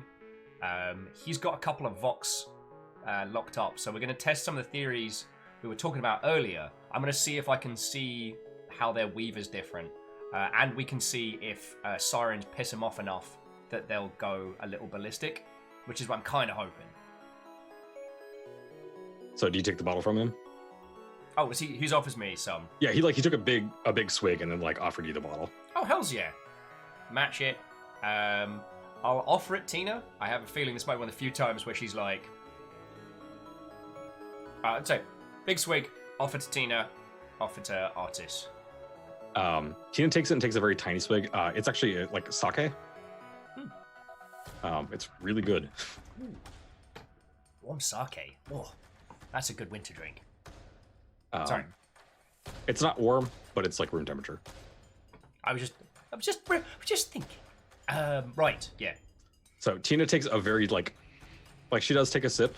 It's like, oh, that's good. A little tiny, another second sip. Offers it to Artis, who declines. She passes it back towards Pip, who takes it and immediately like glug glug glug. You keep walking for a while. At this point, several guards have fallen in line behind you. Oh, we have a little procession. So Pippin said they've done it through social monitoring. It's like, well, we've got a couple of theories of things we can do to either detect or at very least trigger them. It's a long shot, but it would be a good start towards finding out what the heck we can do to track these mother hubbards. When We have theories. That's good because our fucking dipshit scientists don't have shit so far. And at this point, you come to a tram system, and like you hop on and it starts taking you down to a different part of the ship. Because the guards are in earshot, like now is like there's a couple other things I'll fill you in once we're back in private, but yeah, TLDR, it's bad. It's pretty much everything's bad right now. Well, we've found a fruity, fresh new flavor of bad, which we were previously undiscovered. It's like discovering that citrus is a thing, but bad. Huh. I got a cousin that's allergic to citrus. Huh. That's I used to clean the room occasionally just so they couldn't go in it. Just pine sol everywhere. You can go in the room for days. It was great. Tiny fist bump. Yeah, just like chugs. Yep. Offers you the bottle again. Yeah, obviously. I'm drinking with him. As Tomer is saying, this is your subconscious again. I see that you're day drinking. Would you like some help with that? Tomer, if you get the chance to meet Giles, you are going to feckin' love that. If you could imagine Clippy as like a mech AI, so good. Yeah. Side note, I didn't realize being allergic to citrus was actually a thing until there's one of the parents of one of the kids at my school is like super allergic to it, and somebody cleaned something with it, and they couldn't go to a PTA meeting because of that. Huh. Anyway. Yeah.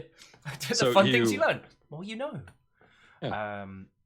The tram system is like super fast.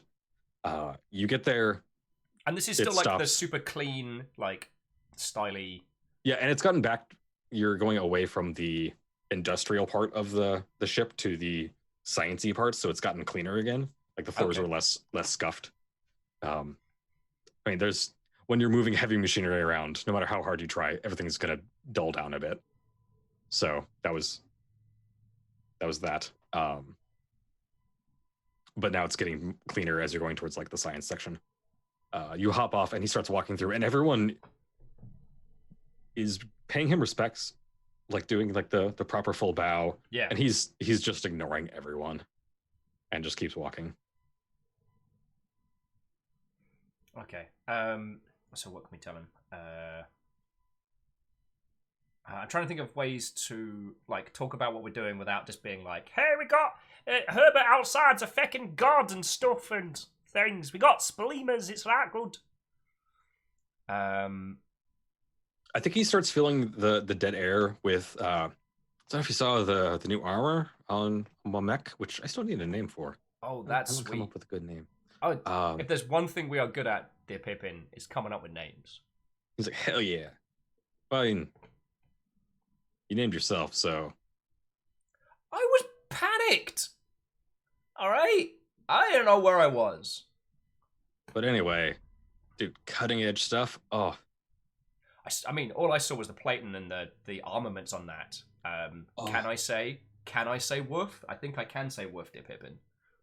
Let me counter with kinetic redisplacement. What? Dear Pippin, you have to stop. I can only be so aroused. Wait, I might actually have to check that mechanically and medically. Tina goes, wait, you guys actually figured out how to do that? He's like, hell yeah, it's fucking awesome. Like, the cannon's like 90% powered by that now. You take shots, you fucking dish it back out. It's fucking dope. Are we gonna have some fun with that?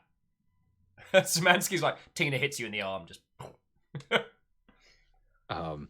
Yeah, well, Pippin, like, we ain't been resting on our laurels. We've had a few cheeky upgrades of our own. I mean, me personally. And then I'm gonna lay down a few lines in, what was it, German. Be like, and check it out, now I can speak German as well. That's a thing Hannah did. I don't even know if Pippin speaks German.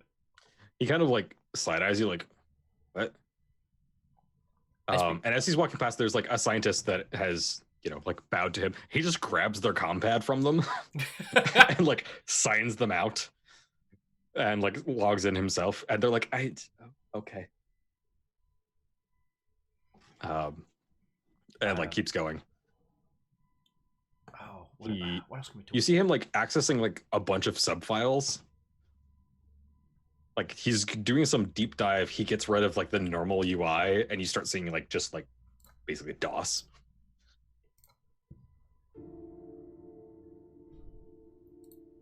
Sorry. What else can we tell him? We had an encounter with some old friends who aren't friends anymore. I'll fill you in on that later, but Suffice it to say, the crew of our little ship is a very interesting bunch. We even have a jester on board, if you can believe that.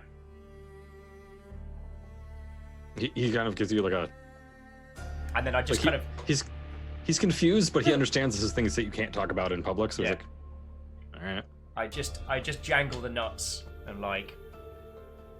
I don't even know if I explained that to Pippin in the past, so he might just think I'm being weird. Tamari, yes, we did make them roll for it. It's massive. Why is it that's the thing that I crit win on? But I'm trying to see things out a ship window. I'm like, oh, what's that? Oh, shiny, I'm distracted. But crit on genitalia. Although crit on genitalia is actually going to be my first hip-hop album. Please continue. I think that's the subtitle for an Eminem album. Anyway. So you see he's like got through a bunch of weird text submenus and suddenly a scan of the Weaver shows up. On his, like you're just looking over because he's shorter than you, so it's not hard for you to see. It's just a full scan of your ship. Yo, so your crew already know what we're flying? He's like, oh no, they don't. I just know what to look for. Okay. At the moment, we call them Herbert. At the moment, Herbert is, to all intents and purposes, a very boring normal ship. Like, cool. He like does a couple swipes, and you see the like heat map of the ship show up, and it's like really hot because it's a living thing. But then he like dials it back and like calibrates a few things. And he's like, "Where are all these little dots?" Spleemers. Space lemurs. Oh shit, you guys found spleemers? We found spleemers, and they're so cuddly. Oh, that's super cool. Yeah. Might need one. I think we can help with that. He, at this point, you've arrived at a door. He puts his little hand on a thing, and you're not having to duck to go through doorways, but it's one of those like you do anyway because they're a little short. You can walk through them normally because the ship was kind of designed to allow larger guests. If you were any taller, though, you would probably start hitting your head on things. Yeah. Actually, I'm gonna go with the race line. It's like, yeah, you can speak to Hannah. She's the Spleemer Queen now. Yes, she would be. You walk in, and this is a very like sterile lab. You can see now there's a bunch of cells in here with the glass front, segregated. There's roughly 12 cells. There are 10 of them appear to be full. Okay. And then at the very far end, you see there's just a glass tube with this black ooze in it. Okay, so Tina, Artis, if you want to stay back a little bit, let's work out at what distance they proc and freak out if they do. It's like Tina says, like, yeah, go ahead. And as you're walking away, she like turns Artis away. Is like, "Hey, you okay?" As Artis like looks a little shaken. Yeah, they're about to encounter some messed up stuff. Okay. Let's. Pippin proceeds forward. There's a bunch of scientists in here who all like do one formal bow and then like go back to what they were doing. Yeah. Sorry, I absolutely will. Terminate, the goose was never detained. We never found it. We still It disappeared. Don't know. And I also got a weird goose message. But there's still a problem. There's still a possibility of a goose infestation on our ship. Okay. Stealth goose, if you will. Stegooth. No, that didn't work. Also, side note, I love that I have friends that in a normal conversation with them, the term stealth butt came up. You had a lot of coffee? Not too much. Okay. He found the note. Oh, I found the note. Okay, so let's... Whatever note are you talking about? There's a note? Oh my goodness, where did that come from? Such an ass. Such an ass. How am I an ass? Alright, so... I mean, we'll have a little chat to the first the first the Vox, and then I'm gonna try messing with their weave, see if I can see it, at least get a sense of it. Then what we'll do is we'll get the Sirens coming over and see at what point, if at all, it starts freaking out, or one of them. I mean, if there's a big old containment of Vox goo, that might give us the clearest reaction, but we'll see how it goes. Okay. So there's a Lost Chambra comes over. Yep. Then by Theodora. Little on the short side for Lost Chambra, like 2'1". Dark blue-green skin, modeled with peach hue splotches. One ear has 2 rings, the other has many various earrings and pierced decorations. She's got like an apron on, or like it's like a lab coat over an apron. Okay. She was doing something. And she's like, yes, hi, hello, Emperor Pippin. Or sorry, Emperor Theodore. She actually says it, Theodore. She knows his Robert. She's like, Emperor Theodore, and like does the deep respectful vow. She's like, welcome back. I'm sorry, haven't really found anything new yet. I'm sorry. Hi, I'm Drizzler, and like offers her hand to you. Oh yeah, Thick Just, I'm sorry? McRunfast. Thick McRunfast. Pleasure to meet you. And like looks at Pippin, kind of like, and he goes, just, nice to meet you. Thick, that's an interesting name. Are they okay to know? And he's like, yeah, just, they know. Okay, cool. So yeah, we have some Vox. We have extracted one. But yeah, they're so. I will assume it's mostly that Lost process Chambra was- in the cages. There is one human and looks like one Necrom. Okay. So pleasure to meet you. We are going to try a couple of things to see, hopefully, if we can proc a reaction that might allow us to better detect the. Wait, excuse me. Did you say extracted? This extracted more. Removed the host. You removed the. What? Okay. Firstly, what was left? She gestures at the black liquid in a tube. What happened to the? What happened to the person?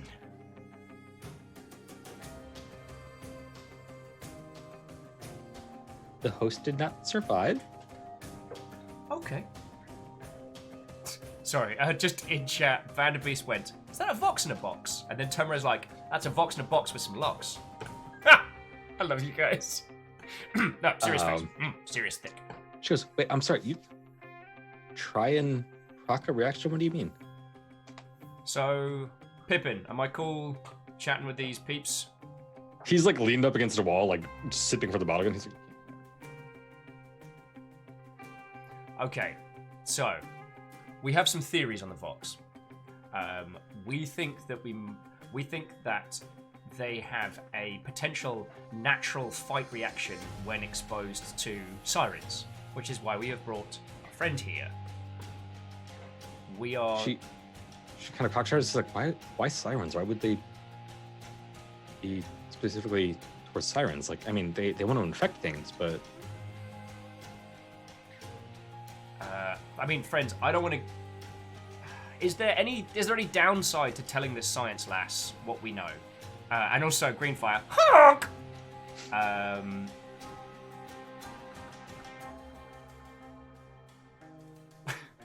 People are just taking it one step further every time. I love it. Yeah. Vox in a box with locks on their cocks. As in COX. I had a friend that got married and her last name changed from Cox to Johnson. And we're like, cool, you just went from penis to penis. I mean, that's human history. And that's from studying the classics. We'll get into that another time. Okay. I like Erin's thing, which is So Common says, unless the Vox do a jailbreak, I don't think there's a reason to keep the information secret. I'm going to give them the functioning knowledge, just not the how. Be like, okay, so here's what we know. Sirens are incompatible with the Vox, and because of this, the Vox react incredibly violently to them. Now, what we want to test today is whether or not that is a reaction, whether that is a response to stimuli, or whether it's like dislike, disdain, or hatred. Whether it's something they can control or not. She glances back at Artis and is like, honestly, if I can do any kind of experiments with Siren, I would be on board for that because they don't let scientists do experiments with them. So if you've convinced this one to let us, like, even a blood test would be amazing. Right now, we're just going to do exposure. It's nothing against yourself, good doctor, but it's... Oh yeah, Katros, I'm absolutely not giving anything here. If this turns out that it's, you know, the patients are running the asylum and the people in boxes are the only ones left, then yeah. Also, Termray with Vox in a box with some locks wearing socks from Dr. Cox. Who knocks? You also do know from previous conversations, like, the Sirens are very, not necessarily secretive, but like restrictive about, like, they don't let people do scans of them. They don't, as part of like their religious heritage, like, we are us. That's all you need to know. Yeah. If that was the thing we were going to do, we'd do it with Hannah, on Herbert. Like, this scientist seems lovely, but we've known them 3 minutes, and we still don't know whether or not we are literally at the eyeball's nest of a hellscape, or whether it is under control. Yeah. Just, all right, so,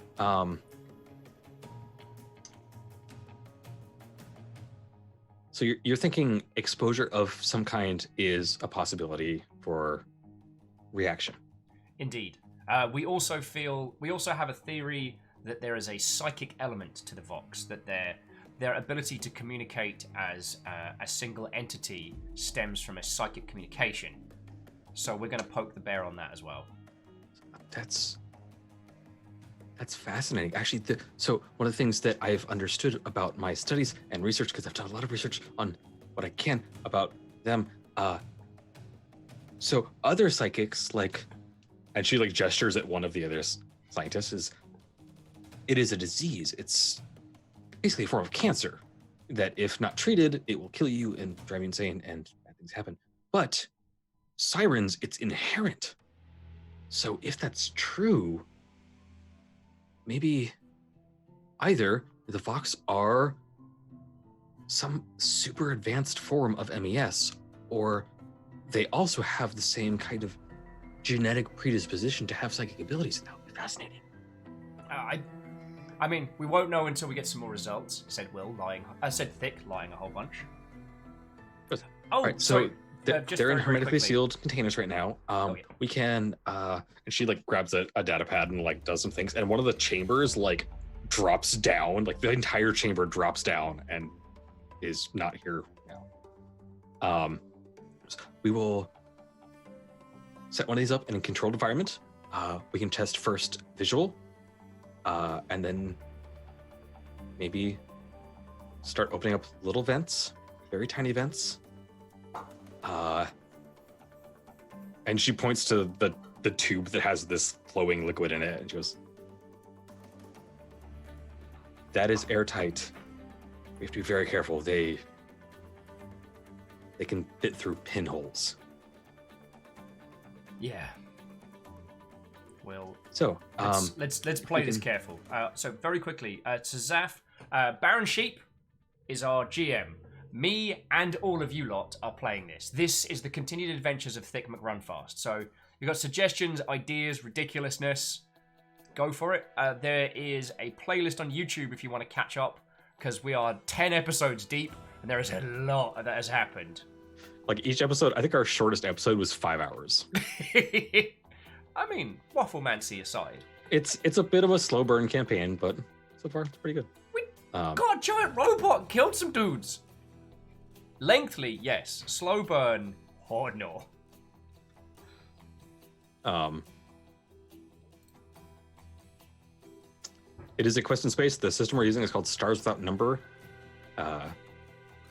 You and Will were all dropped in with amnesia and a blank character sheet. You all get to guess your stats, and it's been fun.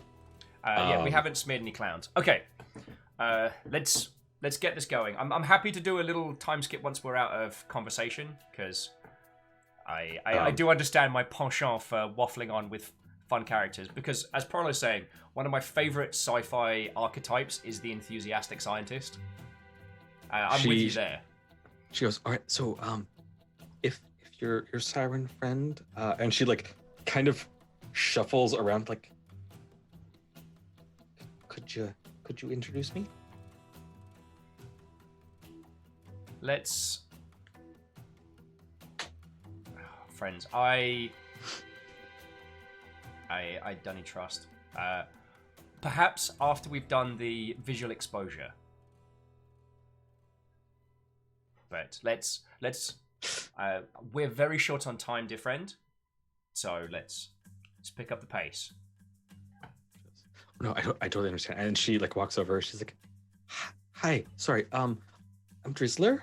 I understand that you're going to help us do a few experiments, which I'm very excited about. Also, you're really pretty." And Artis goes, "Thank you. I'm Artis.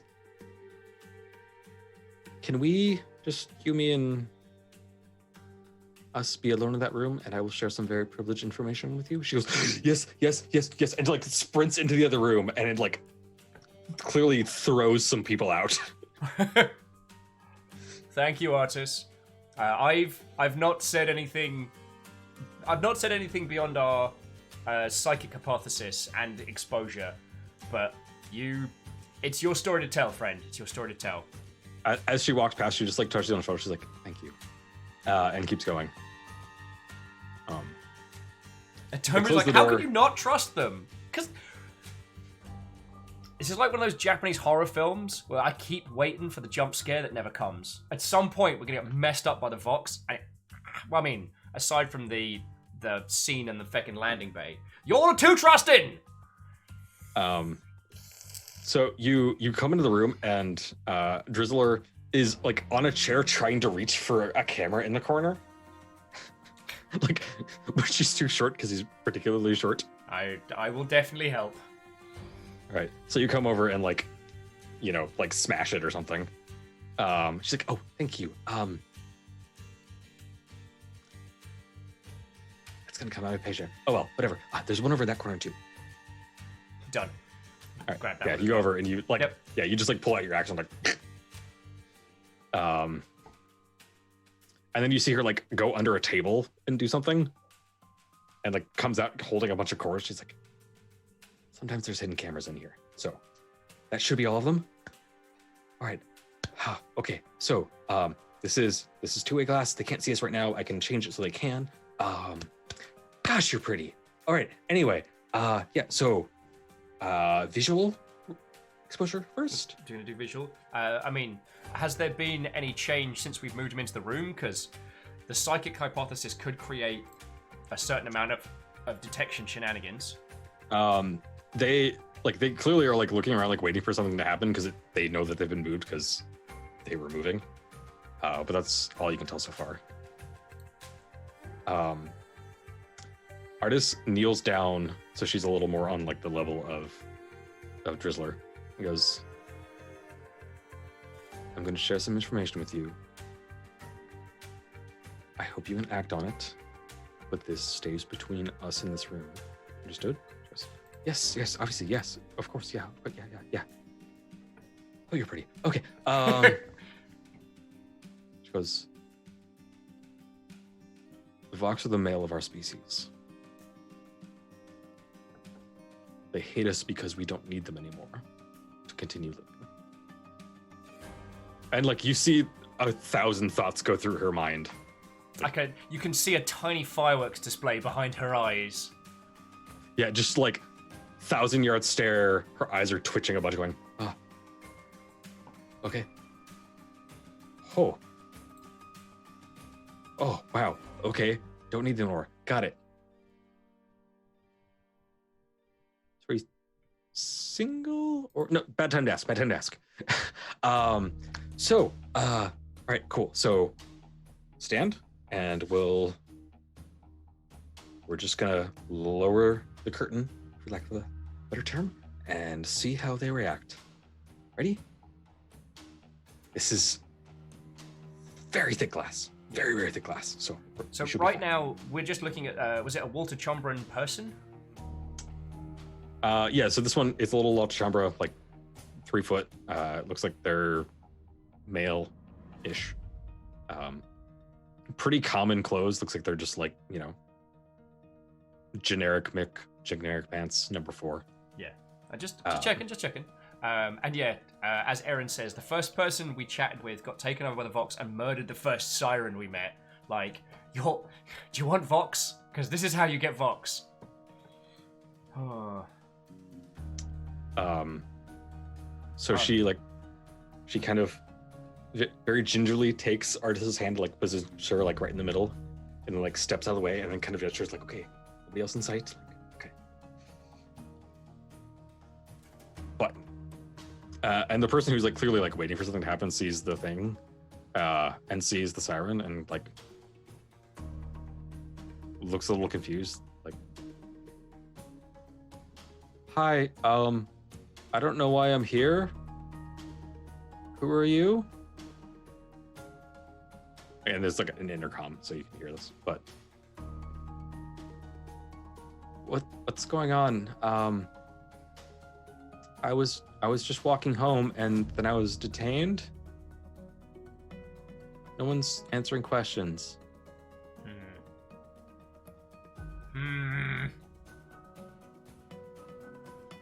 Pippin's in the room, right? He's just out of view drinking, right? Yeah, he's like in a corner, like drinking. Okay. All right. I think actually, as this other Walter Chambra finishes up, he kind of stands up from the corner and sort of, he's starting to get a little drunk. He stumbles forward and is like, all right. Swap it back to one way, please.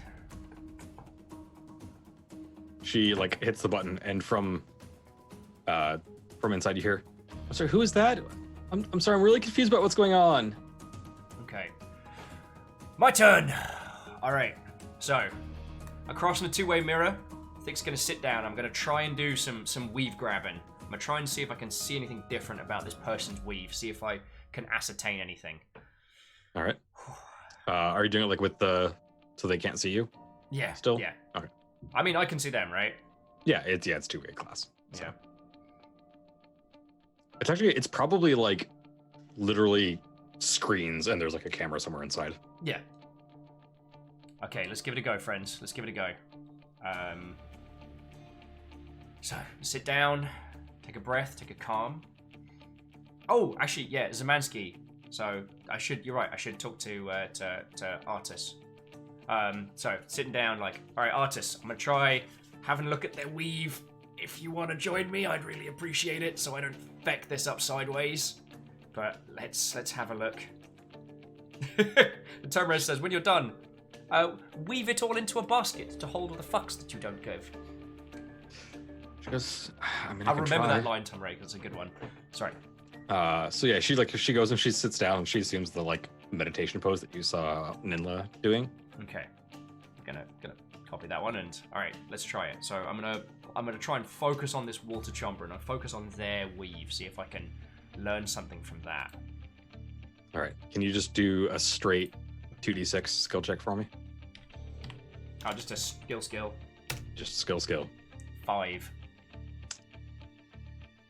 You're in a fairly high stress environment. Also, you're worried about Pippin, and you like keep trying to like see the weave and keep almost getting it, and like you just can't. You're too distracted by Pippin almost falling over several times and keeps drinking. Dresler, who's like, I don't know what's happening. Yeah. And just like, yeah, the entire situation, it's too stressful. You can't quite even produce the weave at the moment. Zemansky's saying it's because of the goose. Okay. Actually, that's a good call, Zemansky. So you Good like stress. you almost reach up and are able to grab it, and then, oh, god damn it, phone. It's another fucking goose fact. Oh, see, this is why I like playing with everybody. Okay. You like do that, and you look at your phone, and it's just a text that just says honk. And you look over at Artis, and like her eyes have like gone white. And she like blinks after a couple seconds, and then goes, "Just looks like a thread." Back. And Dresser's like, I'm sorry, thread? Oh yeah, we're observing the psychic weave between all beings. You know, standard stuff. We're hoping this would be a detection method, but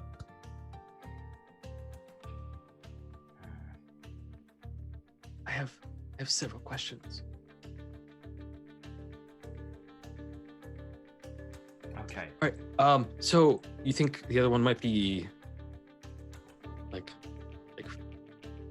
smell and like pheromone based? That's our theory.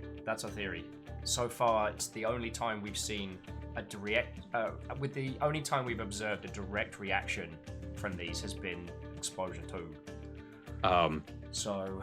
So you're both still like sitting on the floor, and she like shuffles over in front of you and just like leans in kind of awkwardly close to Siren and goes, "You do smell really nice." Okay.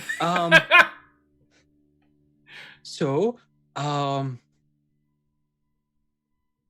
you just like control that, like she just like lifts them up and like puts them back. She goes, "Oh, okay, Yep. all right.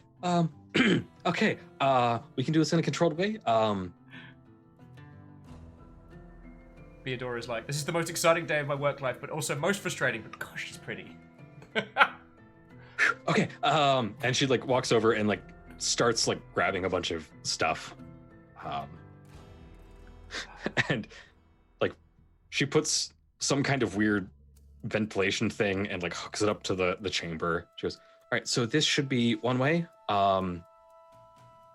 So they can't get out. There's 3 fail safes in here.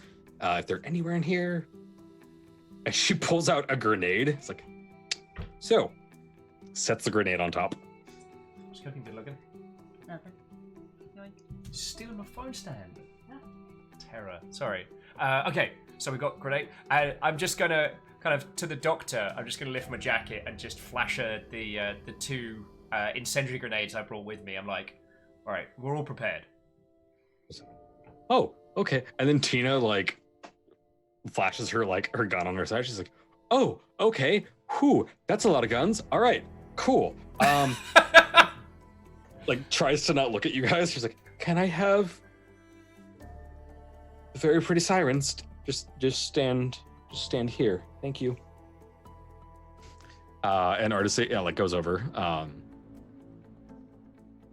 and like turns on like you hear like a vacuuming sound basically. And like the chamber fills up and she goes, "Okay, cool, here we go.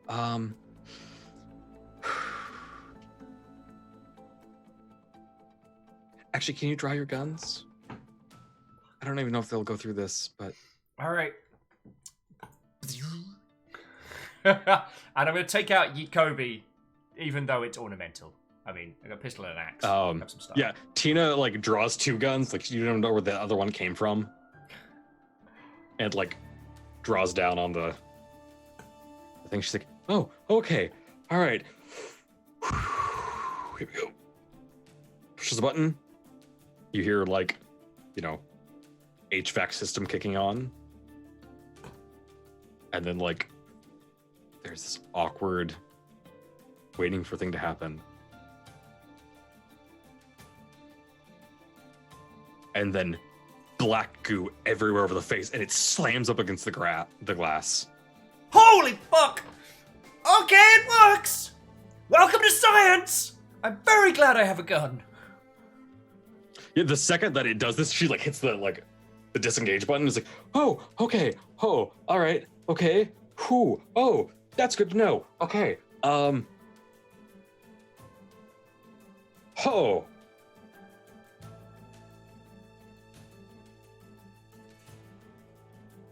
I don't know what to do with this information, cause secret pact. Shit. I'm sorry. Oh, sorry. Swears happened. Oh, I'm so sorry. It's alright, it's alright. Pippin, have you got some booze for this one? You're gonna want a slug. He like holds the bottle up and there's like that much left. He's like, and she goes, thank you. Right. Okay. This is really good. How much of your anatomy do you know? Like, I know it's, but. And Artis nods, says, a fair bit.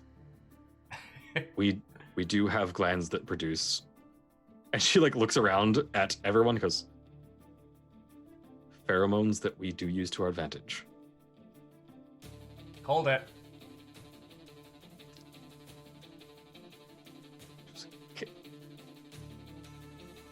If I could maybe get a little bit, I could analyze it and we could start experimenting with the different parts of Arthas, that. Arthas, it's your call. I know how big a deal this is to you. But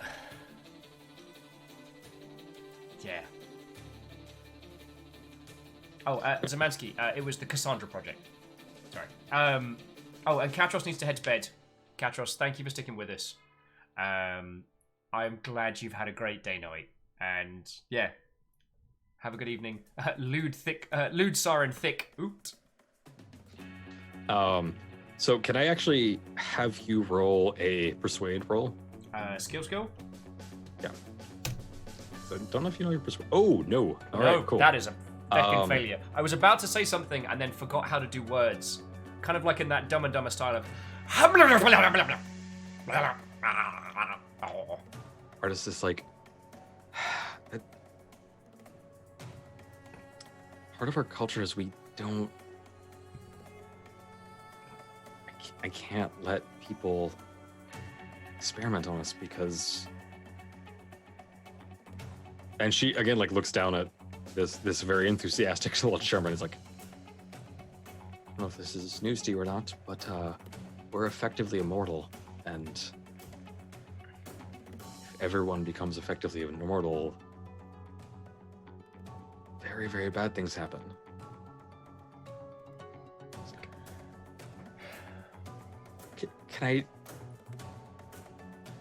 Can I just save some of the air from around you? Is that fine? It's like, I can't stop you from doing that. So yes. Okay. Well, friends, this is definitely something. This is definitely something. Oh. And I guess it means that. Sorry, go for it. You look back at the like containment cell, and yeah, it's this black ooze has like started slowly consuming the entirety of this little Laltachambra. And Pippin like walks up and is like,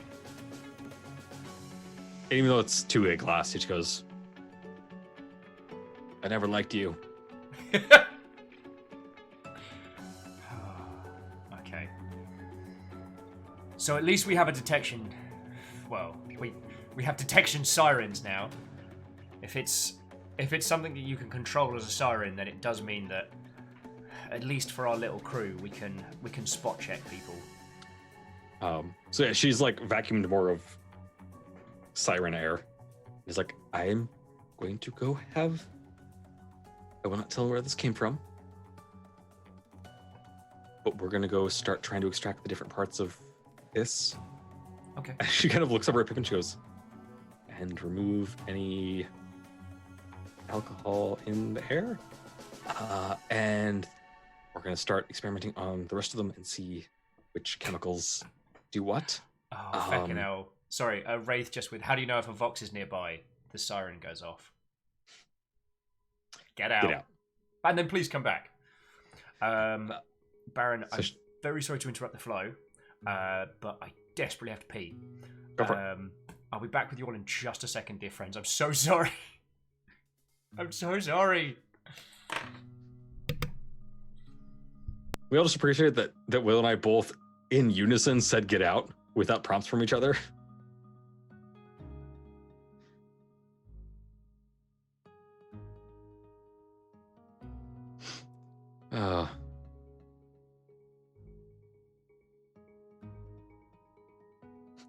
You think that was your best line of the night, to be honest? I hate to admit it, but it was good. I just also get out and then come back. Compliment Cap, thank you for hanging out with this long. Yeah, we're probably gonna, I don't know what Will's feeling. Might start wrapping it up here soonish, we'll see. It's almost as if chat does these kinds of things all the time. Moose, no.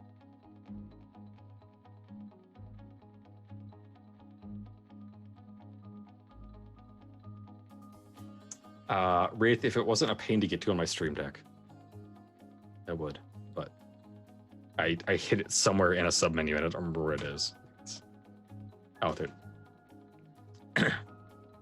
Wraith.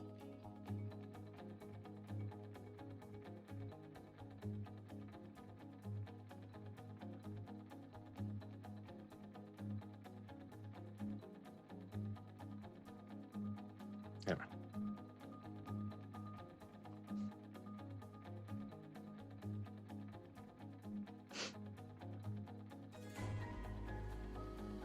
Yeah, so it's also really weird because all the music is on Will's side. I'm just sitting here in silence.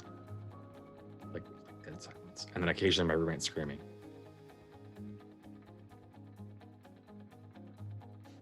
It's so late o'clock that your cat is like, the time to be awake is now.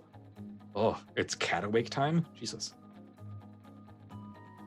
As a reminder for anybody in chat, bits, subs, and donations all go towards secret hidden goals. You're very close to one of them. So, Party Cat says it's party time. So, keep that in mind. Actually, you're close to a couple different ones. But I think there's my tracker.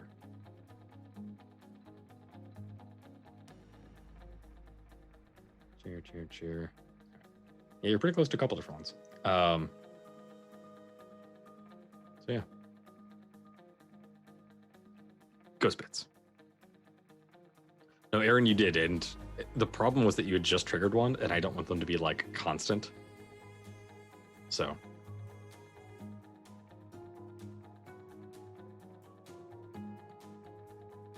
Oh no. Purged URL. I think you have to be a sub to post URLs, maybe? I think, possibly.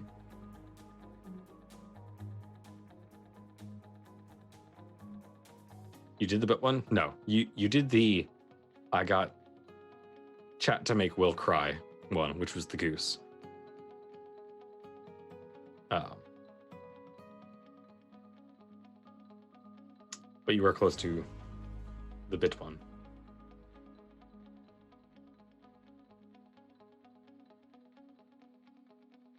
Yeah, you guys have like. All right, cool. So I was right. Thank you, Lizzie. So yes, URLs are sub only.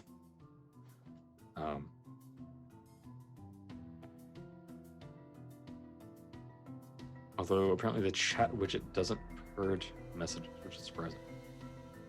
Oh, the like on screen one. I wasn't even reading that one. Sneaky sub.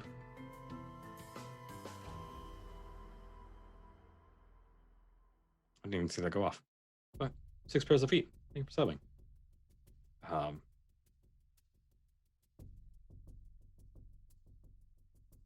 Yeah, I don't know. The Streamlabs stuff in general is weird.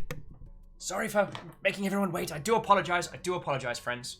I return. I return. Oh.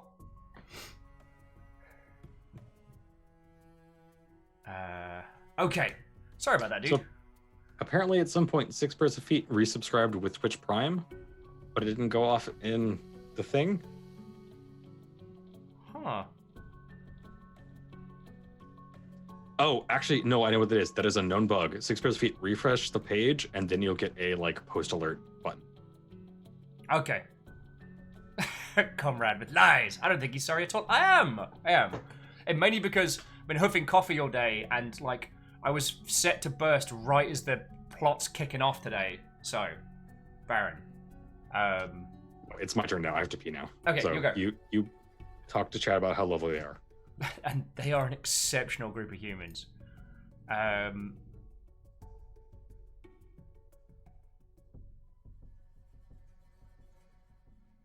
Yeah, that is interesting, because I just had a quick look on the back end. Yo! Sneaky sub but in plain sight. Stealthing that through. 6 pairs. I mean, 1, thank you kindly. And secondly, congrats on 4 months, yo! Hanging out with our group of miscreants. Detecting aliens, flying through the galaxy, doing a science. Like... Oh, and Tommy, I am doing wonderful this evening. I'm doing wonderful. I feckin' love these Memnol sessions. I love playing them with all of you lot. And I know I got a little bit teary-eyed earlier in the day, but that's my feels on it wholeheartedly. It's the fact that this isn't just my campaign, it's ours. And so the stories from this aren't just mine. It's not like with like C-Team or Crit Roll, where it's the discussion of, you know, a thing that happened. It's not the retelling of someone else's campaign, it's ours. And I like that. Like, to share stories of what happens in Memnol is to share stories of our adventures, not my adventures. And I like that. Because, you know, the tales of the heroes of Grolheim is always very, very, very entertaining. But it's very... Oh, it's very mine.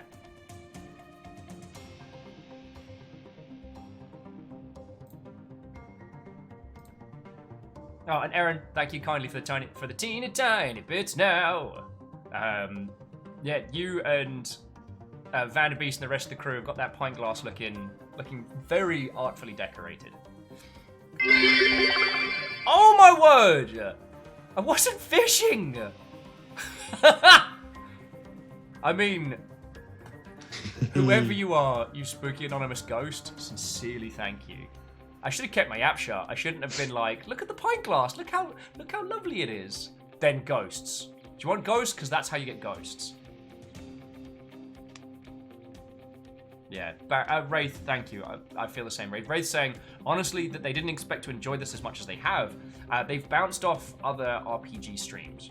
Being involved makes all the difference. And saying that, you know, you and I, Baron Sheep, are doing a great job of getting everyone to play.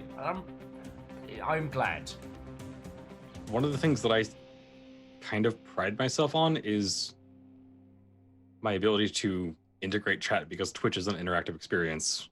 Yeah. I want you to all be part of this in one way or another, which is why I don't run traditional games on Twitch anymore, because yeah, it feels disingenuous. Toro says, have you reset the whiteboard counter? Actually, no, the whiteboard now is a big picture of the Longship logo, which Fiona put up there, which is real cute. But again, that anonymous ghost, thank you. And friends, I really wish you could have seen the drunken conversations I had with Baron Sheep multiple times. Oh, thank you, Vanderbeest and anonymous ghost. Where I was just like, it was Drunk Will being like, I really want to play like D&D, but I want to talk to people. I hate the idea of ignoring people. And Baron's like, I've already solved it. And then Drunk Will would proceed to describe this problem to him several more times. Yeah, but Baron, I want to, like, talk to people who are watching. Baron's like, I've already solved it. Spoiler, Baron had already solved it. It requires a specific type of DM that is cool with, like, chat breaking you, and I can just, like, fuck off for 10 minutes while you have a little cry. I don't control it. You know this. I mean, obviously. But yeah, so Vanderbeest, spooky ghosts. Thank you all. Now, Theodora's like, sorry, ghosts, where's Luigi when you need him? Hanging out with his new best friend, Gooigi, which is just him. Oh! Fucking hell! The spooky ghosts are back! Wasn't me. Oh! Whoever that was, again, sincerely thank you. Oh! Fucking legends. So, Thank you. Now, so we've worked out that the pheromones the sirens make cause the Vox to go apeshit. I guess the only other thing to do now would be to get any data on once their goo is out, can it go back in? Are they procced like that? I mean, yeah, like if you want to like sit here and just like wait, like the Vox that's in this chamber is like freaking the fuck out and just like slamming against all the different walls, like trying to get out Yeah. as best they can. So if you want to like just sit and wait, Yeah. Friends, what do we want to know from this? Because this might be the last chance we get to observe them when we're not running for our lives. Or doing many, many, many murders. so yeah, Grizzler kind of removes people as best they can from around the like input of this like HVAC thing, and like just puts the siren there and like extracts a bunch and like basically bottles it. Sorry, just the prolo said, once the goo is out, can it go back in? Thick McRunfast, 2XXX. It's actually 3 XXX. Yeah, it's 3, 4, 5, 2, I think. Spooky ghosts are at it again, thank you. And that was the spooky ghost who was determined to round the number out. Wraith is like, are they like toothpaste? Can you put the toothpaste back in the tube? And Snapdragon, Watto, welcome to Memory Equals Null. We are eyeballs deep in some alien shenanigans right now. I'll bring you up to speed next little break, okay? Just it's me and all of you playing, so yeah. So there is like a comms panel, like you can push to, intercom between if you would like. Otherwise, you're just like waiting for it to see if it calms down. I guess what we're waiting to see is does the goo, or is it as Wraith says, the Vox are basically toothpaste. Like once you squeeze it, you ever? What's the line from Legion? You ever try and unmake soup? I have successfully twice. Anyway. Tomura is saying, see if they are weak to cold or poison. We know they're weak to fire. They hate fire. I mean, everything's weak to fire. It's just how much fire you need. That's a good point. And technically, you don't know that they're weak to fire. It's just the one time you've seen one killed was because they were incinerated. Because a scientist panicked and hit the containment destroy button.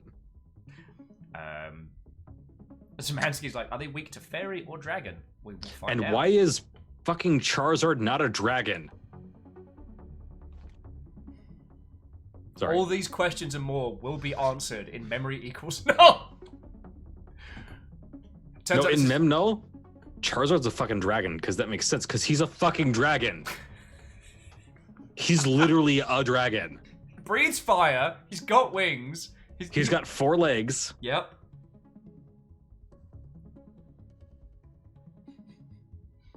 Beadora says, can they survive without the host? If not, for how long? We know they can survive as like their gooey ink form. Yeah, they have like the gooey form in just like a test tube, basically. It's a huge like glass thing, but I know what we can do. So now it's freaking out, and we're observing it. Right, let's have another look at its weave. Because, I mean, do we even know how to cut one of those feckin' threads? Because that could be an interesting. Yeah, if you want to try and observe their weave again. Yeah, give me another shot at it. What was it? Skill?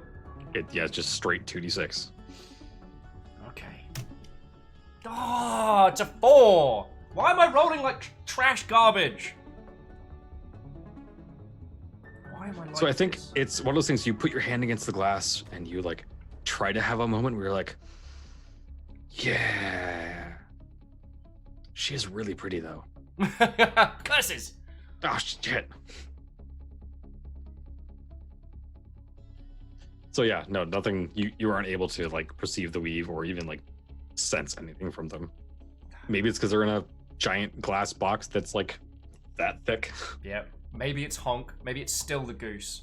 Maybe, yeah, maybe there's a goose somewhere on the station just eyeing you, going honk, honk, honk, honk, honk, honk, honk, honk, honk, honk, honk. I do not need a goose Jaws mashup. It's both the Prolo and Faber saying, just as a quick aside, the reason Charizard's not a dragon is because dragons were bastard powerful in the first Pokemon. Yeah, they were. Yeah. I understand it's design, but god damn it, fucking, or it's bounce. They're a dragon in your heart. Also, Thelmsby, what ho friend, what ho to you all. Okay. Let's give this thing a watch, see if there's anything else we can observe about it before. And just so, friends, let me tell you what my plan is. We're gonna steal Pippin. Once this has all gone through, we're gonna get Pippin to order his mech delivered to our ship or something along those lines, and then we're gonna kidnap him. Now, obviously, we're gonna tell him this, but the thing is, if he leaves, there'll be chaos, right? But if we kidnap him, then they'll be able to continue while his lot spend all their time trying to rescue him, which should help not create like a culture implosion for the Walter Chamberlains. Yeah, so probably if we kidnap him, there will be chaos, but the chaos will be focused, and our ship's fast enough that we can stay ahead of him. And if it gets bad, we'll just get Pippin to tell him, actually, no, it was a plan, and then he can come back. But Pippin needs, one, to be with Franz. What? See, Wraith, this is why I was thinking we can steal him. Yeah, Tal, like, I'm thinking of trying to sneak him out, but if he's just absent, I think it would fall apart worse. Do you know what I mean? So as you're looking at Artis and you're like, yeah, she's really pretty. Her eyes go white again. Okay. And you see her like reach up, and you see like you can just barely see like the shimmer of a thread, but it looks like she's like looking at a thread and like reaches out and grabs it and like is looking and examining it. Now that they have been exposed, and actually as she does this, the Vox like stops and like looks down, and you see the thread going into their chest, and they look at it and they look back up at Artis like through the two-way glass, and like walks right up next to the glass. Feck. And she's like examining it. I'm gonna do.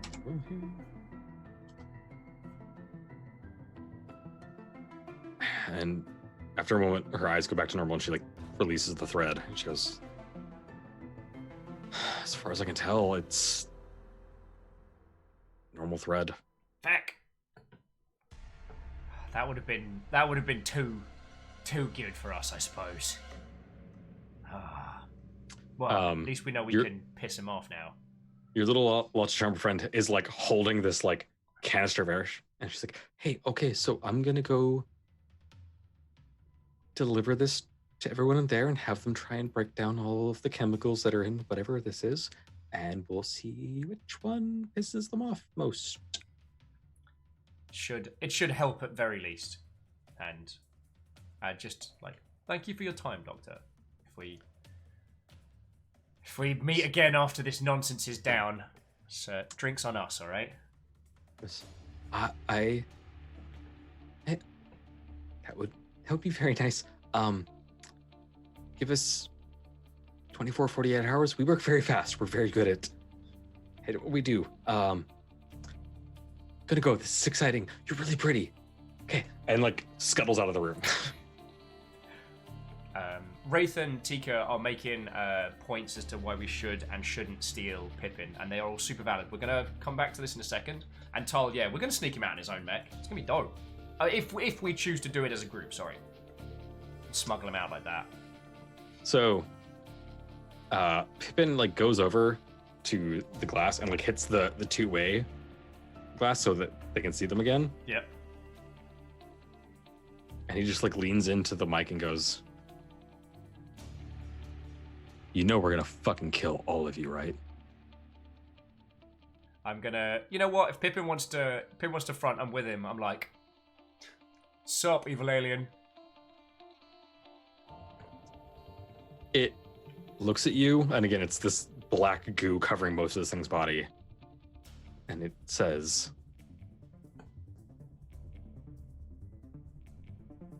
Many have tried. Many have failed.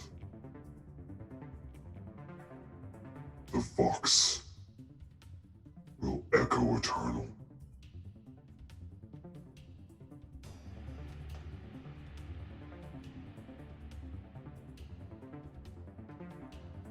I need a... Hubris, is that you? Yeah. Yeah, that's a feckin' line.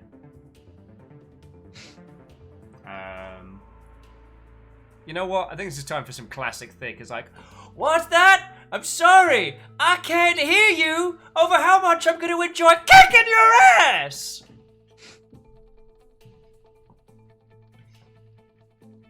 Oh no, wait, Camille, that's a way better line! I like, because Camille's suggestion was, well, I caused the scream and shattered the universe, so... That's way better. is that what you're going with? And Ray said, so close to setting up men will not be blamed for nothing gag there. A lot of men tried, mate. A lot of men died. Okay, what do we want? I think the finger guns and this... Like... I do like the idea of just being like, mate, I broke the universe once, and I wasn't even trying. Imagine what I'm gonna do to you. How do you think about that? And then finish it with the... I'm the new guy. Finger guns, definitely. Yeah, I want to go for that one. Clank, actually, that is a very good point. Maybe let's not tell them I did the scream. Because it's not going to make them afraid. It's going to probably paint a bigger target on us. Because they know that we exist, but they don't know what we are, right? Can I counter with, but would Thick think of that? That's a good point. It would be a thick move, though. Yeah. Like, I think Camille and Peeps are right. I think that's what we gotta... I think we gotta go for the blasé.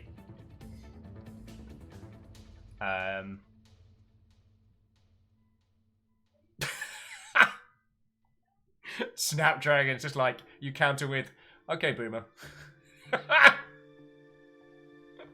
By the way, there's an entire thread on Reddit somewhere of just high school students saying "okay, boomer" to their teacher, and their teacher's just going the fuck off on them, and it's both cringy and funny at the same time. I had someone send it to me on Twitter, and I wanted to be like, you keep using that phrase. I don't think you know what it means. Yeah. That's why it's like, you're doing it just to piss them off, and you're not actually meaning what you're saying. You're doing it wrong. You're trolling wrong, children. Anyway, yeah, I'm going to go for kind of like a hybrid of Camille's line of Peeps. I'm just being like... just staring back as like, I broke the universe without even trying. What do you think we're going to do to you?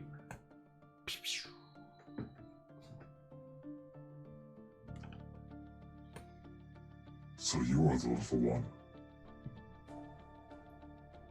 We thrived in that silence. Thank you for that. We thrived in the silence after your scream, and we will thrive again. We are the voice. Our echo is eternal.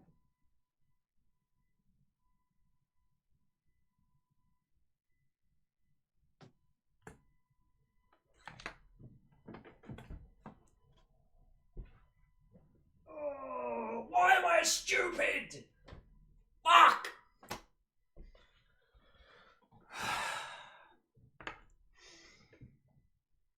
I mean, it's useful info. Congratulations, you're going to see me goof in real time. Favor with buried personality number 607, so 6,754.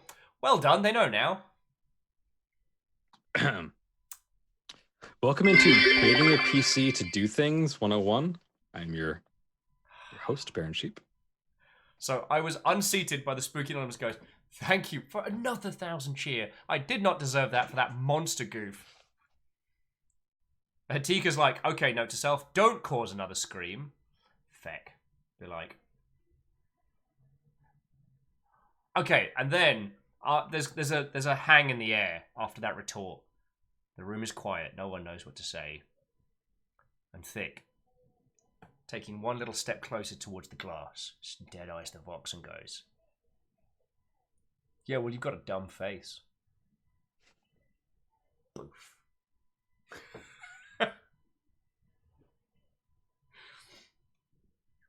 You step away from the glass going, boof. And I think both, well, Pippin, Tina, and Artis all kind of look at you like,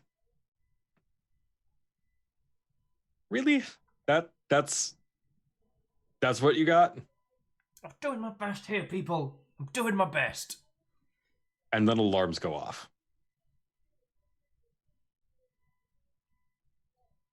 Oh, good. Oh, good. Well. Wait.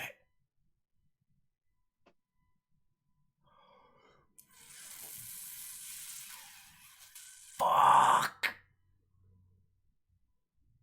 Okay. Hang on, let me get the music back. What kind of tunes for this point? Because do I need to panic music? I think Dead Space soundtrack would be adequate. Oh, good. Oh, good. Okay.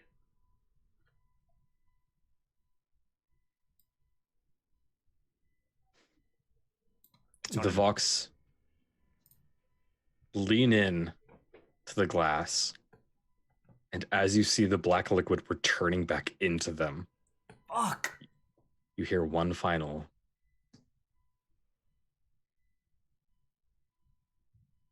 Our weapons have arrived.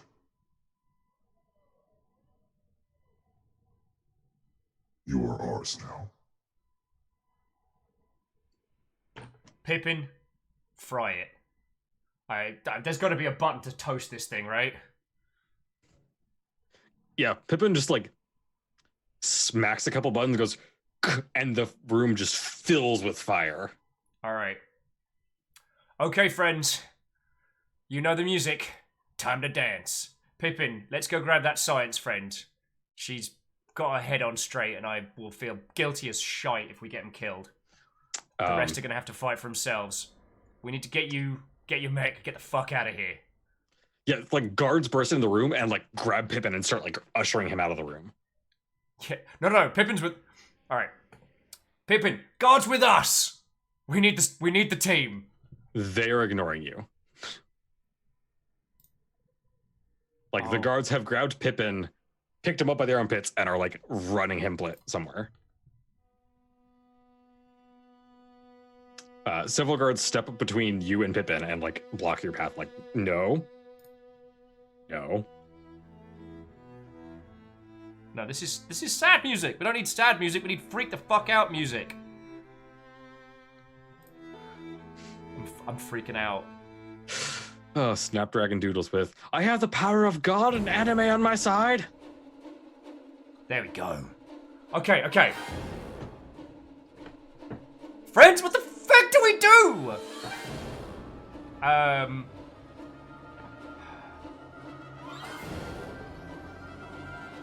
Okay. Let's think this through. Okay.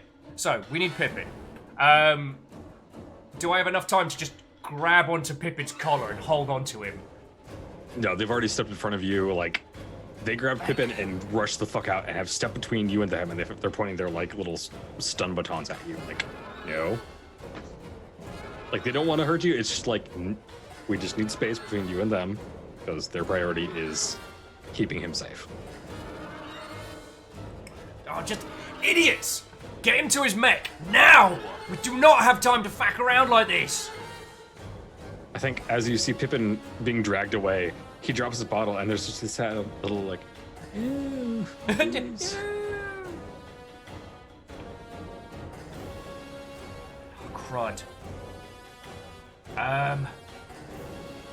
He gets, like, out of the room, and they, like, back up a couple steps, and, like, all right, and then, like, book it.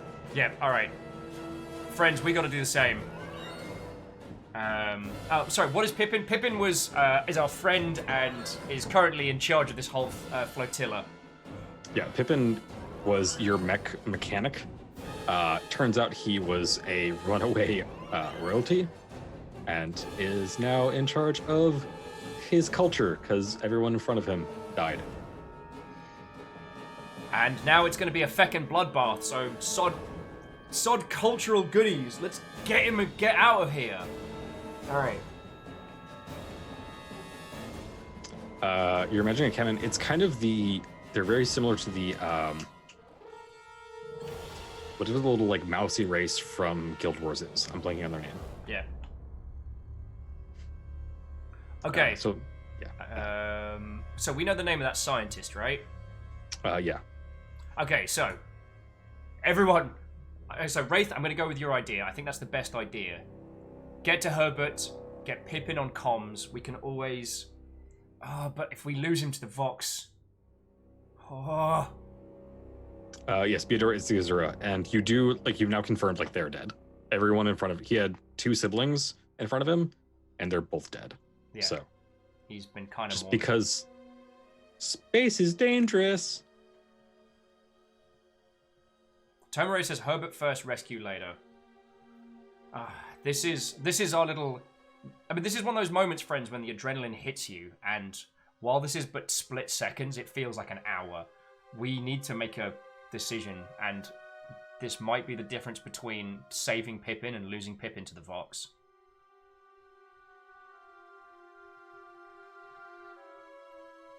So I'm with Prolo about I think we should get Pippin.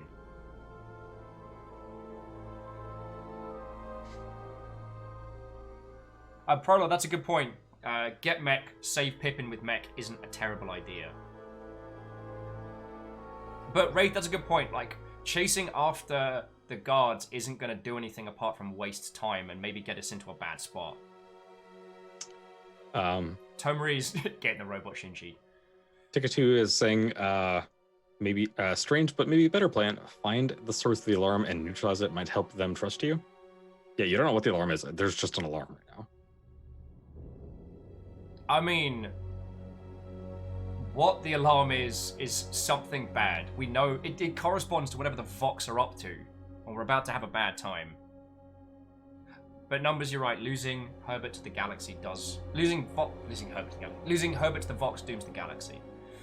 All right, we can do more in mechs. We got 0G gear, so we can always carve a hole in and get Pippin out. All right. So, in the split seconds as we are in the hall, right. So, I'm going to scream for the doctor that's been helping us. They're with us. I want them on us.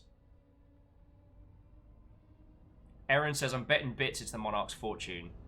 Oh, feck a duck.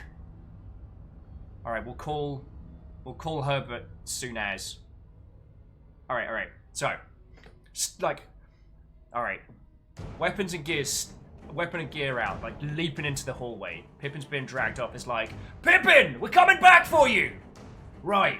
And then yelling, what was the name of the scientist again? Drizzler. Drizzler. Drizzler! Where the bloody hell are you? Yeah, she's like huddled in a corner, like holding the container of oxygen. Yeah. That she siphoned off the... Yeah. You, with us now. We're getting you out. Like, she's straight panicking. Like, she's just gone, like, fetal position around the thing that she knows is important. Yeah. Keep that safe, stay with us. I'm just gonna kind of, like, dad voice, pick them up, set them on their feet, and be like, yeah, we've got a science officer now. You, look after that, you stay with us, all right? You don't stop for anything. Tuck it to with, if it turns out to be the goose, I swear to God. I swear to honk, sorry. I swear to honk. So, but the goose, the size of the monarch's fortune. A single goose with a butter knife has just Yeah. severed an alarm somewhere. And that is reason enough to leave. Right, so Stick has a dad voice. Everyone has a dad voice inside.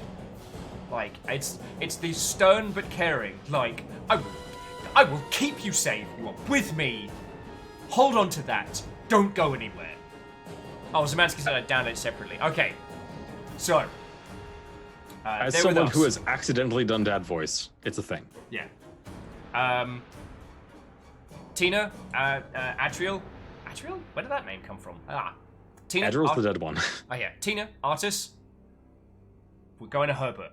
We're going to grab what we need to. We're going to get Pippin, and we're going to get Pippin the heck out of here. We can't get to him while they're doing that huddle bundle. We know Pippin's tough. He can handle himself. If we lose Herbert, we lose everything. So let's do this. Hey, Will, can I get you to roll a d20? Just straight d20. 7. All right. So yeah, you grab Drizzle and like drag them out in the hallway. Basically, I mean they're tiny, so it's not hard to pick them up. Yeah. You step out in the hallway and you look down, and you see 3 dogs What? covered in black.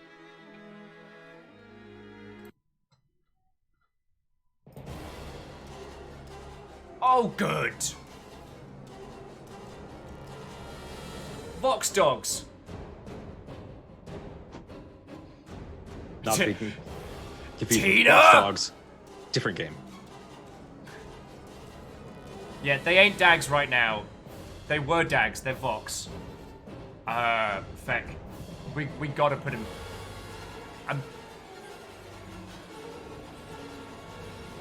Yeah, we gotta drop him.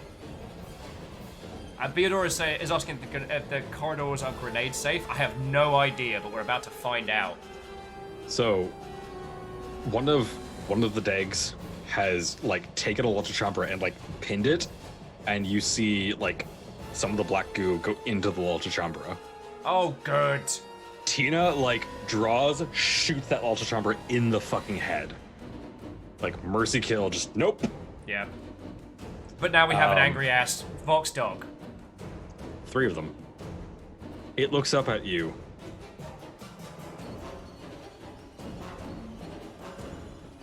How about no? Whoa! You. We can figure out how to scream again.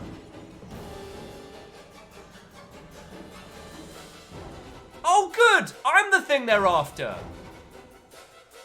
Piss! Well, Why did you give bits? I Thank need you you for to roll supporting me and initiative. keeping me alive. But now, the alarms are going off. Oh, good! Okay, calm. Yeah. Numbers, it's Halo time. Okay. How do you wanna play this, Baron? Roll initiative. Fuck. Alright. That's just a skill, right? no, it's a 1d8 for some reason in the system. Huh. It's like the only thing that's a d8. I rolled a 4. Found a beast like we're screwed. We've been low rolling all day. Well, hopefully we've been saving him. And Vanderbeest, thank you for refilling the pint glass. Whoever the anonymous ghost was that took your holiday, thank you. This is going to be something. Okay, calm. Will, 1 second later. Fuck. Zemansky, welcome to the final episode of Memory Equals Null. No one's dying on my watch! Oh. I swear there was. All right. I'm on the map screen as required. Yeah, sorry, I'm trying to find the stats page on the fucking PDF. Snapdragon would just embrace your inner Snorlax. I do not want to see a Vox Snorlax. That thing would be a world ender. Like the extended universe alien stuff where like a facehugger gets on a gorilla, and it's just this unstoppable kill thing. I think one of the most terrifying things I've ever seen on the internet is gorillas don't know any like weightlifting techniques or regimens. We've never seen a gorilla at 100%.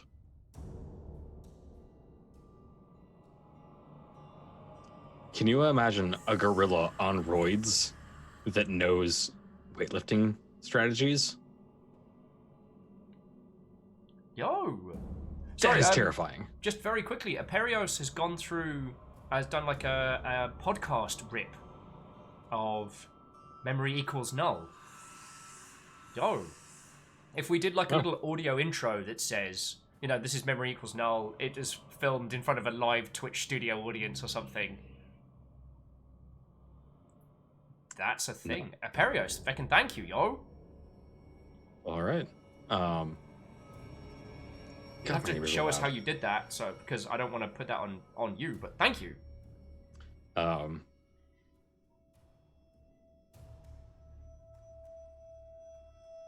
neighbors are very drunk right now. I feel like I should be very drunk right now, and I'm not. If you want to go make yourself a gin while I find stats that I buried somewhere in my notes. I may actually do that.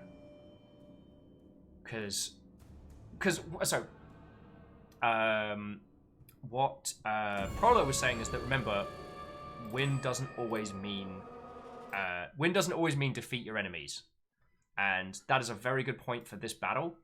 But these are dogs. They're faster than us, and they're gonna try and take Tina. They're gonna try and take the scientist. They're gonna try and take Thick. Why was I like this? I could have just made a fart joke. I could have just been like, yeah, well, your face is dumb and you smell like dumb farts. But no, I had to be like, I'm the one who cracked the universe. What you gonna do about it? And they're like, oh, we've been looking for you. Thank you. Have a good day now. Crap in a bin bag. Tomry says they're faster and smarter. At this point, considering the dumbs that I've been doing, like a vague collection of slightly bloated hamsters is smarter than me. So, friends, I'm gonna go just make a quick bevy, and then we're gonna do this. I got you all with me. At least I'm not going through this alone. I'll be back in 2 seconds. Baron, I paused the panicking music as well.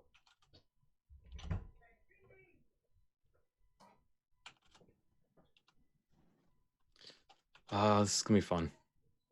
Thick's gonna die.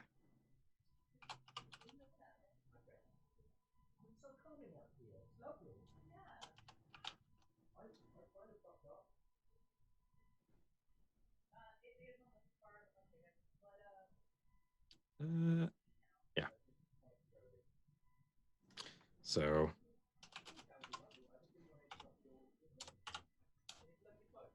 All right, so Tina is at 9.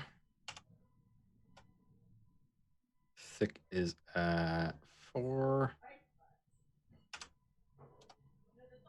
ABC are at 2,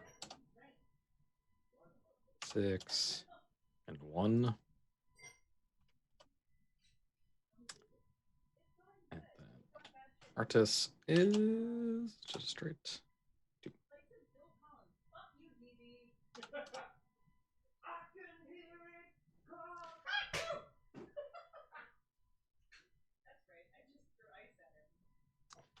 Did anybody else hear that butt slap? That was a butt slap, right?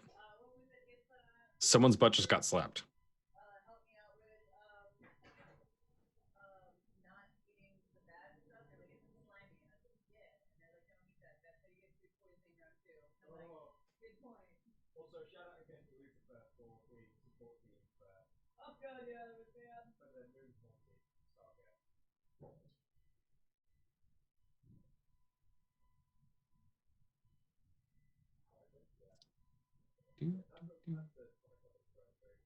How's chat? Those neighbors. I think what you're hearing is actually Will and Fiona.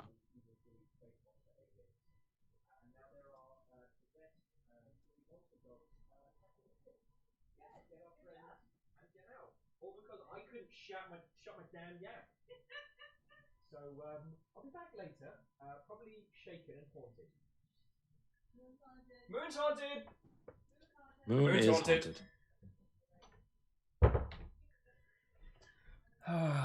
Thank you all for waiting. I needed that. Yeah, Baron, I did not remember how much of the gin I drank last night. Was it all of it? It wasn't, but I've got this and then a little bit of gin left. Okay, so Tina's first, of course, then Dag B, then Thick, then Artis, then Dag A, then Dag C. Cool. Tika says, hey, you forgot to mute. Yeah. Well, you heard me say Moon's Haunted. Also, we heard a bum slap somewhere in there. I don't know whose bum, but that was very clearly. No, that was me singing Phil Collins at Fiona, which there are very few Phil Collins songs that Fiona will tolerate, and she yeeted an ice cube at me, which I managed to dodge. Oh. Aaron, the answer to that is always yes. Okay, so I've got Jin, got Focus. The Dead Space soundtrack was a very good shout. Was a very good shout because it is utterly terrifying. Okay, let's do this.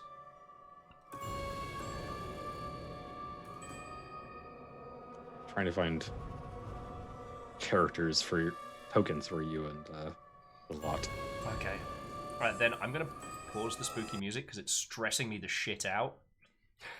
No, keep that going. No, it's fine. Fine, I will. You're in charge. But...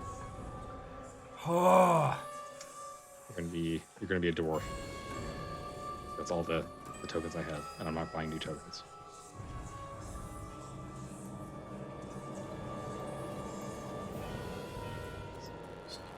To see where it is. Oh. I haven't switched you to the page yet. Oh, you're making the page now. Oh, cool. Yeah. This is not a thing I planned. Everyone's suggesting like cheerful, happy music that we can swap to while we wait. Zemansky wants me to swap to the Banjo-Kazooie pause music. Theodora says, to repeat, these are dogs. Just yell, ball, fetch! It depends what Dag B does. Because I might be able to hit the other Dags, and we'll see what happens. This is the science wing, so I choose to believe it's going to be nice and sturdy. Yeah.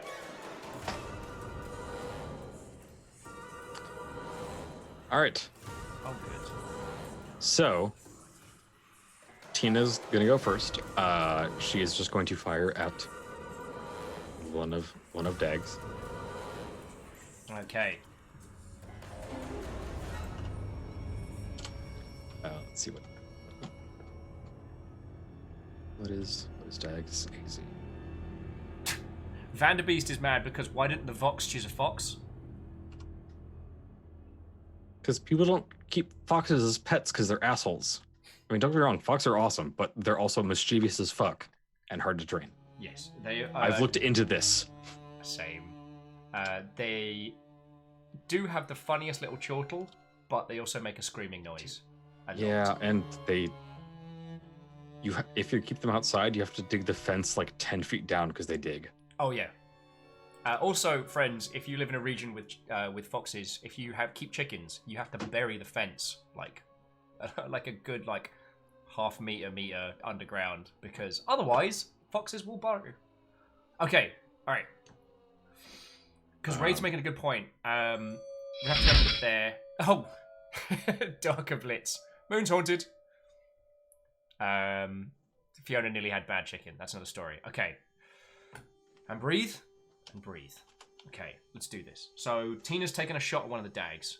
Tina levels her gun, so Tina's the top. This one right here. Yep. You're in front because you were leading charge. Yep. That's me. So Tina just draws down on this dog and fires, nails it, doing 9 damage. Let's see how much health these things have. Bear in mind, friends, we have 12 HP. 9 is a big hit. 9 is a very big hit. Let's see. Actually, yeah. So she levels this gun at one of these black goo covered dogs. It's covering the front half of them. Yeah. And just goes boom, drops one of the dogs. Which one is down? It would be they're ABC in top to bottom order. So yeah, front one is down. Okay. This is why we took Tina with us. Kind of wish we brought Janice as well, but that was Dagby. So Dagby's dead. all right, so it's me up. Thick. I mean, friends, we brought grenades for exactly this reason, right? I've got 2 of them. You didn't make me look up grenade rules because there are grenade rules.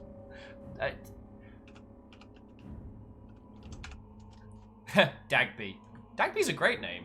I'm not great with gunfire. I'm a better mech pilot than I am a scrapper. We do not want them in close. Everyone's like, frag out! All right, so grenades are a thrown explosive weapon. Grenades users always roll to attack AC 9, regardless of what the actual AC is. Mm-hmm. On a miss, the grenade lands 1d10 meters away from the target in a random direction. Hit or miss, the grenade then explodes for 2d6 damage to all targets within 5 meters. Victims are allowed a luck save for half damage. Targets take 1 less point of damage for each luck point of AC below 6. Wraith, we're about to find out how good Thick is at lawn bowls. 10 meters if I feck it. You could just lob it and it'll just roll down. Because it's like you pull the pin and... wee! Like, do you cook it? Do you not? You're like, ah, fuck, grenade. Okay. Yeah, the Vox. It's a Vox Fox with the pox. In a box. With locks wearing socks from Dr. Cox, who knocks the rocks, shocks, and the docks. Oh, God, this is bad. Just this is go.go all over again. Oh, it is. If Dr. Zeus was a xenomorph. Also, found out it's pronounced Swice. It's gonna be it's Zeus. Oh no, it's Zeus, but apparently his pronunciation of it is Swice. Yeah, like the guy who came up with GIF, saying it's GIF. It's not. Your creation. Or like it's Legos. Let's be honest. I know Lego bricks is the plural. It's Legos. I was with you until that. It's how. Yeah, I'm with Prolo. It's Lego. The plural is Lego. They're Lego bricks. There's a bunch of Lego. I always say Legos every time. It's like sheep. It's a bunch of sheep. The plural of sheep is sheep. That's a bunch of sheep. It's sheeps. Shorps, right. if you will. So are you lobbing a grenade? Oh, what do you think, friends? So Tika's like, I thought Thick could handle this, but if we're doing with grenades, then we're fecked. All right, I've got a pistol and an axe. Favorite, all the new peeps are like, let's feckin' do this. All right, yeah, let's feckin' do it. All right, my target is obviously either I guess it doesn't matter for which dag it is because it's gonna hit the other. Can we underarm the grenade for better accuracy? No, according to the rules, which we're gonna do this by the rules. All right. It is 1d20 plus your dexterity plus 9. Aaron's like, I'm an old peep. I say grenade. I would never describe you as an old peep, but you've been here throughout. Yeah, it's grenades. Also, Zemansky, the Space Goose or Spoose is basically our equivalent of Bankai. I've decided that Thick hasn't learned how to summon their true powers, but should they master the Space Goose? I've been watching a lot of. I've been back on my weeb kicker this week. Don't judge me. Right. Hate that I get that reference. Also, I've been watching Demon Hunter. Ooh. Oh, I'm waiting to do that. I've been catching up on Dr. Stone. That's my current love. That's my next one. Anyway, 1d20 plus 9 plus your dex. Okay, so roll 1d20 plus dex, which is 0, plus what was the other one? Plus 9. Plus 9. 1d20 plus 9. Unless we don't know our dex, in which case I'll just ask you to add. I think you know your dex, don't you? Don't you know your dex? I'm pretty sure you know your dex.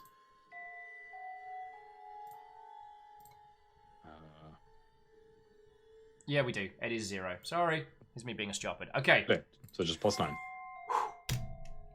25. Woof! All right, 25. So they both get a luck save, which is just 1d20. Also, did you? No, you didn't. 16. I was like, did you crit that? You didn't.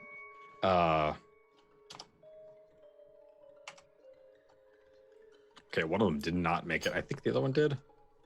One of them's going to get a Kieran against the wall. The other one's... All right, so one of them takes half damage. The other one takes full damage. We'll say it's A and then B. So A takes half, B takes full. Yep. Go ahead and roll 2d6. 2d6? Is that right? Hold on. 2d8, sorry, 2d8.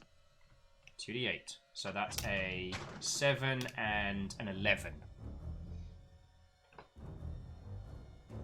No, sorry, you roll it once because that's the damage. Oh. And then one of them takes half of that. Piss. So, first one takes half, rounded down because I always round down. That's a GM thing. So the first one takes 4 damage. Yeah. No. 3 damage, sorry, 3 damage.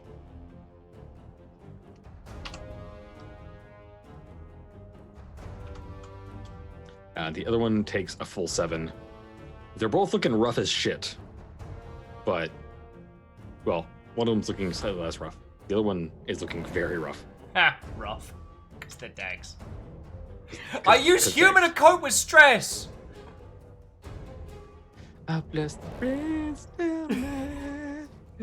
That's how you get gods to hate you. Right. So then one's looking fecked up but not dead. The other one's a bit exploded. Cool. Alright, so now It's Artis's turn. You didn't give Artis a gun. Or a weapon of any kind. So she backs the fuck up. Because she doesn't have a weapon. Feck. That's a good point. See, friends, this is why we...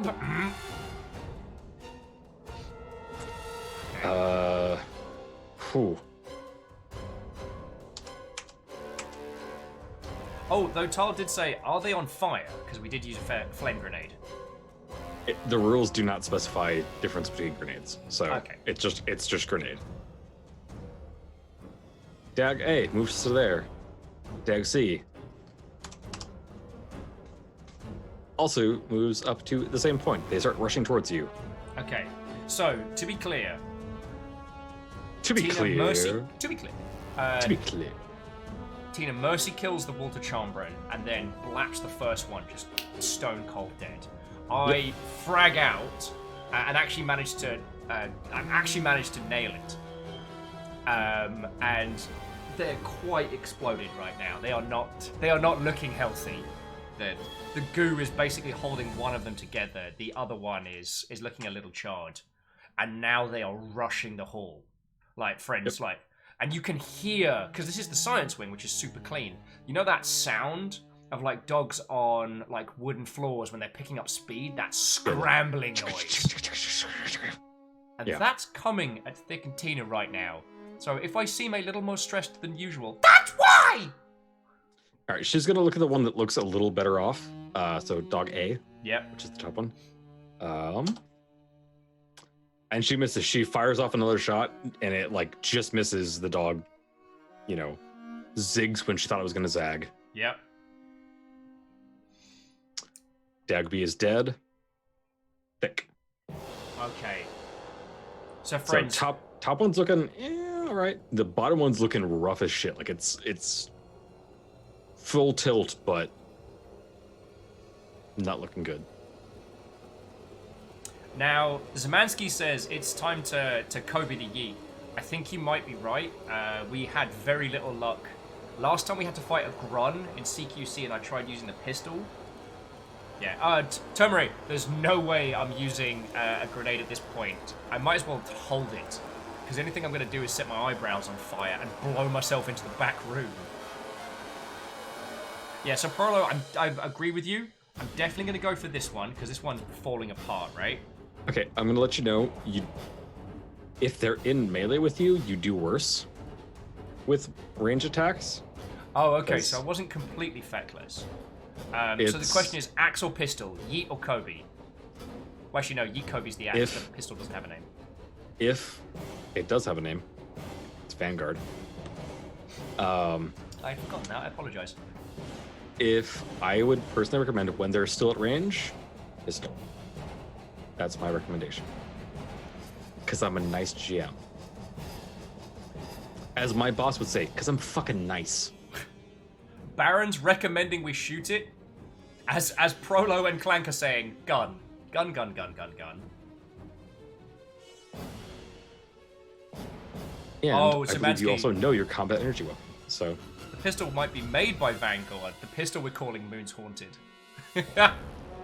no, the pistol is labeled Vanguard.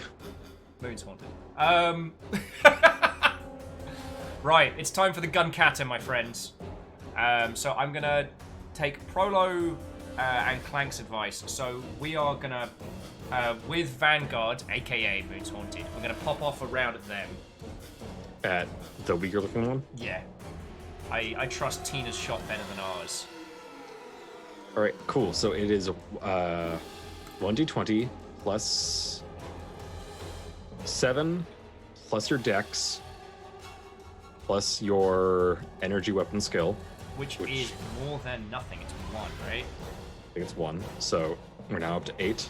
Plus energy weapons are +1, so +9 It's 9. inherently. Also, it's a fucking badass weapon. So it's additional +1, so +10. 1d20 plus 10. 1d20 plus 10. 22. Roll damage. Okay. I'm kidding. You don't have to. It has 1 health. It's dead. So, ripping through it with a shot as it's running down. Just, the weapon's already drawn. Just come up and. Now, Yeah, so you lob a grenade off your left hand. The dogs come out of the fire, and you, from your back, go. Dag down. Dag down. Now, from my personal headcanon, that thing was moving full tilt when we hit it, so it does the kind Oh of yeah, the slump and it slide. hit and slides. All right. Yeah. It ends up because it was going full tilt. It probably ends up like here. No daggity. Artis continues running because you didn't give her a gun. Yeah, we'll change that in a second, because I know Tina's got a couple. But it's okay, because Artis can look after our water chombrine. Dagsy is dead. It is Tina's turn. She's gonna roll against the Dag A. Oh, crits! Fucking hell! Because Alright. apparently Tina's a badass. Does 22 damage. There's not even a front of that dag left. Yes, it jumps at her, and Tina, like the stone cold badass she is, holds.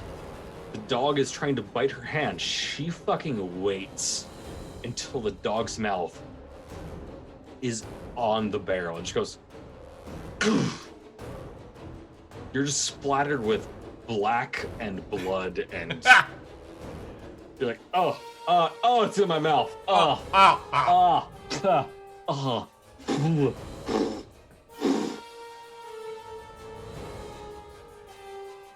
Dag down. Yeah. I just heard Fiona screaming beep beep. Go fuck. Okay. Now, usually this would be the chance where, like, Thick would be all about, like, singing their praises. Now it's just like, what was the scientist's name again? Grizzler. Drizzler, you're safe. On your feet. Tina, have you got a spare gun for Arthas? Tina, yeah, like, reaches back, grabs a gun, tosses it at Artis, who's like, You'll be okay. fine. Okay. Tina walks up, she grabs, like, Artis, like, by the arm, and, like, other hand kind of. I mean, she's still holding a gun, so she's like doing the like physical contact on face, Yeah. and it's just like you point the one end at the person you want dead. You pull the trigger. You've got this. We good. Okay. We run. Yeah. All right, Just like- people, get the lead out. We're Okay. pegging it back. So I guess until we encounter something we need to, I'm gonna fucking do that thing where you tuck your phone under your ear and be like, "All right, I'm dialing Hannah." You guys have like headsets, and actually they're probably like throat comms. If you're okay with that canonical, then I can do like the whoop. Yeah, you can just be like, okay, cool, and then yeah, you can even like if you could like sub vocalize, you can pick it up. Yeah. You've done enough random communicating. It's Yeah.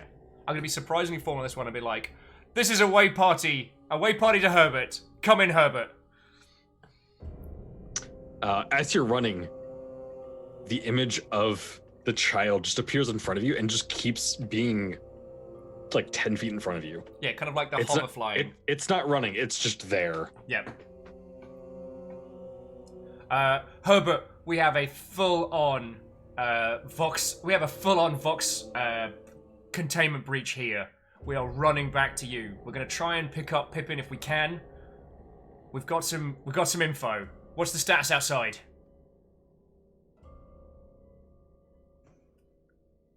Everything's fine here. We just started hearing alarms.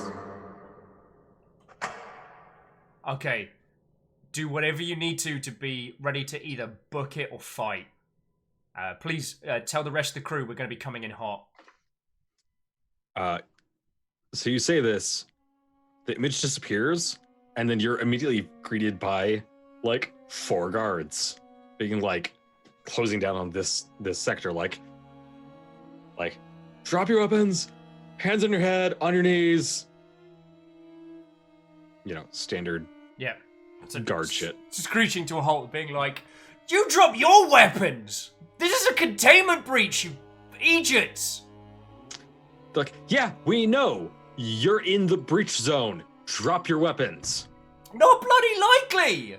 We just came past a bunch of the... Okay, I see where you're coming from. You're covered in blood and black shit. Yeah, okay, we see where you're coming from. We ain't dropping our weapons, but we'll lower them.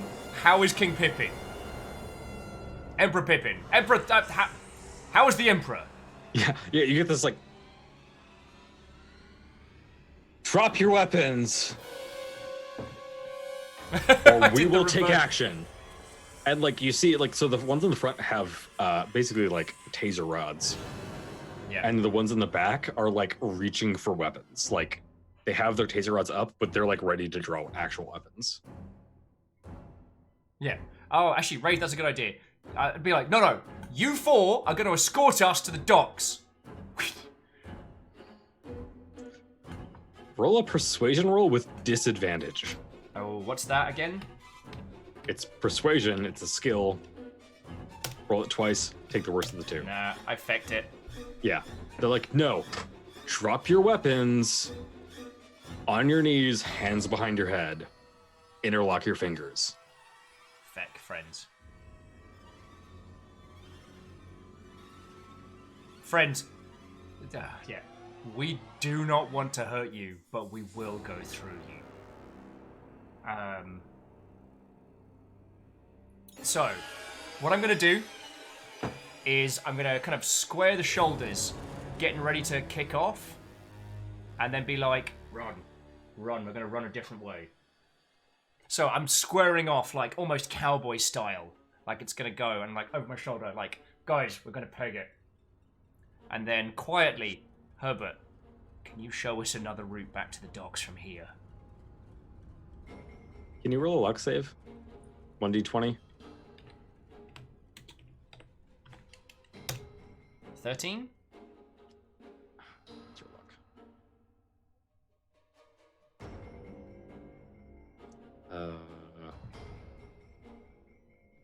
Why is luck on your sheet? You're killing me here, Baron. Oh, okay. Yeah. You turn around and like you do the like we're gonna run a different way, and as you turn your face, you see the butt of a pistol from Tina just hitting you in the jaw, and you black out.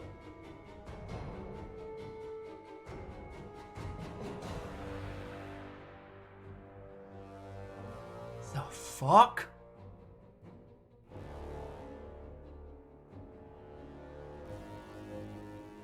The fuck?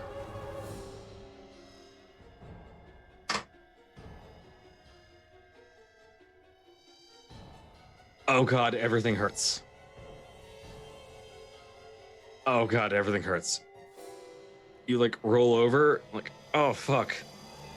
And then you feel and you like open your eyes. Oh, that's a spleemer.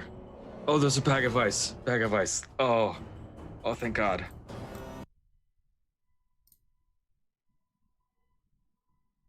You look around. You're in your room. Quick pat down. You have no weapons. But there's a spleemer like there.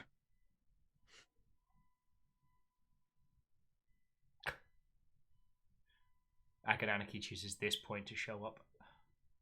And then honk. No, I'm kidding. There's a goose an inch from my face. My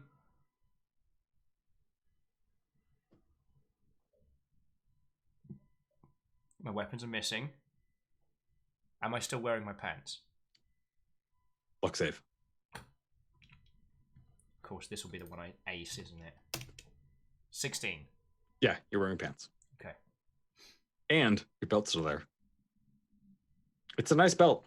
It's a good belt. I like that belt. It's a nice leather belt. Like, it's all belt. Anyway. It's just the right size. Tentatively, very slowly, I'm going to sit on the edge of the bed. How am I feeling? I mean, your jaw hurts like fuck, but other than that, you're fine. Okay. Just slowly going to head up to the door and see what's going around. Okay, like stand up, like, oh, okay, a little dizzy. Oh, I'm not sure if you've ever gotten clock in the jaw. Like, it does some shit. So you're like, oh, all right, okay, a little dizzy. Yeah. Spleemer is just like, Still kind of pap. you're okay, you're okay. Yeah, you walk over the door and like you hit the like open door button and like yeah, it opens.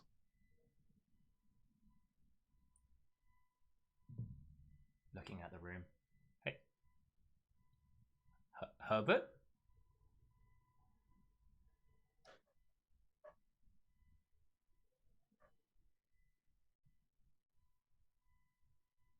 I kind of like the dramatic dog barking outside. But no, yeah, there's just like a wash of like kind of like, yes, I'm here.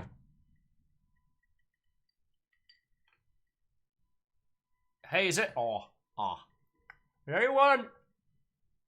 Hello? Hello? You see like a head peek around the corner from like towards the bridge. And then, yeah, just, hey, yeah, we're down here. It's Hannah. Cool. I'm gonna, like, just in that gingerly of, I'm not sure what's going down. Like, Gingerly. Gonna rejoin the group and be like, okay, so what happened? You look like you kind of interrupted like a serious conversation with you coming in. Tina's there, Hannah's there, both sirens are there. Sank is there. Pippin's not there. But yeah, Tina just like up nods you and is like, hey, coffee ready. Thank you. Also, ow.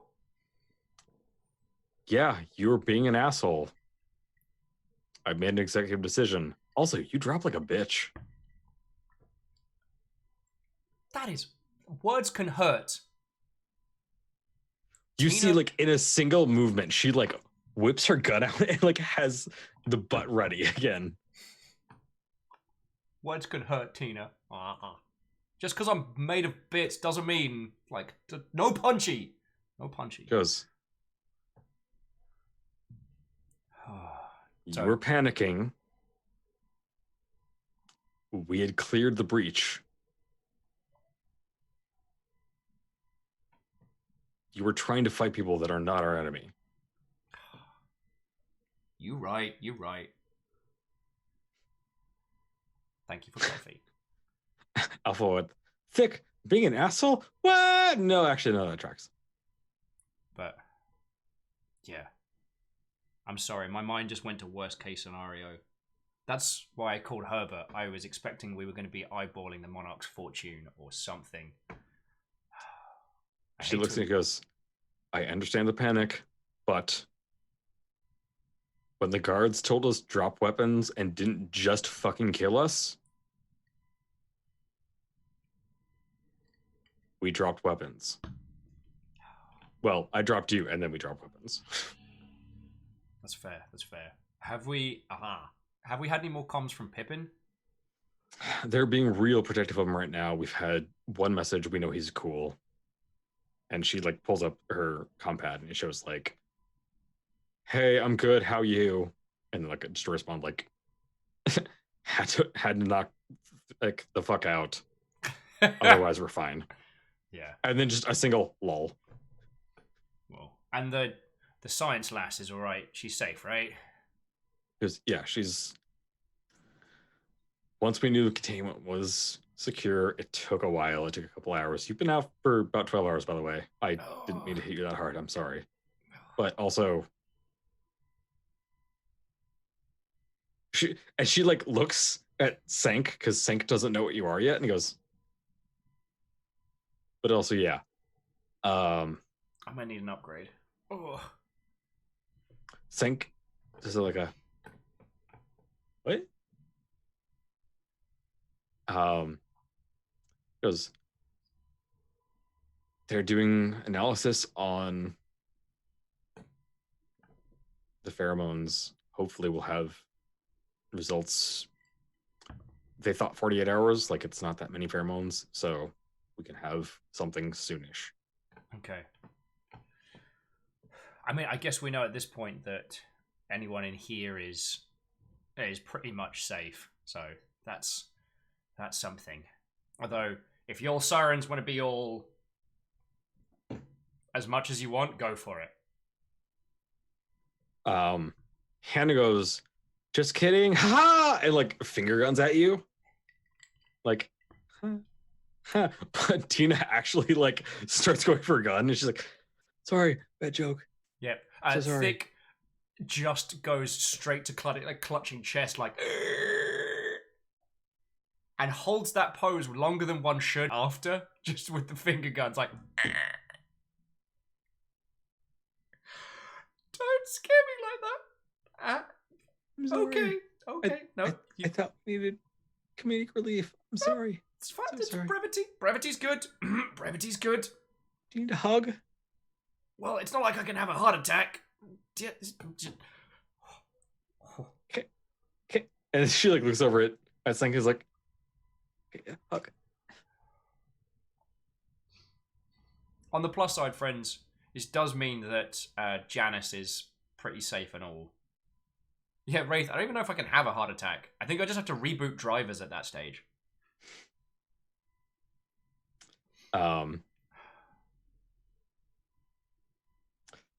So you at this point, like you're hugging Hannah, and it's like, okay, ow, my jaw hurts, but okay, we're all good. And then like Janice walks down the hallway, like eating a muffin. Yeah, he's still wearing the cuffs. Yeah, he's still wearing the cuffs, which is yeah. fair. So, can I have my other face back? This one's broken. Oh yeah, sure. Oh, well, at least from our tests that we can tell, Janice, we know as best as we're ever gonna know you okay. So you don't have to wear the cuff anymore. And he just, it's really good. Right? It's a really fucking good muffin. It's just this person who we've seen as this like this jester-esque figure who we've seen do horrific murders and be this like clandestine assassin, just in handcuffs eating a muffin. Thing is, With his face is half broken. yeah. Yeah, and so like a handle like scuttles off and like comes back with like the other faceplate that you confiscated. And I like the And idea. it's really disconcerting. Like he sets the muffin down and like pulls off the broken faceplate, and you can just like see flesh and bone underneath and a bunch of connecting ports. And he takes it from her and just like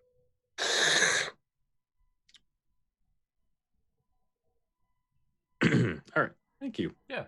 Oh yeah, very British Gale. The clown that murdered the weird, creepy, touchy priest in the first episode. That's our bunkmate right now. And then he just picks up the muffin again. It's like, So Beadora's like, well, it is Saturday night, so I'm gonna just return those cuffs to Tina. In my headcanon, after we're like, okay, so we know you're cool, he's still eating the muffin, and he kind of puts his hands down, takes another bite, and you realize the cuffs are just next to him. Like, it wasn't a blur, it wasn't a switch, but suddenly he's just not wearing them. it's a very quick, if you notice, he just like pops both hands off and is like, cool. All right. And then the cuffs are just on the counter. Yeah. And he's picked the muffin back up and it's like, really good muffin. Right? Wraith, that is a really good idea. By the way, kitchen's done. Oh, cool. Wow, I was out for 12 hours. Yeah. You were teenager really hard. Okay, that's not fair, Janice, because Tina is very strong. I wasn't built for... Well, I'm gesturing over to the Walter Chumbran scientist. We'll catch you up. So... also, canonically, Tina's basically just buff puff. Like, yeah, she's just a person that works out real good. I was built, but I wasn't built for Tina. Right you are, Zemansky. Woof? Woof, I'll allow it.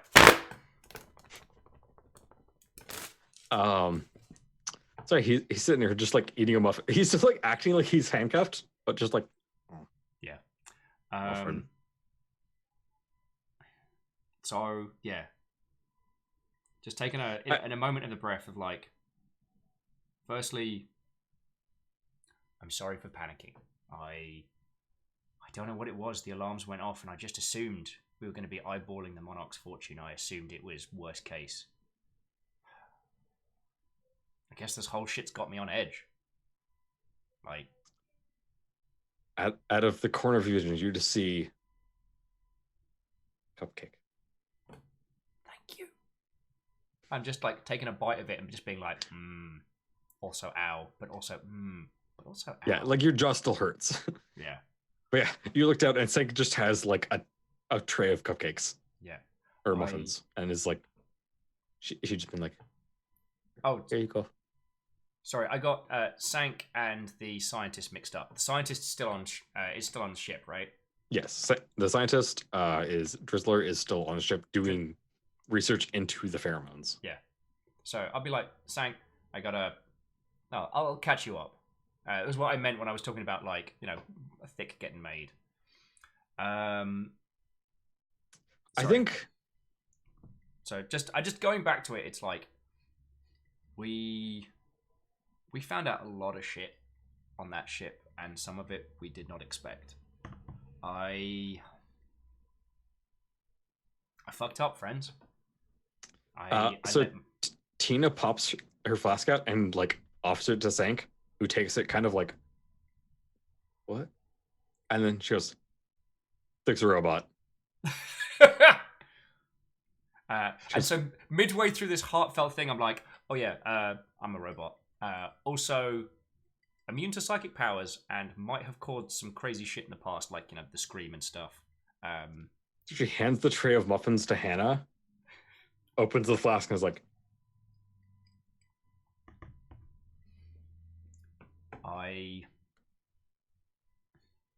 is that just Everclear, darling?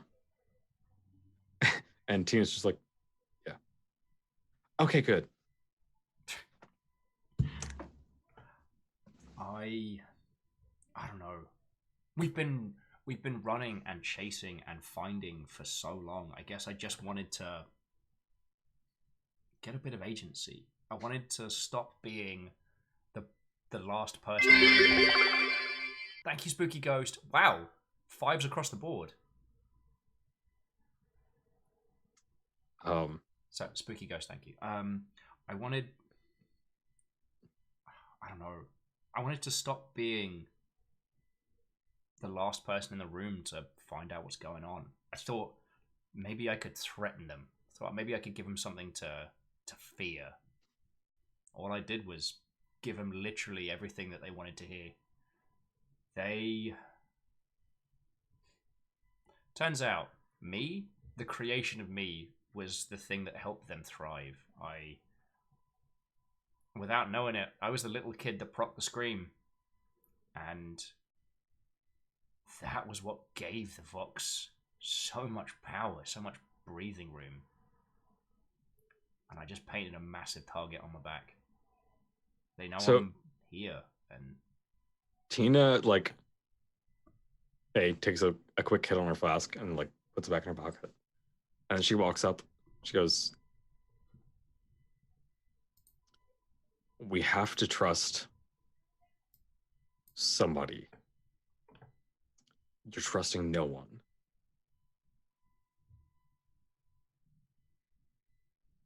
And I'm sorry, but you kind of deserve to get hit. I mean, but I'll level with you, Tina. There's a lot of stuff I should get punched for, and still stings. But you made the right call. She looks over her shoulder at Hannah and looks back at you and goes, "You're right. I have been trying to handle this all. I know I can seem like a massive dumbass. Sometimes I don't know how to cope without just making it silly. When I met you lot, I didn't know who the feck I was, and now I find out I'm some linchpin ass Mother Hubbard. I swear, if I could just go back to the Weeping Cock with you lot and sink a pint and talk about robots, we'd do it in a heartbeat. And now, hanging around, like, Herbert, I'm glad we met you. And gesturing to the room, like, and boy, if we've got the most interesting crew of a ship that we've ever seen. I didn't ask for this. You feel a weird pressure on the back of one of your knees as she, like, picks her foot up and hits you in the back of the knee and, like, forces you to sit down. Just, oh god, like, gently-ish. And then she sits. She goes, Hannah, do us a favor. Grab us a bottle. And Hannah, like, goes over to, like, the box of booze that's on the deck and, like, hands her one. She pops it open. Hands it to you, goes, let's sink a pint. Talk about robots. We gotta wait anyway. I'd really like that, friend. I'd really like that. Credits. Feckin' hell. I was getting... Oh, I feckin' love this game. Baron, thank you. I mean, and I'm sure, I hope you don't mind me kind of paraphrasing for that. I like the idea that, you know, while they're waiting for the results from the ship, they spend the rest of the evening, like, you know, talking about giant robot fights and, like, you know, explaining, like, holy crap, like, Janice, did you see that point where we did the trust fall and Tina dropped me? And I was like, yo! Yeah, it's just montage of you guys talking about robots and kind of explaining robots to Ninla, who's not super big into mechs. Like, oh, yeah. Okay, that's cool. And like, yeah, you all just kind of get a little too trashed because you and I have never been there. No, we've never. Never, no. God. I mean, we did Actually, no, we didn't get wonky last night. We just stayed up late talking. Yeah. But yeah, you spend the rest of the night. Yeah, Pippin's okay. He's fine. They, like, quarantined him. He hasn't been back yet because they're paranoid now. Yeah. Because they were watching for social differences in people, not animals. So Yeah. they're a little paranoid now, but he's fine. But yeah, so end of session. Yeah. You guys Much like communally get much 3 like- guesses. Oh yes, we'll do that in a second. I just much like the selfie of Thick, Tina, Hannah, and Pippin. I kind of like to imagine like the little image of this. It's everyone kind of on the bridge of Herbert, like drinking and sharing stories, and like, you know, Janice is Janice, but he's still there. Herbert's kind of occasionally chatting with people in varying like young forms of them, kind of. In that, I'm both the oldest person in the room and the youngest person in the room kind of manner. So I think it's all of you sitting on the floor against various different panels. Janice is like leaning up against the door, like arms crossed, like kind of listening. Somewhere in there's the projection of Herbert. And you've all got like a drink and a muffin. Yeah. And then we just like splash cut to a weird like oil painting version of the scene. Oh, Ray said the first roll we did, we knew our stat but not the modifier. What was that one? I'm glad you're paying attention. And Agananaki. It's lovely to see you, friend. I'm sorry you came in like right towards the end of stuff was popping off, but it's real good to see you. And yeah, what a fucking good game. I guess I didn't mean to impose too much of like my headcanon of Thick. I felt at that last point, it was like he's basically used humor and being a jerkwad as essentially a coping mechanism. Like, he's not an asshole, but he has no concept of self. In a room full of people that all know themselves so well, he's constantly being told like, oh, you were this really big deal, and you were this thing, and you have this huge impact. He's a guy that still woke up on a ship. Like a week ago. Yeah. God, it's only been a fucking week. I think it's been technically 10 days. Okay, Zemansky, he's a little bit of an asshole. But only when it's funny. When it actually matters, he cares, so. Yeah, and, oh, sorry. For people trying to do guesses, let me bring up the sheet, because I know that's... I hope you all can see that okay. So for those of you who just joined us, one of the other things we do at the end of each session is we try and guess Thick's stats. So we still don't know lots about him. And like Wraith and Numbers have like a near perfect guessing record. I think the lowest. So far Wraith has missed 1. Yeah. I miss, because what we've done is Will's guessed 1 and you lot have guessed 2, and I've always guessed wrong. And you lot have been like... You got 1 last session. Oh my word, I'm the exact opposite of Wraith and Numbers. I've gotten 1 right. Yeah, it was a victory moment where you were like, I'm gonna guess this thing, and you were right. And you're like, Well, so jumping back in while we're working stuff out, and also Tomari, it's been 1 week since Thick woke up on a shuttle. And things got weird. And then things got weird. Yeah. Beardor is saying, or is he a huge asshole and that's why he wiped his memory as a clean restart? Well, I mean, Thick could have been a monstrous jerk beforehand. He could have been genuinely bad. But what we do know is that he wiped his memory to give him the one thing that he couldn't attain, which was the one part of humanity, which was the clean start, the creation of his own, you know? Yeah, going into life blind. He went into life knowing shit tons of stuff. And so he wiped his own memory to give him the genuine humanity experience of we go in knowing nothing and we have to learn everything. Prolo, stats can be minus. So just a quick aside, the stats start at -1. So it's -1, 0, +1, and like +2 is like god tier like skill level. Also, Snapdragons, I do apologize. We have links disabled for non-subs because we had a lot of scraper bots coming in for a while that would post links where if you clicked them, it would steal your Twitch account. Is that the thing? The internet sucks. Yeah. As Very British Gale says, this has been the longest week for so many people. Yeah, so last Memnal was the Balu Bowl. That was the big Mech Warrior Battle Royale that happened. And as Very British Gale and other people took part in the suit and light mechs, Thick and Tina battled in the heavy mechs. That's where our mech came from. So Very British Gale, what happened to the hammer? That happened this week.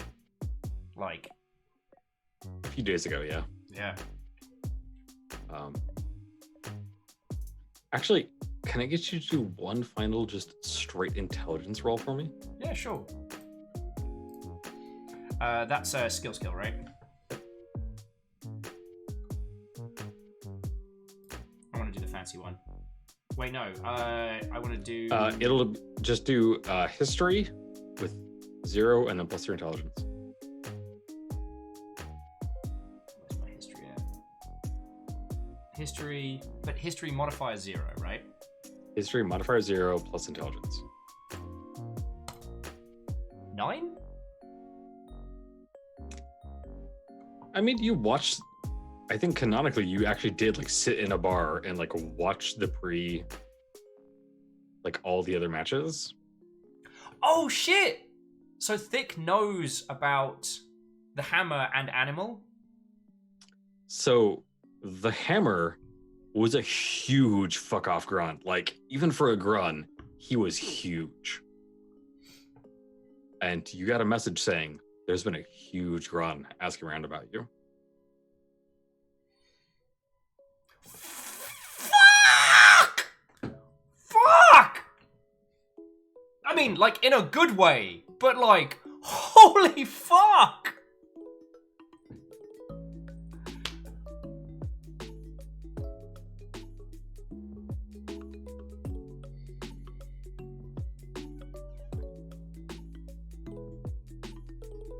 Like, when the big battle goes down, when the, maybe it's one. This is one of the. All right, I have no idea. I have friends. I have no idea what Baron is planning for this campaign.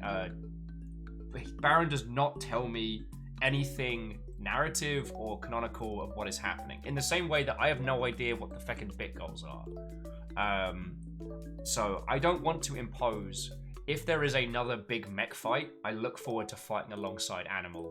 And maybe one of the suit mechs that Numbers put together. Because the Ip Man fight, lamentably the other team did not make it out alive. But Numbers' team, like... Oh, very quickly, Tomaray's heading to bed. So Tomaray, we're just going to be guessing stats, and then, so long as it's alright with you, Baron, I'm going to raid Fiona, who's doing a cooking thing in the other room. Ooh. And just listen to smooth jazz and be no help in the kitchen. Woof. Hang on, let me yes. Let me roll a 1d20 for that woof. 1d20. That's a 17. That's a woof. Full woof. Not quite a crit woof. Wow, I fell over that sentence. But still a full woof. Yeah. So, yes, it's guessing time. Now, Wraith has put forward the idea a few times of guessing that Thick's tech astronautics is 0. I'd like to put that suggestion through. Tech astronautics, am I in the right? I am. Is 0. Oh, fucking yes! Wraith, this is why I like hanging out with you, is you are better at this than I am. So, 300 experience. Nice. And let me just add that to the list. So, traditionally, Will, you get one guess, and then Jack gets another guess.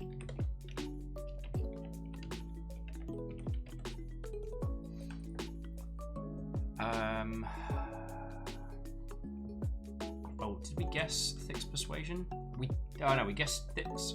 Oh yeah, persuasion and perception are both 0. I wonder if there's enough in. Yeah. So friends, that's what we know for sure so far. I dropped it in chat so you can have a look. Oh god. Sorry, I was just looking through my character sheet. I just realised I still have a single Walter Chamberlain tooth. I could have returned it to the guy who lost his teeth and I forgot. Is this yours? I mean, that might have been an asshole move, though. Be like, hey, cool. They're forcing you to do push-ups because you got your ass kicked. Is this your tooth? Is this your tooth from when you got your ass kicked? I'm the guy that hit you with a shoe. It was useless.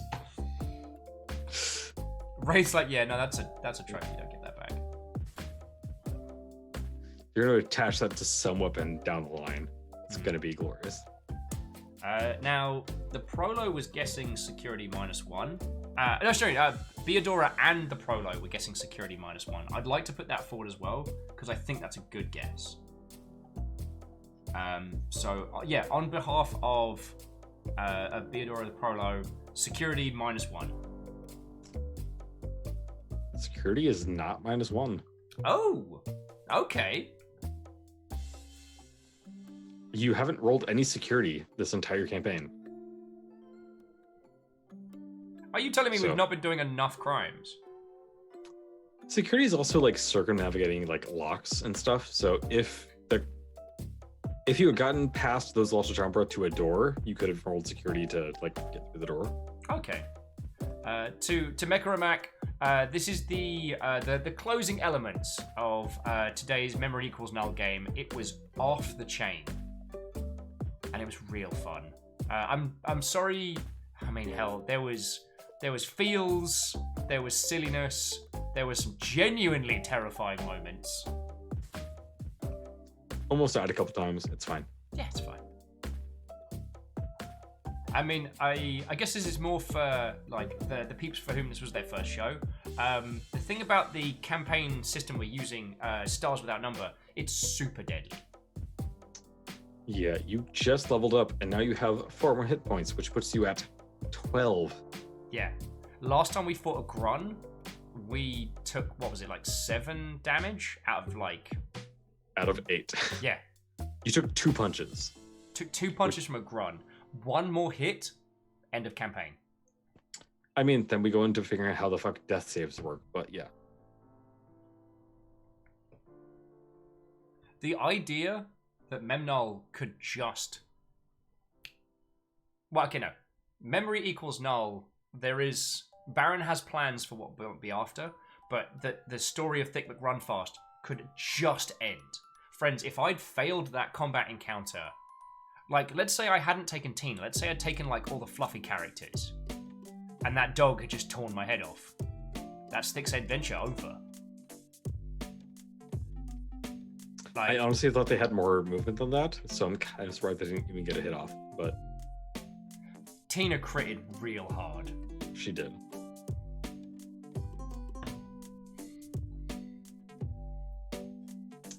Yeah, fluffy character. The characters that don't have combat skills, which you took one of them and then didn't give them a gun. Yeah, I spent so much time working through with everyone, like, let's make sure we have an escape plan, let's make sure we're ready to go. Didn't give one of the team a gun.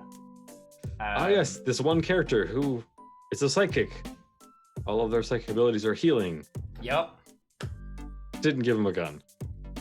But what was... I think that was the thing that was so good about the end of this, was just the admittance that Thick's basically been running the knife edge for like the last like week. And maybe he's not paying all the attention he thinks he is. Maybe he's been pushing like a little too hard. Also, just saying, maybe you're not the main character. You did a dumb. If, for instance, in Skyrim, if Lydia's in the way, you fucking shoot Lydia. So she's not in the way anymore. You pick her up later, it's fine.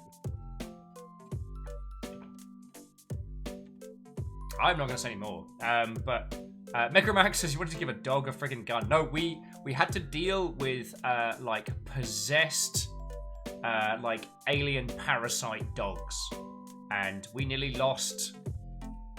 The problem with lucky 'cause we Hannah had is the Hannah. protagonist. Sorry, we got obviously. Tina. Yeah, We- Hannah's clearly the star of the show. Yeah. Thick McRun fast. He protect, he attack, but he also hugs Hannah back. Okay, so we have one more guess.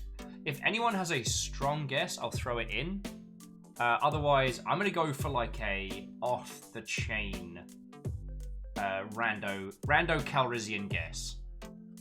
Because we've realized that Will trying to guess with sense never works.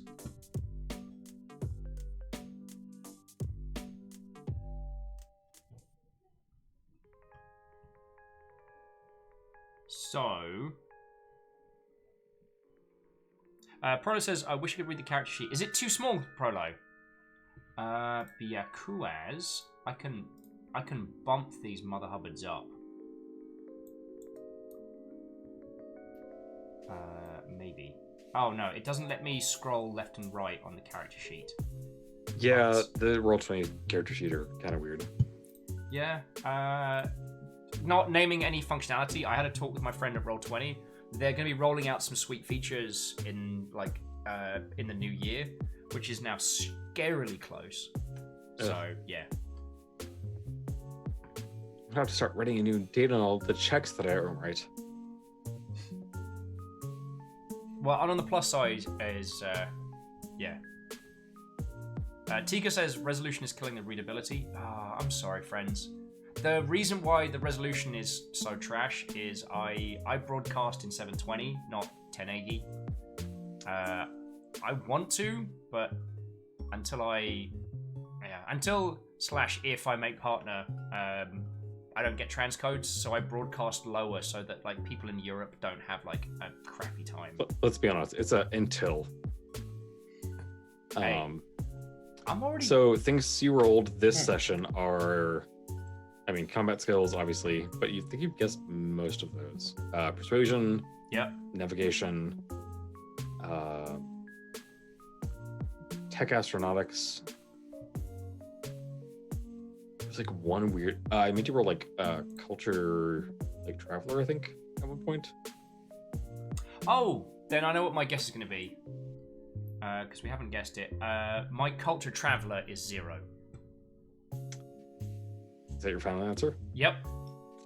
Your culture traveler is not 0.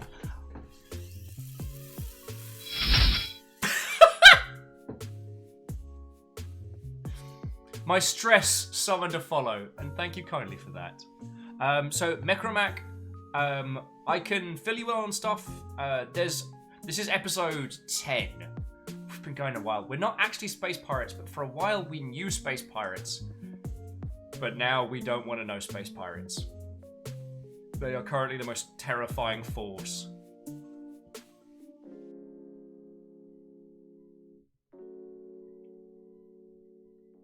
Anyway. So I fecked up. I'm sorry, friends. But there we go. But now you have a guess for next time. Indeed, indeed. Honestly, you're gaining experience faster than most people gain experience in the system. So I will take that as a big old compliment. And here we are in 501. So, friends, I know I had my emotional moment earlier, but I do need to roll credits before we crash into Fiona's stream. And Fiona's literally doing a cooking stream in the other room, so I will be joining you all in just a second. But I need to give Baron Sheep some recovery time. We've only been doing Memnal for like just shy of 7 hours. No big deal. yeah, it's fine. Yeah. This is fine. As Agananiki says, we're pirate adjacent, with pirate-like tendencies. Our ship's kind of a god, that's another story. But Mecharamak, Agananiki, if you want to catch up on the previous episodes, Dorcas has done some incredible write-ups. The episodes are all on YouTube if you fancy going on a marathon. I recommend 1.5 times speed if you can do it, while you're like working on stuff, because there's a lot. But the thing to know, Mecromac, is that for this tabletop campaign, it is me and all of you playing Baron Sheep's story. Like, it's not one of those D&D games where it's like 5 webcams ignoring everybody. We're in this together. Baron Sheep's running it. So, yeah. 6 pairs of seat. Sorry. Transcodes. Transcodes is as when for Twitch. Sometimes you can have transcodes, sometimes not, unless you hit partner and above. Yeah. So, yeah. Pre-Amazon purchase, it was if you had more than 35 euros, you just got transcoding, but now it's partner or above, and then if they have bandwidth, they kind of randomly allot it. Yeah. Mecromac. So Baron Sheep over here is an exceptional friend of mine and a cracking DM. Has been a real good friendo to me since I started hanging out at Sober in Seattle, and was the creator of this campaign. So if I stream sometimes. Don't follow me. It's terrible. don't.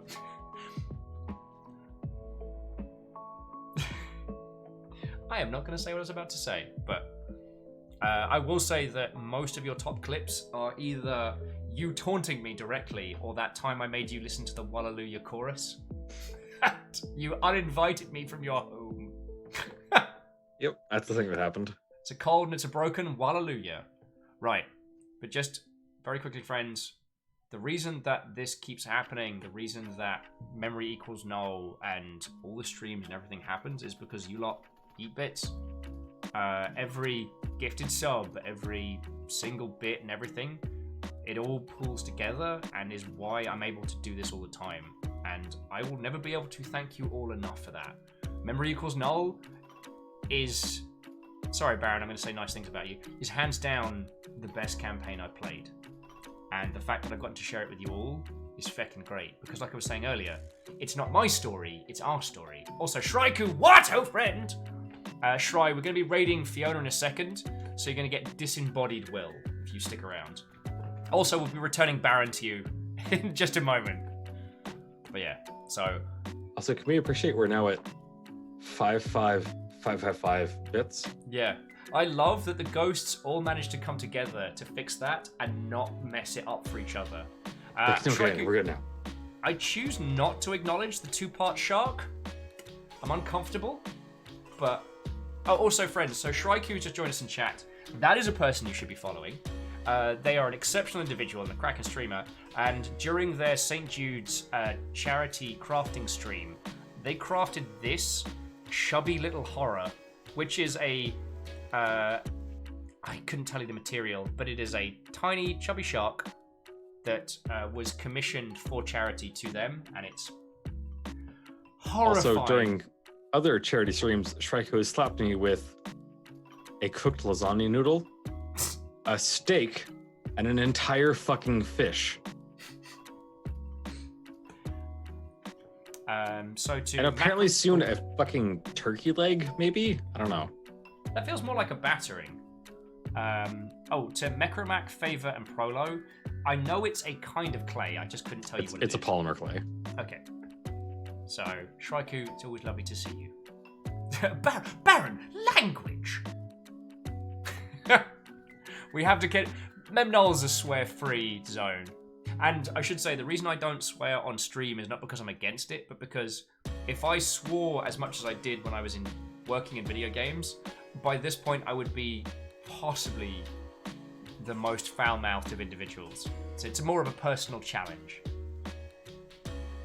Anyway, I've worked in non-customer-facing jobs for a long time, so... Let me... That big old background. I need to get a dark background to show to... Oh, wait, no. I got it. So bear with me all just a second, dear friends.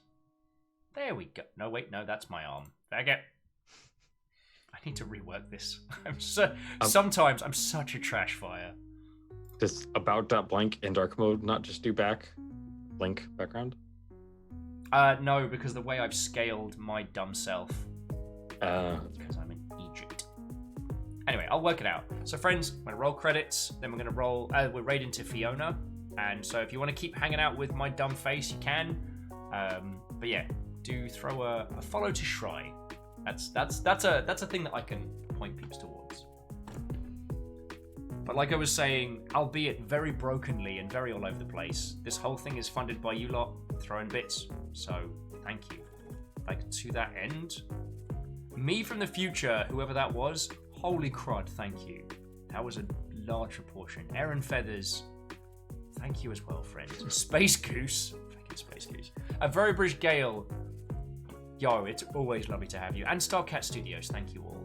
But as I said, cheers are the lifeblood. So to that, I need to say a monstrous thank you to J-Post, Teak2, Herbert von Snufflington, Magowd, Favor, Stepagen, Spiller, Some Numbers, the Anonymous Cheerers, who, holy hell, you kicked out the doors today, to Tomari, to Katros, to Sawananfun, who I don't think we've met before, so thank you, to Kisa, to Compliment Cap, to Asari Greenfire, a Very British Gale, to Vanderbeest, Aaron Feathers, Thrame, Deus, Alleged Man, Perios.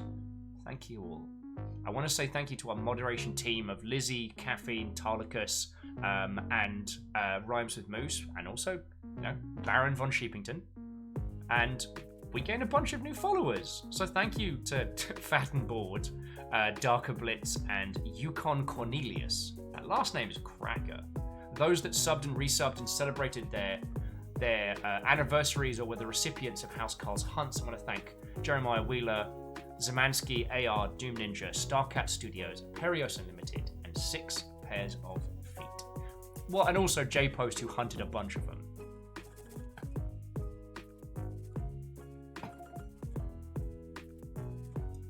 What a feckin' day.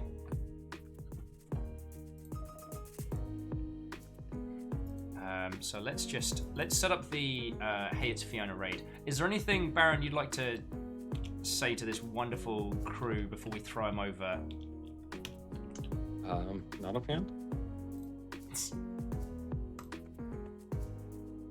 All right, the raid is set up.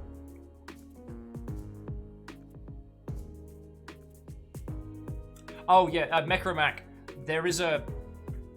Oh, wait, no, hang on. Mechromac. That's absolutely not it. It's clearly me time traveling, taking money from the future, coming back and donating it to myself. That's absolutely what I'm doing. Totally.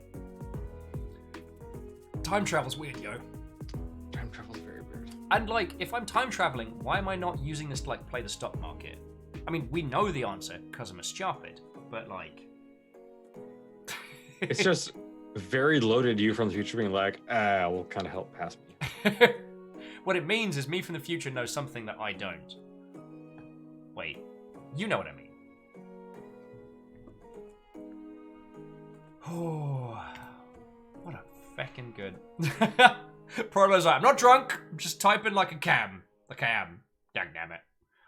Yeah, Prolo, it sounds like more like you've been more sleep deprived than otherwise. But Prolo, it's been real cool hanging with you a whole bunch the whole last couple of days. I mean, obviously with all of you lot. Right, let's launch this raid over to Fiona.